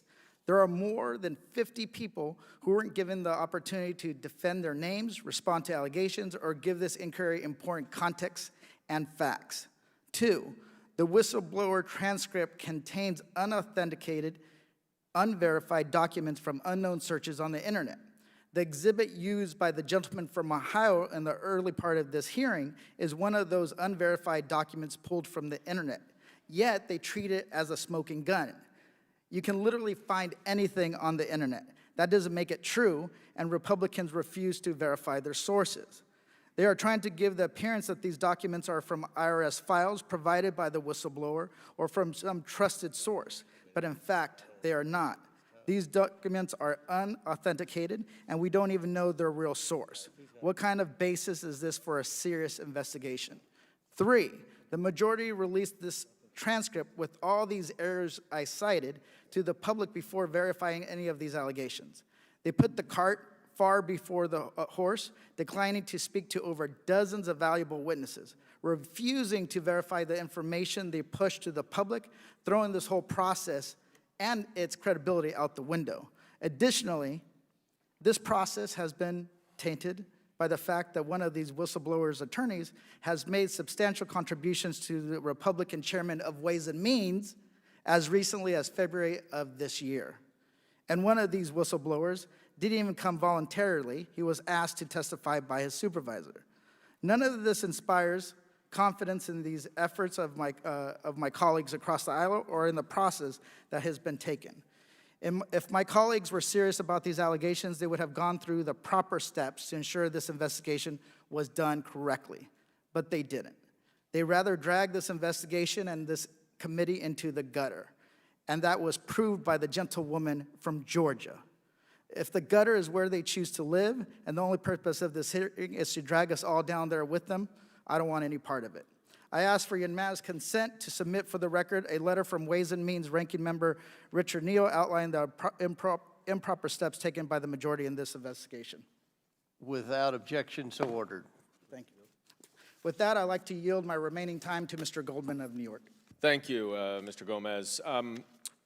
Gentlemen, I want to return to the Washington Post October 6th article, and I'd ask unanimous consent to enter it in the record. In your testimony, Mr. Shapley, before the Ways and Means Committee, you stated, quote, "There was a leak. It appeared to come from the agent's level, who was critical of the prosecutors for not charging the case." What you testified earlier was a little different. Which one do you stand by today? I'm sorry, could you repeat that? There was a leak. It appeared to come from the agent's level, who was critical of the prosecutors for not charging the case. Yeah, so, yeah, it appeared because it said it came from the agent's level, but the source was a source familiar with the topic, and it didn't say it was a law enforcement source. Okay, it seems to be a distinction, I think, without a difference. And then you understand that obviously leaks of grand jury information is a felony, right? Leaking and investigative information includes 6103 would be a felony, yes. Well, that's true as well. So would you agree that there would be some skepticism from many prosecutors about which of the agents may be the source of a leak? And gentlemen, time's expired, but feel free to answer the question. Oh, since there have been multiple leaks in this investigation, and the one on December 8th or December 9th, 2020, that appeared to have come from someone, as Leslie Wolf stated. I was just asking about October 6th, 2022.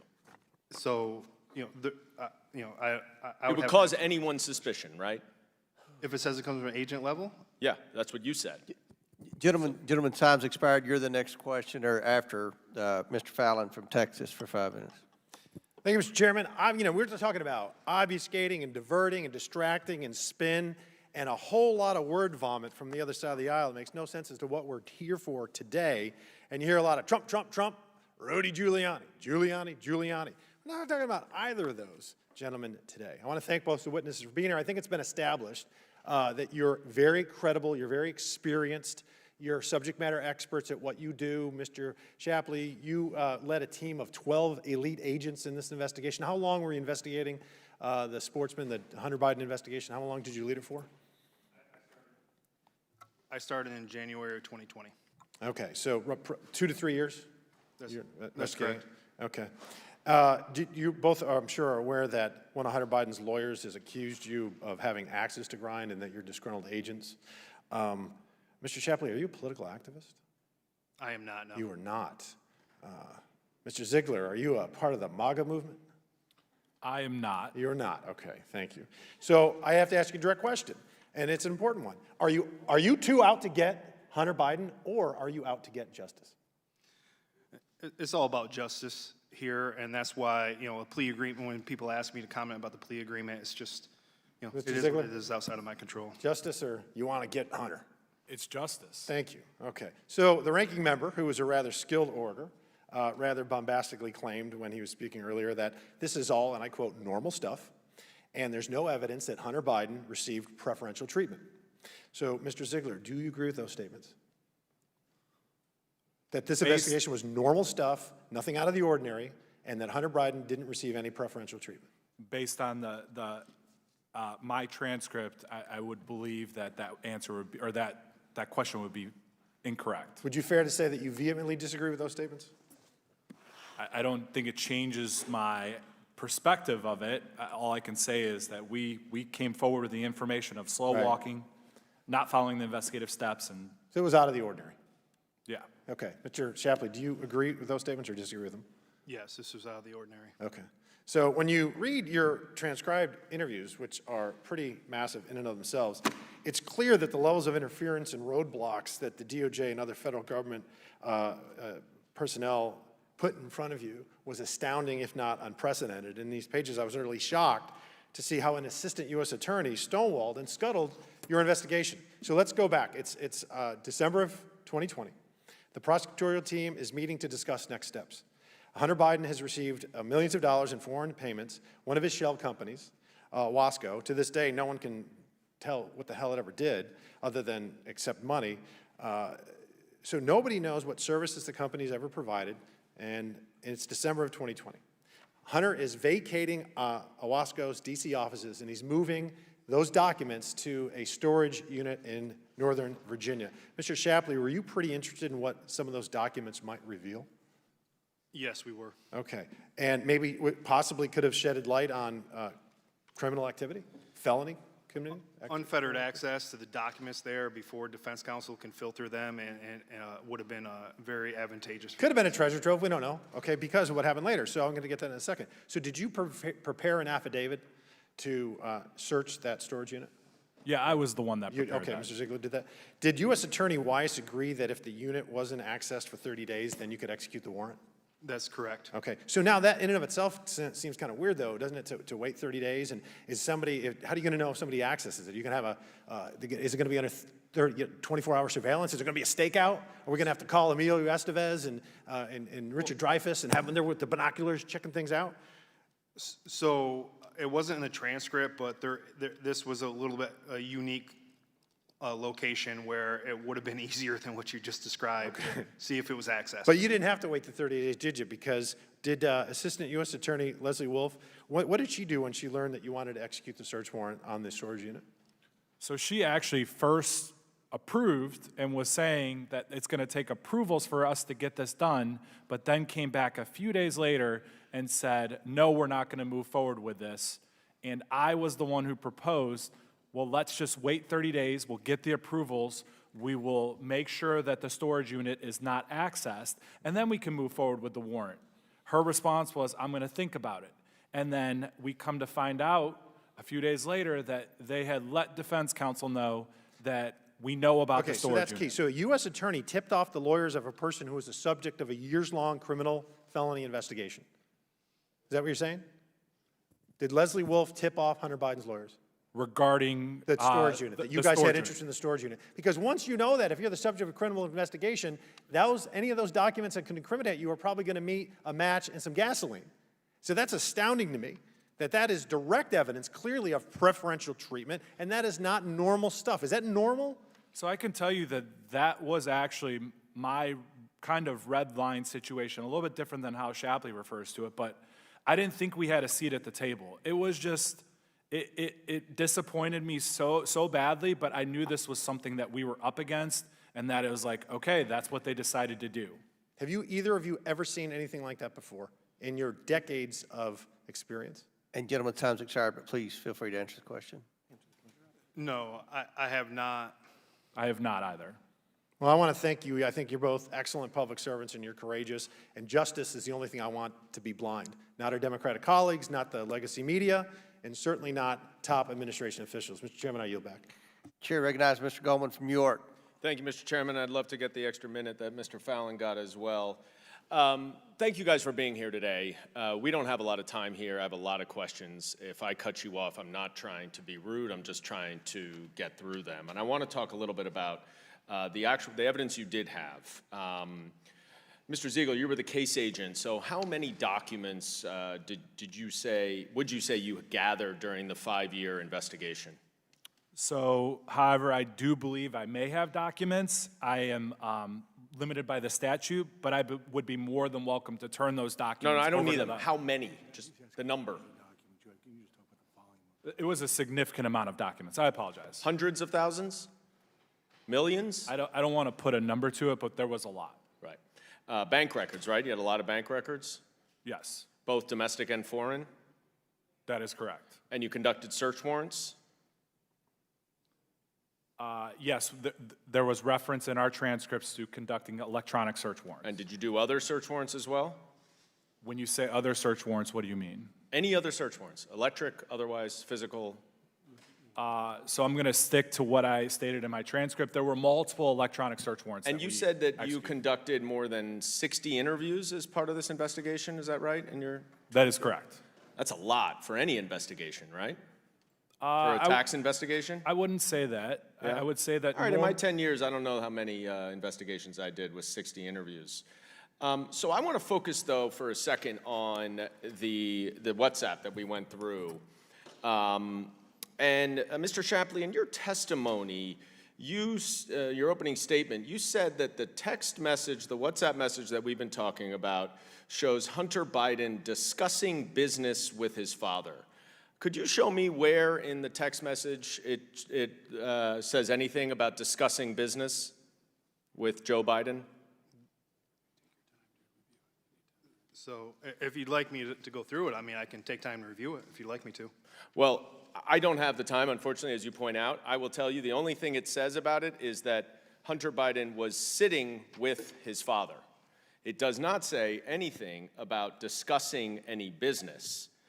And Mr. Shapley, you also said in your testimony, and we've talked about this a bunch, that the agents were prohibited from pursuing leads related to Joe Biden and the big guy, but the agents did that anyway, right? Interviewing Rob Walker. Agents interviewed Rob Walker. And they asked him about that, right? The word big. Right, they didn't use the word big guy, but they asked about it in reference to that text.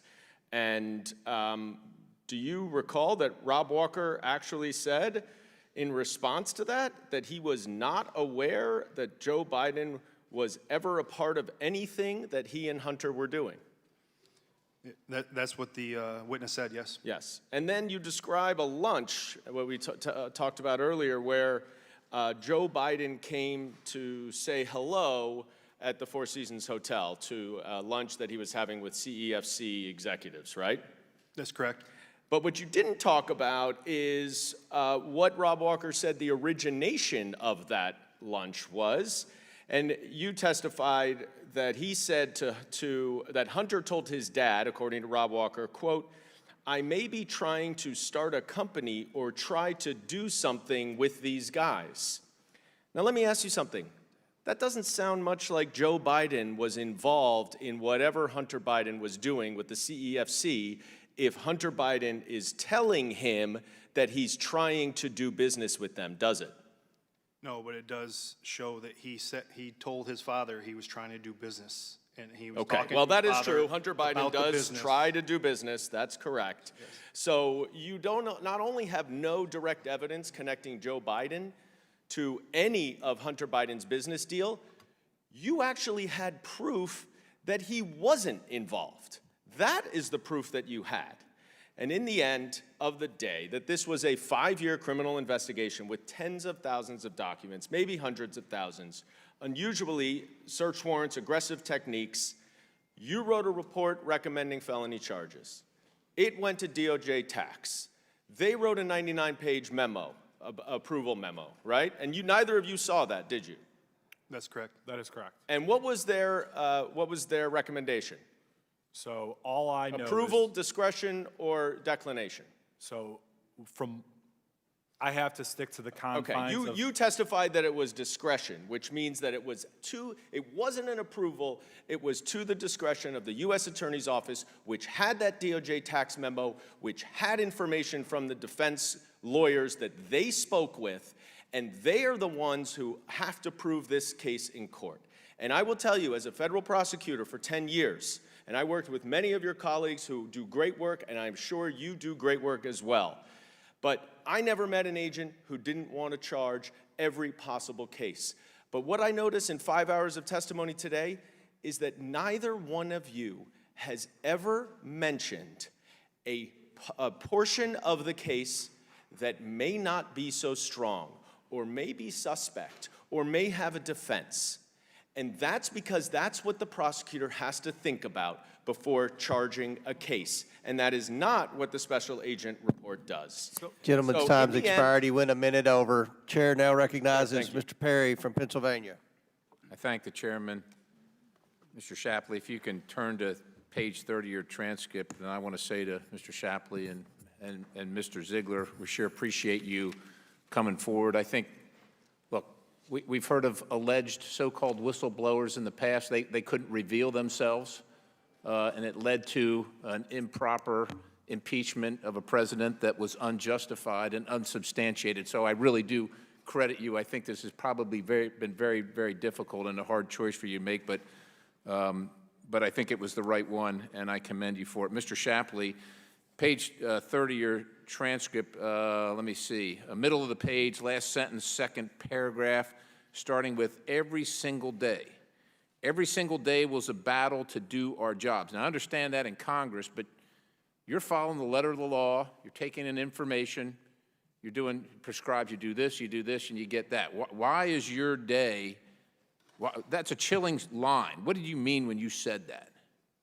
So yeah, every time we tried to communicate investigative steps and get support for investigative steps, it was always slow walked. It was always pushed off that we needed a PIN's DOJ Public Integrity's approval or DOJ OEO's approval, and it was just used as a crutch. The process was really used to stall the investigation, and ultimately, as and these, which some people seem to be overlooking, is that these prosecutors agreed with these charges. And you finally reached your red line. You said previous in answer Mr. Fallon's question, you were seeking justice. I believe you were. I don't think you were picking winners and losers, just seeking to see who's following the rules. You finally reached your red line October 7th of 2022 at the meeting with U.S. Attorney Weiss. Is that a reasonable characterization? Yeah, that's correct. And what did you mean when you say you reached your red line? So throughout the investigation, starting in the summer of 2020, my case agents were coming to me with certain concerns, and because we were worried about the discovery process with agents turning over documents at the end of the investigation, we wanted to protect that investigation. So I documented them on a recurring basis, issues that we were having. And it was after discussions with my agents. I also saw these things firsthand. So we got to the point, it's a heavy burden. Like, I have a very deep respect for the Department of Justice and AUSAs and U.S. attorneys I've worked with in the past. And I just couldn't, to ultimately conclude that they were doing the wrong thing was just such a high burden. Yeah, you concluded that. And Mr. Ziegler, your red line, I think you said, I don't want to mischaracterize, a little later, December 14th, 2020, when AUSA Wolf tips off the Biden counsel about your plan to search the storage unit. Is that right? Or Absolutely, because that storage unit, the method that we were planning to do was the least intrusive. It was a storage unit.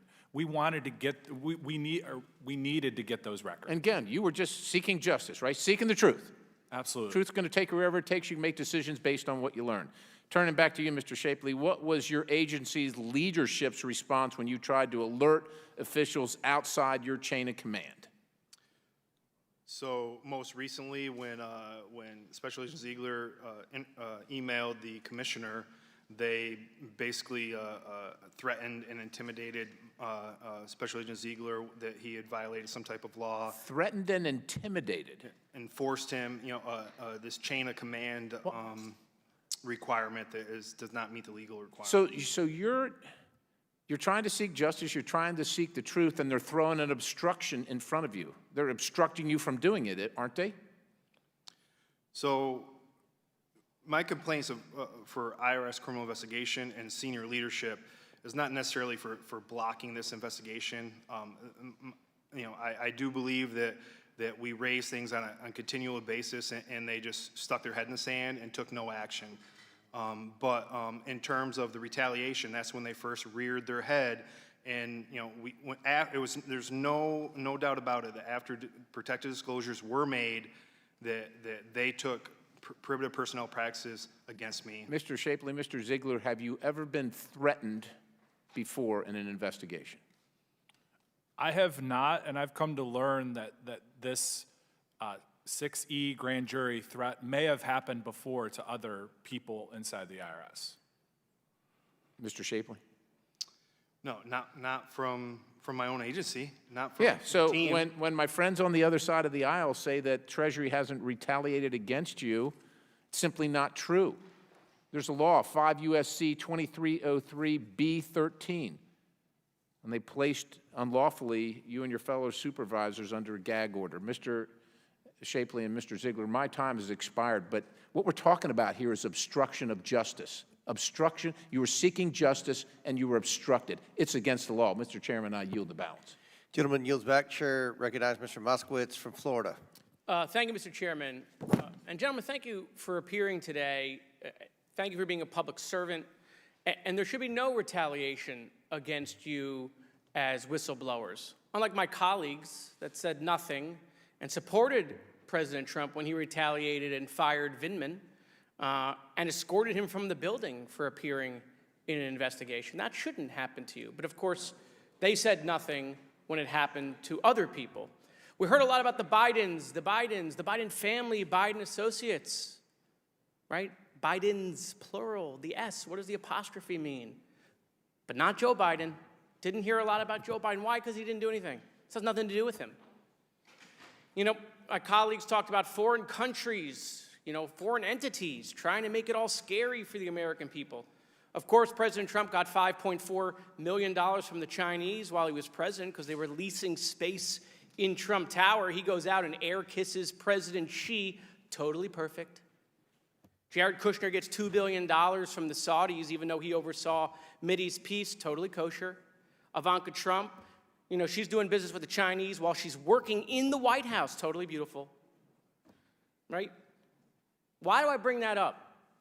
They want to say you have credibility. The problem is they have none. They have no credibility. And because you're here at their behest, their lack of their credibility questions your credibility. Not because of you personally, but because of what they've done over the last several years. So the chairman says you're credible. You want to know actually what they feel about you? People like you who work in government. I got pages of it. It goes on for years. But you know what? I'll just read a couple of adjectives. Trump has called people like you, so-called whistleblowers, fake whistleblowers, partisan people, political hack jobs, scams, frauds, traitors, cowards, spies, losers, clowns, thugs, puppets, unelected bureaucrats, the swamp, and my favorite, the deep state. By the way, you members of the deep state? You members of the deep state? Did you stop paying? It's a rhetorical question. Did you stop paying your deep state dues? Did you not attend the latest deep state meeting? Is that why you're not in the deep state? I can't tell when they want people like yourself to be in the deep state, not in the deep state, depending upon what the deep state is saying. Again, it undermines their credibility. It undermines government. It undermines the Americans' trust in government. It undermines our institutions. And throughout all of this, for years, 4 years of it, they said nothing. And now, in an effort to own Hunter Biden, they're assembling nude photos of him, right? Having some intern have to sit in a room and blow up these photos and put it on poster board and figure out, oh, which ones are beyond the pale. Mr. Shapley, you said that the DOJ was slowing down the investigation. But some of that happened when President Trump was president. And I found it strange that when my colleague tried to ask both of you these questions about when your perceived slowness of this happened, you all struggled for a period of time to admit that it started under President Trump. Was President Trump directing that DOJ to slow down the investigation? He wasn't, just like President Biden isn't now. So if there's any perceived issues with DOJ, it's with DOJ. It's not with the president. Mr. Ziegler, you said no one's above the law regardless of political affiliation. Do you think the president's son-in-law, not as an IRS agent, as a person, do you think the president's son-in-law, Jared Kushner, who worked in the White House, couldn't get security clearance until the president made it happen, was put in charge of Mideast peace, and with no investment experience got $2 billion from the Saudis? You guys made a lot of noise today about $17 million, but what about $2 billion? Do you think as a person that should be looked at? Sounds a little strange. Congressman, thank you for that question. Given the statute, I am limited to my testimony I understand. I got it. But think about it. $2 billion from a foreign country that he was put in charge of their policy while he worked in the White House. They got no questions about that. That's totally great, totally wonderful, right? You know, Joe Biden has been in Washington for almost 50 years. We didn't hear about Hunter until like a couple of years ago. Why? Because it's a pay no attention to the man behind the curtain, like the Wizard of Oz, right? Donald Trump is in so much trouble, and they can't save him. But what they can do is they can spend taxpayer money and all the time while they control these hearings to convince the American people that somehow Joe Biden has done something wrong. But there's no evidence. None, zero, zilch, nada, zippo. And you know how I know that? Because they couldn't even bring up their own impeachment. They had to bury it in committee on immigration, not on this topic, right? There are members of this committee that filed articles of impeachment, didn't bring it up for a vote, buried it in committee. Again, not on this topic, because there's no evidence on Joe Biden. Thank you, Mr. Chairman. I yield back. Chair recognizes Ms. Boebert from Colorado. Thank you, Mr. Chairman, and thank you, gentlemen, for being here today. I appreciate you. Now, if Mr. Shapley, Mr. Ziegler, if you could each just quickly, maybe 20 seconds or less, summarize what did each of you find when you criminally investigated Hunter and Joe Biden, particularly as it relates to China? So, specifically related to China, there's CEFC, Hudson West 3, State Energy HK. Yeah, those are, I believe, the three entities in my transcript. Mr. Shapley? So yeah, I mean, I would just echo the same thing that's in my transcript. And so there's a Yi Jinping, a Chinese billionaire, and he's tied to a CCP intelligence gathering agency, and his company is CEFC, excuse me. What is the connection between Hunter Biden and CFC? So I'm going to have to stick to the confines of my testimony, but what I can tell you is that there may be some documents that are responsive to that, and then I can turn those over to the House Ways and Means Committee and then get those over. Yes. Or if they would vote to get those released. Yes, we would love to get those in.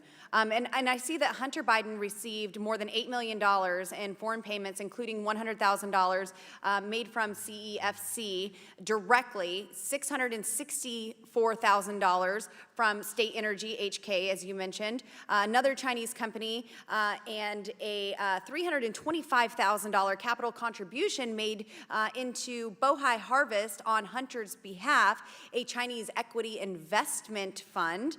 Were you shocked to find that the then vice president's son received all of these payments, particularly the ones from Chinese entities? Well, as I tried to state earlier, in this position you have to be nonpartisan. It isn't a matter of shock, it's just well, it's not the political position, not the party, but just the vice president's son. So I'm not accusing you of a political bias here. So it's just follow the evidence, see where the transactions are coming from, interview witnesses, and try to figure out what the purpose of those transfers of money were for.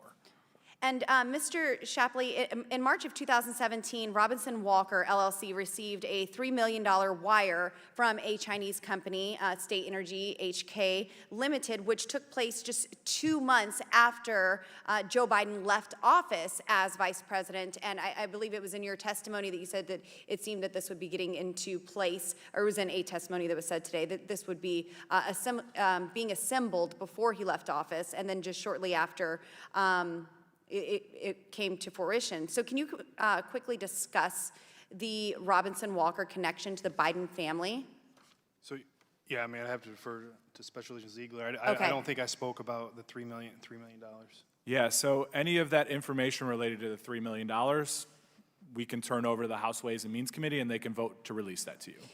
Thank you. And I see that Hunter Biden and Gongwen Dong, a CEFC associate, established Hudson West 3 LLC, and each owned 50% of the company. Between August 2017 and October 2018, Hudson West 3 sent over $4 million to Hunter Biden and over $75,000 to James Biden, Hunter Biden's uncle. Now, can you discuss these payments? Because my colleagues on the other side of the aisle are wondering what the apostrophe is when we're talking about the Bidens, and it seems there are more Bidens right here who are receiving money.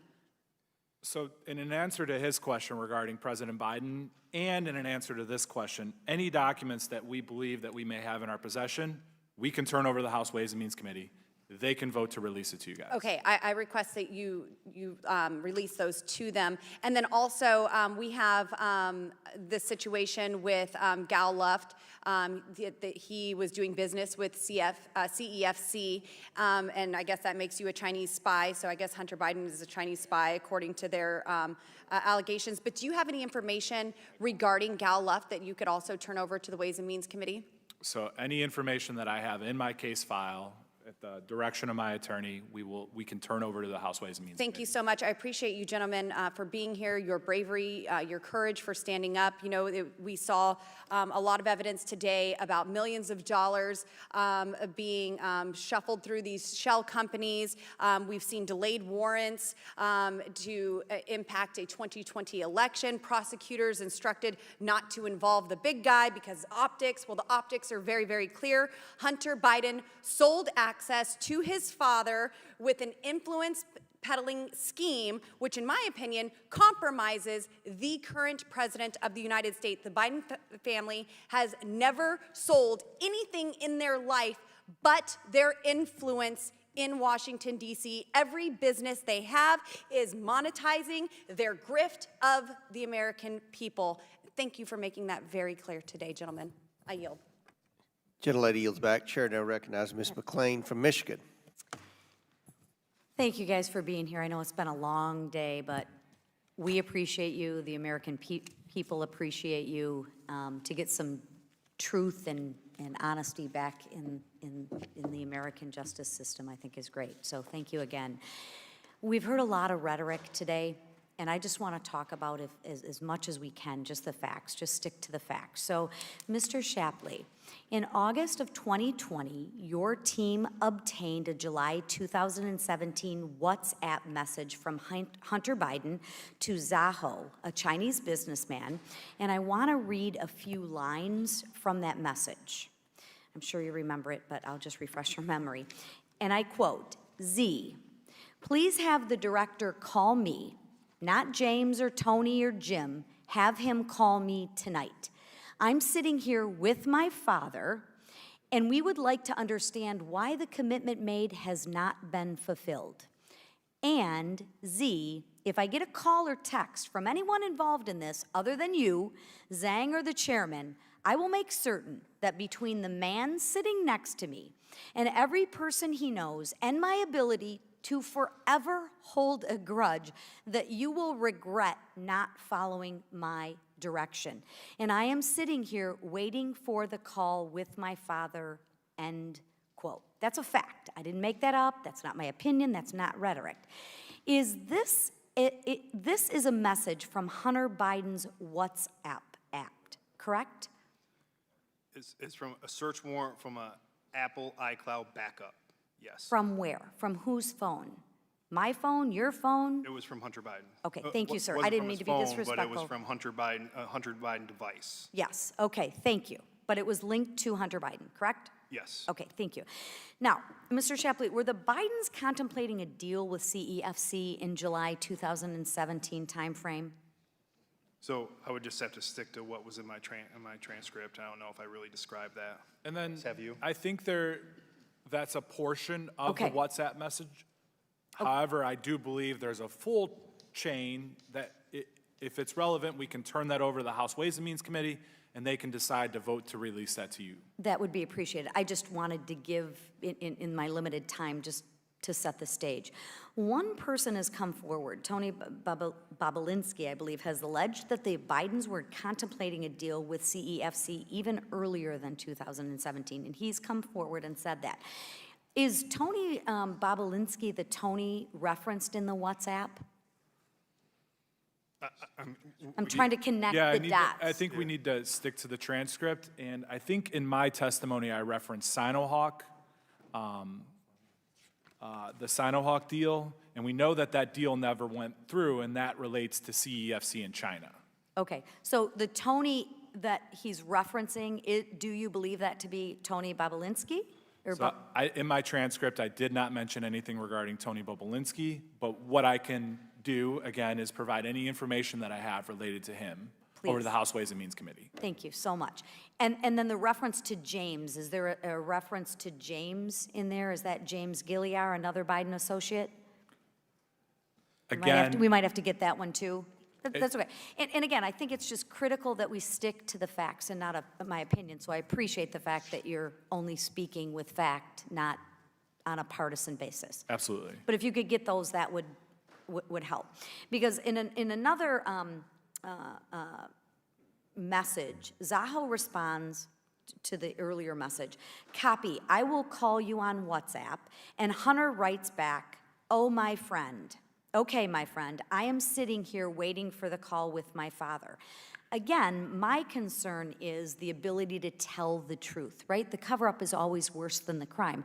How many times did we hear Joe Biden say, not involved, not involved, not involved, I have no idea, yet his son says he's sitting right there while he's making these alleged influence peddling. So, Mr. Shapley, what do you think? What do these messages indicate to you? Can you comment on that? Yeah, I mean, they indicate that we needed to take additional investigative steps to find out what the facts and circumstances were of this WhatsApp message, and we just simply, it was not supported.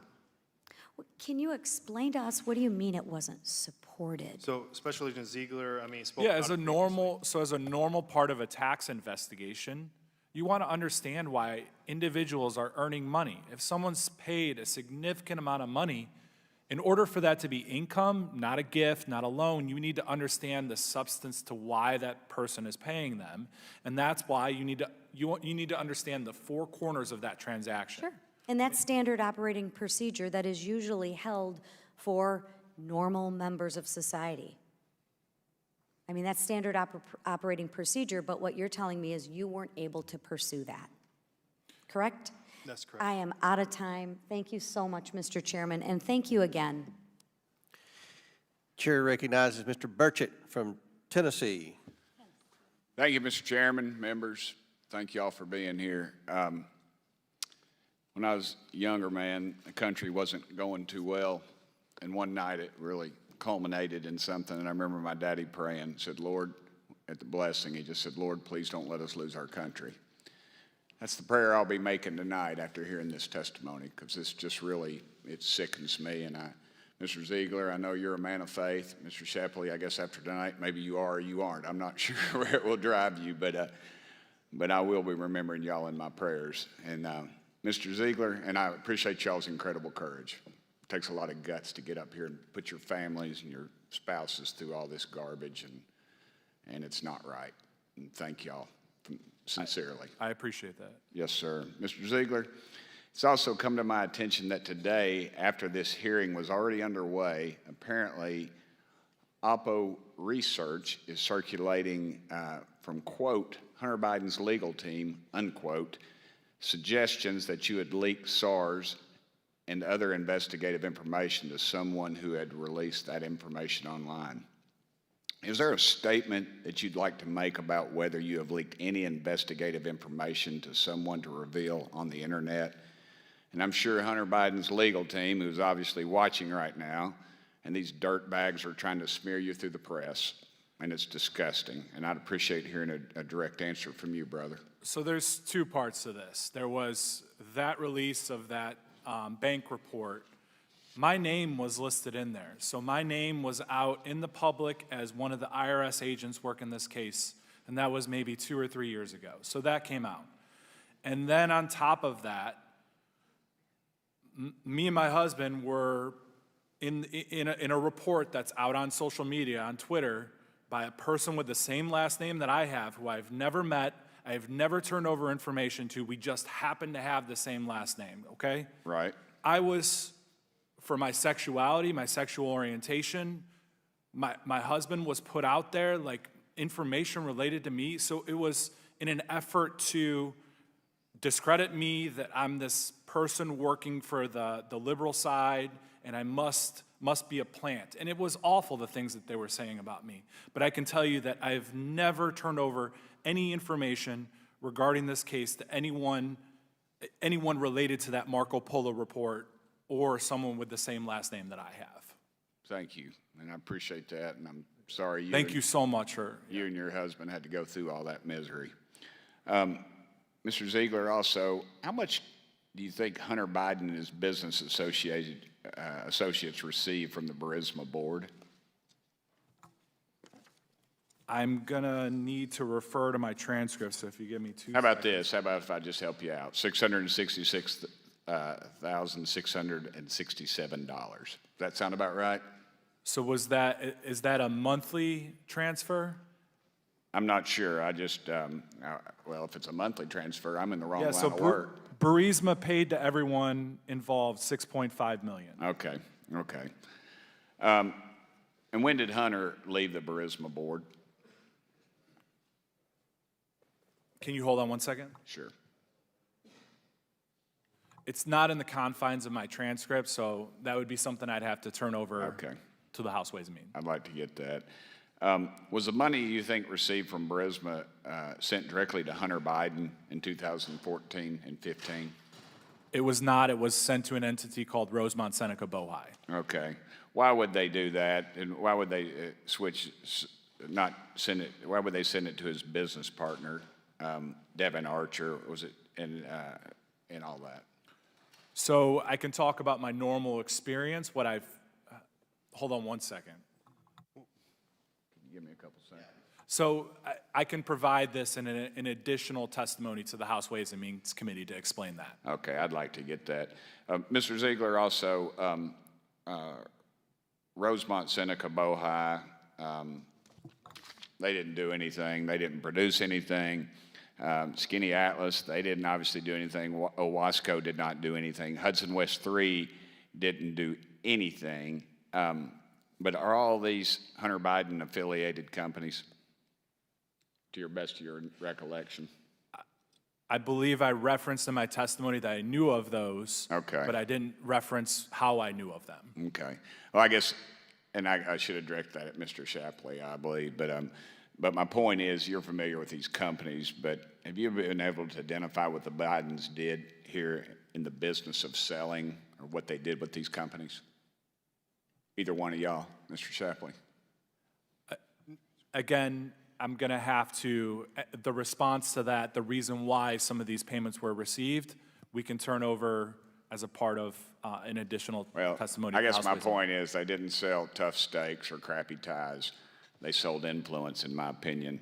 And I'm out of time, Mr. Chairman. I apologize. I would like to close and say, if a buddy of mine, Rob Delosier, texted me during all this and said, I hope y'all get to the bottom of this, and I hope y'all do something about it. So that would be my wish for this committee. Thank you guys so much. God That's bless the you. goal. Thank you. Chair now recognizes Mr. Fry for 5 minutes. Thank you, Mr. Chairman. Mr. Ziegler, Mr. Shapley, were you able to pursue this investigation in areas that may implicate the president's involvement in his family's businesses? We were hindered from following that line of investigative steps. Would you echo that, Mr. Ziegler? Yeah, specifically in my testimony, I referenced the campaign. In 2020, President Biden, candidate Biden at the time, said during a debate, and I'm going to quote, "My son has not made any money in terms of this thing about, what are you talking about, China? I have not had, the only guy who made money from China is this guy, Donald Trump. He's the only one. Nobody else has made any money from China." Mr. Ziegler, was the president telling the truth when he said that his son, Hunter Biden, had not made any money from China? So I don't know what the president at the time was thinking, but what I can tell you based on what I testified in my transcript, that he did earn money from China. Right, and in March of 2023, just a couple months ago, the committee showed through bank records that Hunter Biden, the president's son, James Biden, Hallie Biden, all received money originating from China, funneled through Robinson Walker LLC, a company owned by Rob Walker, who's a well-known Biden associate. When presented with this evidence by a reporter, the president said, "That's not true." Mr. Ziegler, is it true that the president's family received money originating from China, which was funneled through the Robinson Walker account? That is correct. As it pertains to the Hunter Biden investigation, Mr. Shapley, you sat on a meeting on October 7th, 2022 with Mr. Weiss. You testified to that, is that correct? Yes, that's correct. And later this year, on June 7th, Mr. Weiss publicly stated in a letter to the Judiciary Committee the following, quote, "As the Attorney General has stated, I have been granted ultimate authority over this matter, including responsibility for deciding where, when, and whether to file charges," end quote. That statement is dramatically inconsistent with your recollection of a meeting that happened in October of 2022. Is that correct? Yes, it corroborated documentation of that meeting clearly shows that that's not accurate. How is that not accurate from your recollection of that meeting? Because during that meeting, United States Attorney Weiss said that he wasn't a deciding person, said it right out, and he further went in that the Department of Justice Tax Division had to approve any charges first, to which, as of March 16th, 2023, we know that they had not approved anything yet. He further goes and says that the D.C. U.S. Attorney had declined to allow charges to be brought there, and that he requested special counsel authority around that time and was denied and was told to follow the process. That process would lead him to another President Biden-appointed U.S. Attorney in the Central District of California, and he told us at that meeting on October 7, 2022, that if California declined it, that he would have to request those special authority again. Right, so during that meeting and in subsequent letters that Mr. Weiss produced to both Senator Graham and to the Judiciary Committee, he seems to corroborate that meeting or some of the facts from that meeting that maybe he didn't have that authority, right? So, yes, the second letter on June 30th clearly shows that he's saying that he has full authority, he has ultimate authority. Right. He immediately goes in and says that, but my authority is geographically limited. I don't understand how you can conclude any way from that statement in the June 30th letter that he has full authority. Correct. It's just simply not accurate. Correct, and that was something that you saw early on, or y'all saw as a potential problem. Mr. Ziegler, if the U.S. Attorney Weiss could not gain special counsel authority, what options remained in bringing charges against Hunter Biden in California or in the District of Columbia? So I guess it would have been the special attorney authority that I've seen recently referenced. But I mean, essentially when DC said no, and we know that DC said no, we were having conversations with our FBI counterparts of how do we bring in a special counsel into this situation. I think that once we knew that there was going to be potential problems with going to President Biden appointees, with moving this case forward, we were actively trying to figure out how as agents do we get that to happen. And still to this day, there is not a special counsel assigned to this investigation. Right, so the approach was, and I got to go quickly here, but the approach was to go to D.C. With Matthew Graves, where He was not able to bring charges under a Biden appointee. He went to the Central District of California. Mr. Estrada was not able to bring charges. So to both of you, in conclusion, in relation to the U.S. Attorney's inability to obtain that special counsel authority and bring these cases in either California or D.C., do you agree with Attorney General Garland's testimony that, quote, the United States Attorney Weiss has been advised that he has full authority to bring cases in other districts if he needs to do that? I don't believe that's accurate. And I think the key word there is he has, and I don't think that that's accurate, and I think that that's refuted in the later letter by U.S. Attorney David Weiss. Thank you both. In conclusion, thank you both for being here, for your bravery in testifying today. I know it's not been easy on you or your family, but the American people and this committee appreciate the work that you do, that you continue to do, and the truth that you're shedding light on. With that, Mr. Chairman, I yield back. Yield back. Chair recognizes Mr. Edwards from North Carolina for 5 minutes. Thank you, Mr. Chair. Mr. Ziegler, did you ever ask for access to Hunter Biden's laptop in your investigation?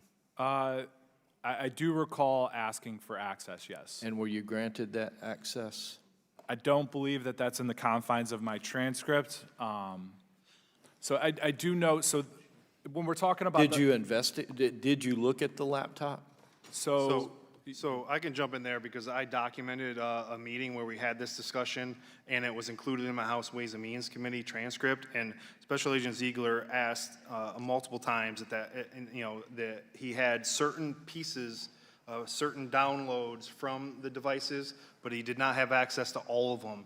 And that's when Leslie Wolf said that, well, that's because prosecutors decided not to give it to you all. So you effectively were denied access.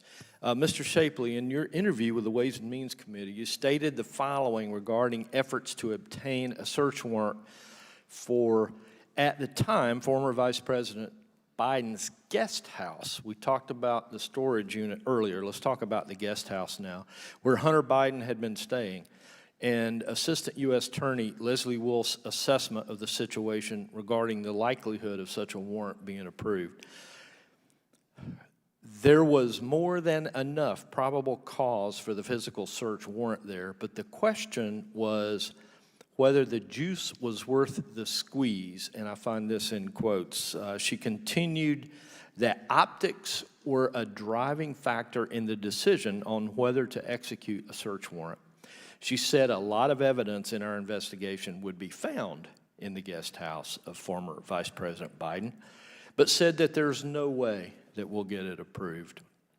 I open this question to both of you. In the course of your distinguished careers at the IRS, has a DOJ official ever attempted to argue against the execution of a search warrant while acknowledging that such a warrant being carried out would likely yield positive evidentiary results for the investigation? Mr. Shapley. So my response would be that an argument wouldn't be required. It would be discussion with the investigators working with the prosecutors, and if you weren't on the same page, then you just simply, would move on. And with the circumstances of probable cause being achieved and knowing evidence was there, I don't know how she could have not allowed us to execute that search warrant. And I mean, it goes further, and even to the storage unit. When you talk about access to something and you're relying now on them to turn the records over to you versus you having access to those records, they're not being potentially destroyed. I mean, there's a multitude of reasons why you'd want to execute a search warrant. Mr. Chair, I'd just like to share some thoughts. This hearing is much like arguing with my wife. We start out on a topic, and then we go in all kinds of different directions, and it seems like that is what I'm hearing, at least from the other side today. And I've heard over and over that President Biden has not been implicated or proven for any wrongdoing here. And I acknowledge that for now, but I know that it is the intent of this Oversight Committee to continue to look at the evidence that we have here. The issue at hand, however, is that it is Joe Biden's son that is the target of this and seems to have had preferential treatment on a number of levels. The investigators were denied access to the laptop. The Biden family was tipped off with the warrant on the storage unit, and the investigators were denied access to the guest house, even knowing that or suspecting that there was evidential or evidence in that. And that is what concerns the American people. That's the real two-tier justice system that we see here. It's not that Joe Biden has been proven to do anything wrong yet. It's that Joe Biden's son has received preferential treatment through the Department of Justice. I think that's a shame, and I appreciate these gentlemen being here to share their brave story with the American people. I yield back. Gentleman yields back. Chair recognizes Mr. Langworthy from North Carolina, or from New York. Buffalo, New York. I've been to his place. Buffalo, New York.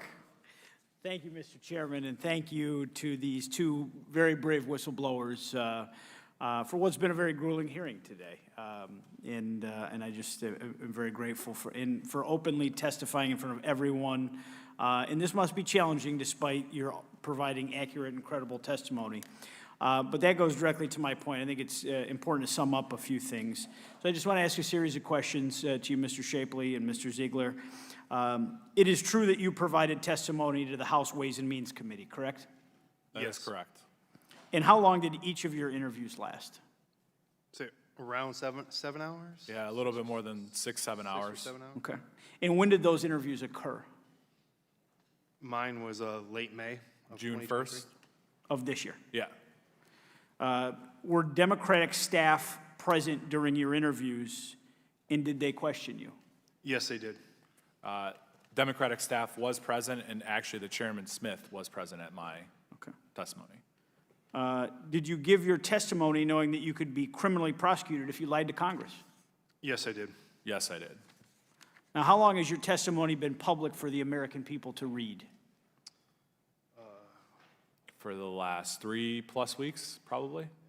Yeah, around 3 weeks. Okay. 4 weeks. And you've been questioned by both Republican and Democratic members today, correct? That's correct. That is correct. Okay.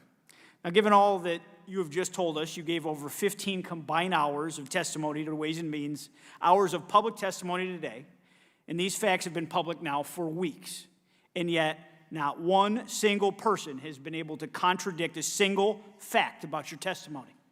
That's incredible, because it's that impressive. And that speaks to your credibility, your attention to detail as investigators, and now as whistleblowers. The attacks you hear today aren't actually because of your testimony. They're Democratic talking points meant to protect the Bidens, just like the DOJ and the IRS.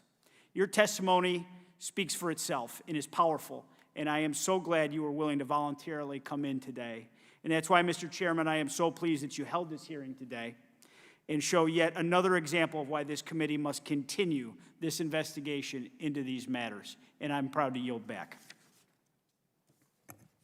Gentleman yields back. Can I say something real quick regarding what he just? So one of the topics that was brought up over here regarding the 99-page Pross memo, and then that there was discretion given in there. From what I understand, discretion, there is also language that I have seen included in DOJ tax memos that references the need to charge the felony, that you have to charge the felony, essentially. So I would ask Congress, when Mr. Weiss comes to testify here, what did that, at that point in time, what did that memo say? In August, when he got it from his team, what did that memo say? Did it approve felony and misdemeanor charges? And then what happened to that after? That, I think, is crucial for you guys to understand. Thank you. I just got a little time left. Mr. Shapley, do you have anything else that you'd like to add? Yeah, just to add on to that, the Department of Justice Tax Division has a policy called the major count policy, And that basically mirrors what Special Agent Ziegler's saying. They actually teach it when they come out to speak to agents and provide training to agents. And that major count policy is that, that it has to, they have to charge a felony. They can't just plead away the felony just to get out of a potential trial. They can't just rely on charging a misdemeanor or giving someone a misdemeanor when there's felony charges on the table. And as we've said all along, we've shown all along, that these prosecutors agreed with multiple felonies and none of them were charged. And I have one more thing to add to that. We were always, and I go back to last spring, David Weiss is going to do the right thing. He is absolutely going to do the right thing. Let's hold off. We're moving forward. We get to August and we get approval or recommended approval for the felony and misdemeanor charges. So how do we end up where we're at today? And I just don't know. Gentlemen, would you yield your last 30 seconds? I would be glad to. And we were told the same thing about Mr. Weiss as well. So we share your disappointment. Mr. Ziegler, you said there were foreign documents related to this matter, related to the investigation? Yes. Would you provide those documents to the committee? Yeah, I can provide those documents to the Ways and Means Committee. Just like a normal process for obtaining foreign documents, correspondent bank requests. So you can actually request those corresponding wires, and that's a step that you can take in getting foreign money transfers. Would you also provide the full Rob Walker transcript? So I will consult with my attorney, and we will turn that over to the House Ways and Means Committee. Thank you. Chair now recognizes Mr. Burleson from Missouri. Thank you, Mr. Chair. Good news, I'm the last one. Next to last. Next to last. So I want to reiterate, thank you for your bravery. Thank you for what you're doing. I think the American people should be pissed. They should be very angry about this. No one gets away with not paying hundreds of thousands of dollars in taxes and having just blown over or been turned into a misdemeanor charge, especially when you have other criminal activity involved. And you know what's funny? This hearing, no one denied the facts that he's guilty of this stuff, right? We all know he's guilty. The question is, I think the question at hand is, to what extent was his father aware? In a way, it's kind of like Schrodinger's cat. Either he was aware of what's going on, and he knew what his son was doing, and he was involved, or he wasn't. Or maybe he was completely clueless, absent-minded, whatever, unaware of what his family was doing. But one or the other is the truth. You can't come to any other conclusion other than that. And the problem is, you were not able to determine or lift that box, the Schrodinger cat box, and determine is the cat dead or not? Was Joe Biden truly involved or not? So Mr. Shapley, or Mr. Ziegler, throughout the investigation, what investigative steps that would have involved Joe Biden would you have liked to have pursued but were unable to? So I guess in my testimony, I talked about the atmosphere when we're interviewing witnesses and talking about specific areas or specific, it being the campaign, that we were prevented, there was rolling eyes at us. I mean, it was a very harsh environment to be in. And you were directly turned down as well.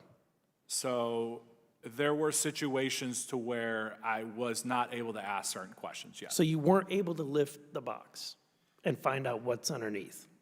There were certain, in our investigation, you want to follow the facts. That's a part of our job, is you follow the evidence and you work the case. So I know that you were tipped off about the storage, or it was tipped off about the storage unit before you were able to actually search it. What were you, can you say what you were looking for? What evidence? Because you've built up to this point, and then now you know there's strong indication that there's something there. So I believe in Gary's testimony, there was that he moved his prior office. So he, being Hunter, moved his prior office into that storage unit. And so this was off computers, Yeah, I don't files? know specifically Okay. what would have been in there. Okay.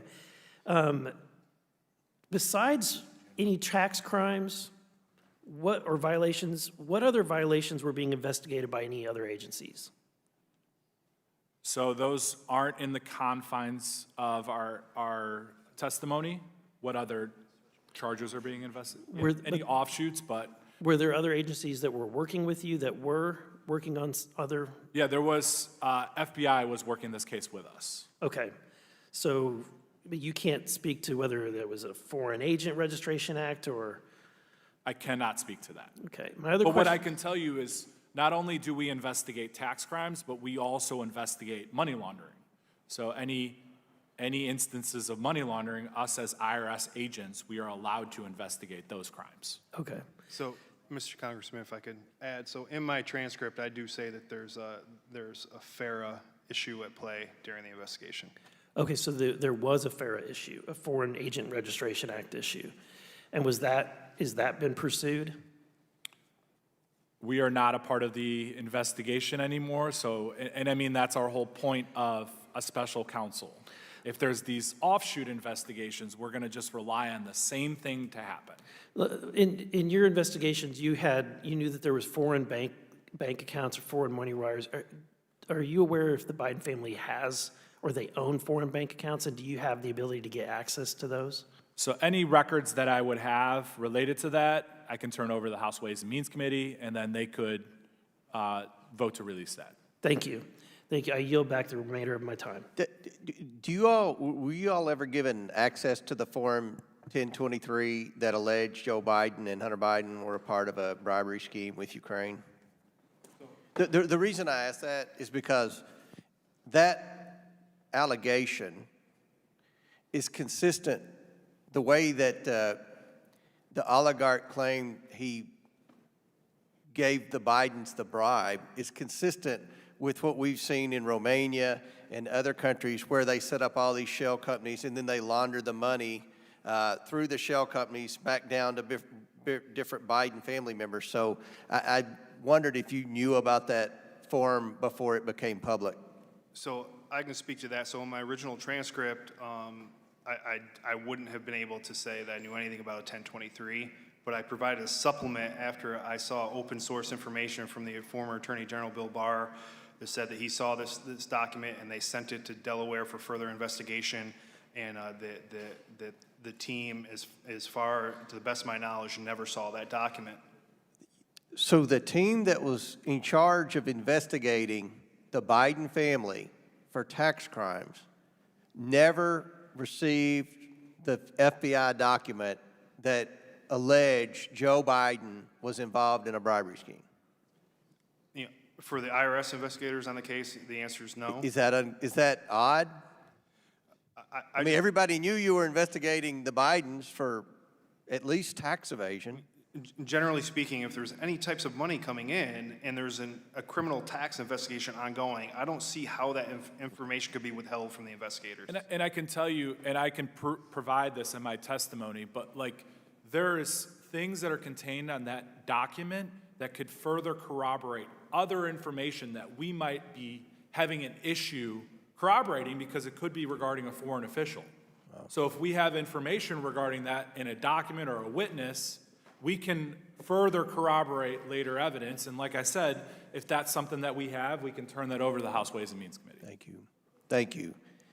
Chair recognizes Ms. Luna from Florida. Mr. Shapley, did the FBI first learn of the Delaware computer shop processing a laptop that allegedly belonged to Hunter Biden and contained evidence of potential crimes in October of 2019? Did the FBI first learn of it? Yes. I don't know if I speak about who first learned of it. Okay. The answer would be yes, but thank you.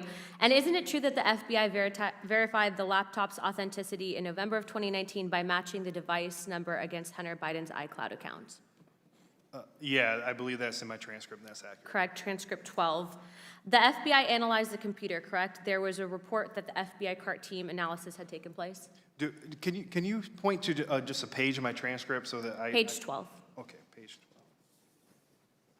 or transcript 12. So could you repeat the question, please? Just isn't it true that the FBI verified the laptop's authenticity in November of 2019 by matching the device number against Hunter Biden's iCloud account? Yes, that's correct. Okay. And they performed an FBI CART team analysis? Yes, yes. Mr. Ziegler, did you see this report? I don't think that I talked about that in my transcript. Correct. I'm assuming that that was probably very frustrating, being that you were conducting an investigation.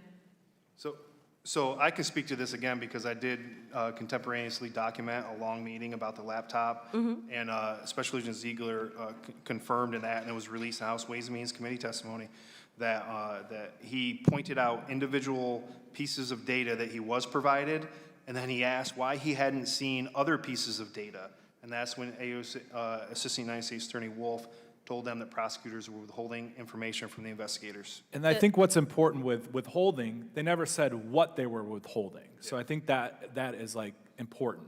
So to my understanding, the U.S. Attorney said that you haven't seen it because for a variety of reasons, they kept it from the agents.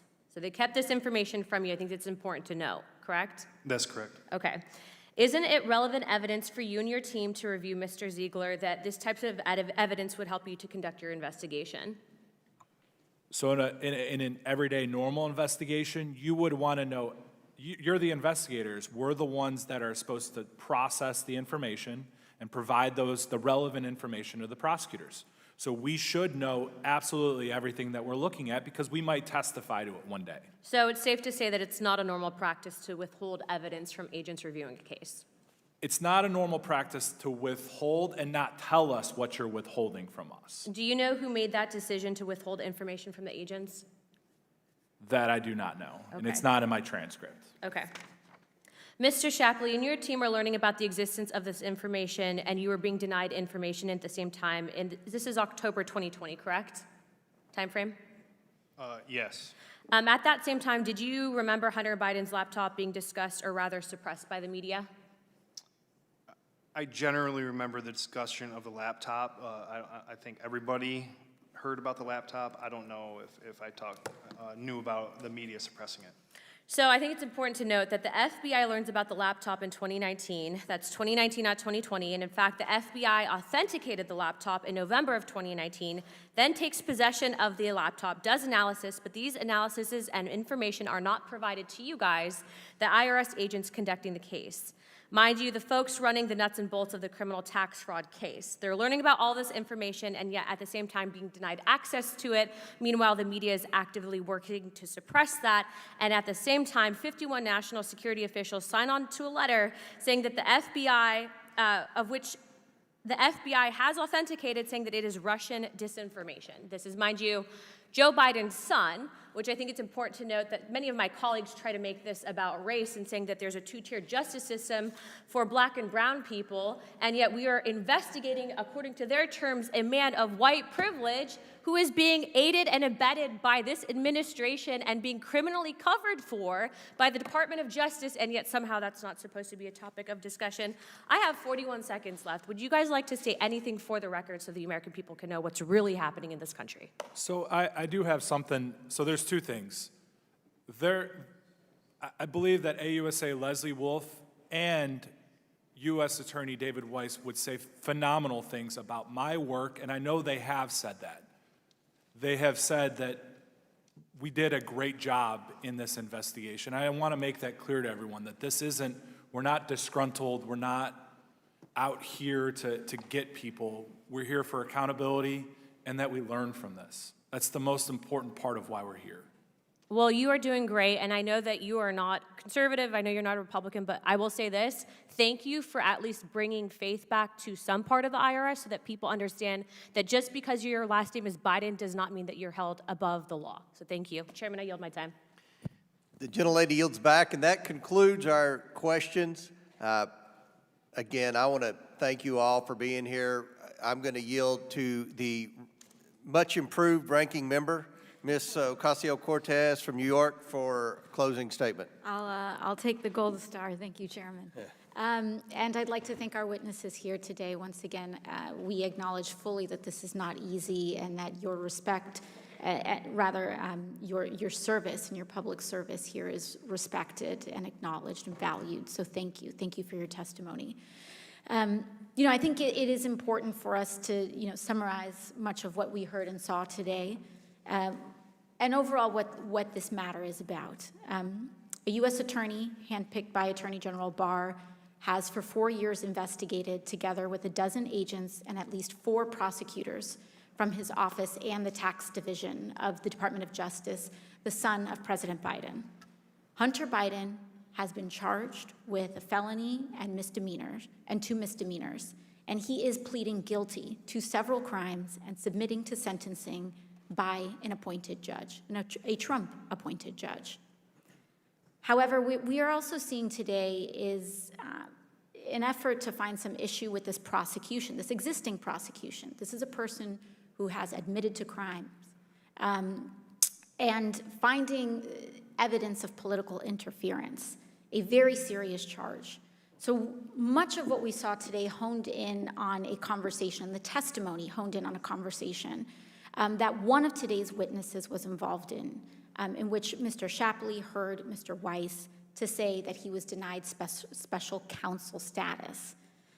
That account had been contradicted by the U.S. Attorney Weiss, who has reiterated several times that he had full authority to bring any charges in any district and had received assurances from the Department of Justice that if he needed special attorney status, not counsel, but rather attorney status to bring those charges, it would be granted.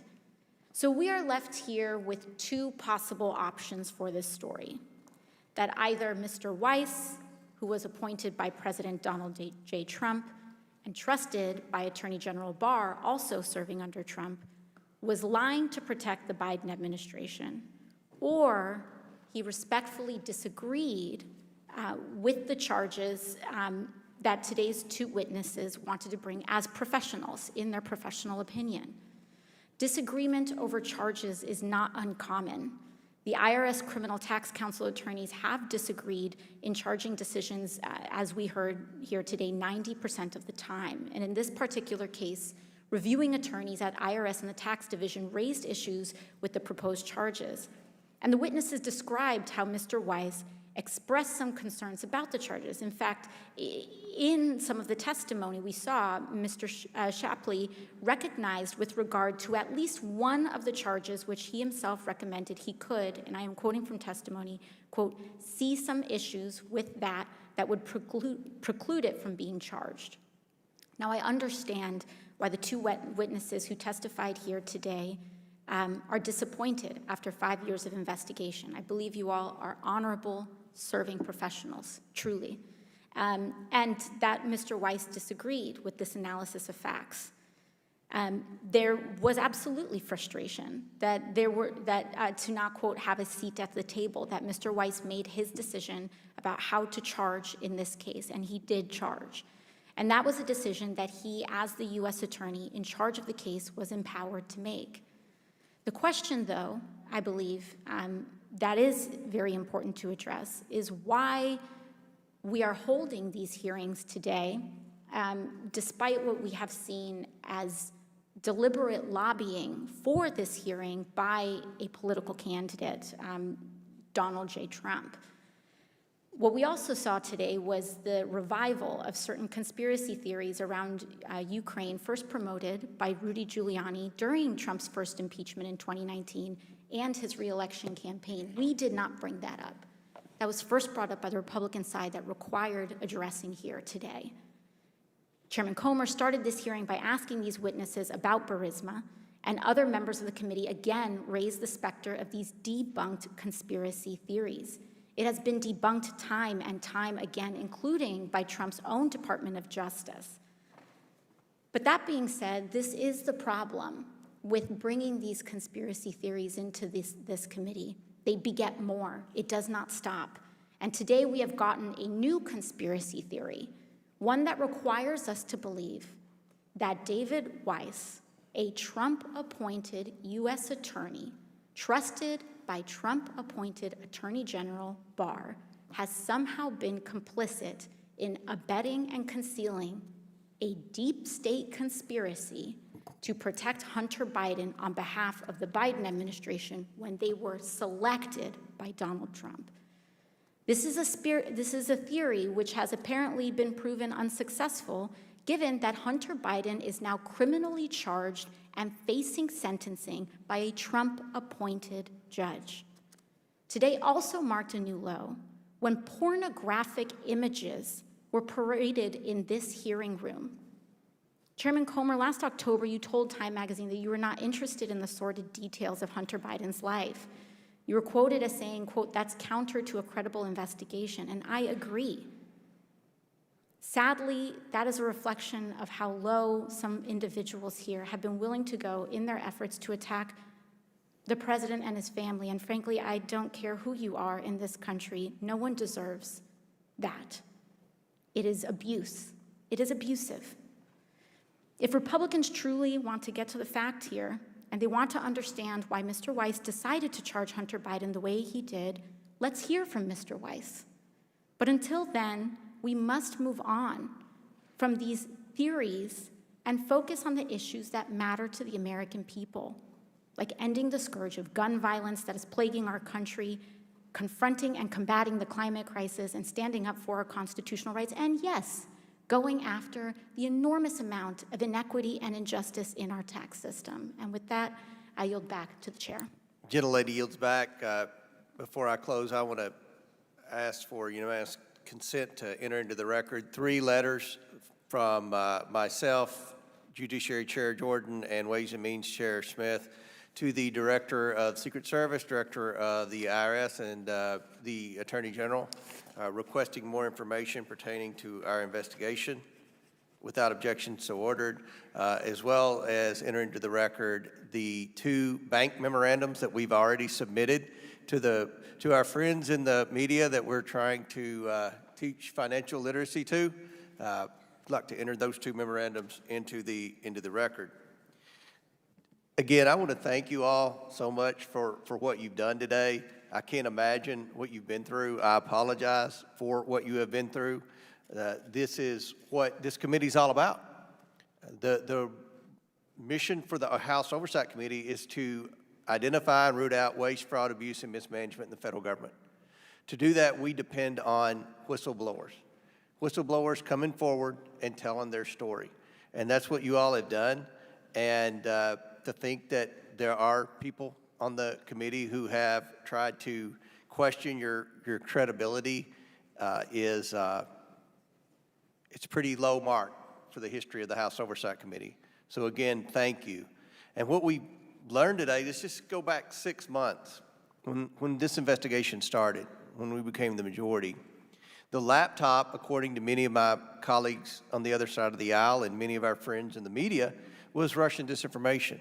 And what we now know is the laptop contained many of the financial records, the financial documents, the communications between both the president as well as other members of his family, with many of these associates, with many of these foreign nationals. So there's a clear path of evidence. I say that investigating the Biden family influence peddling is like investigating a bleeding bear through a snowstorm. There's so much evidence laying around. We've confirmed today what we've been saying in this committee for several months, that the Bidens took in over $10 million, $17.3 million to be exact, from adversaries. We have no earthly idea what they did to receive that money.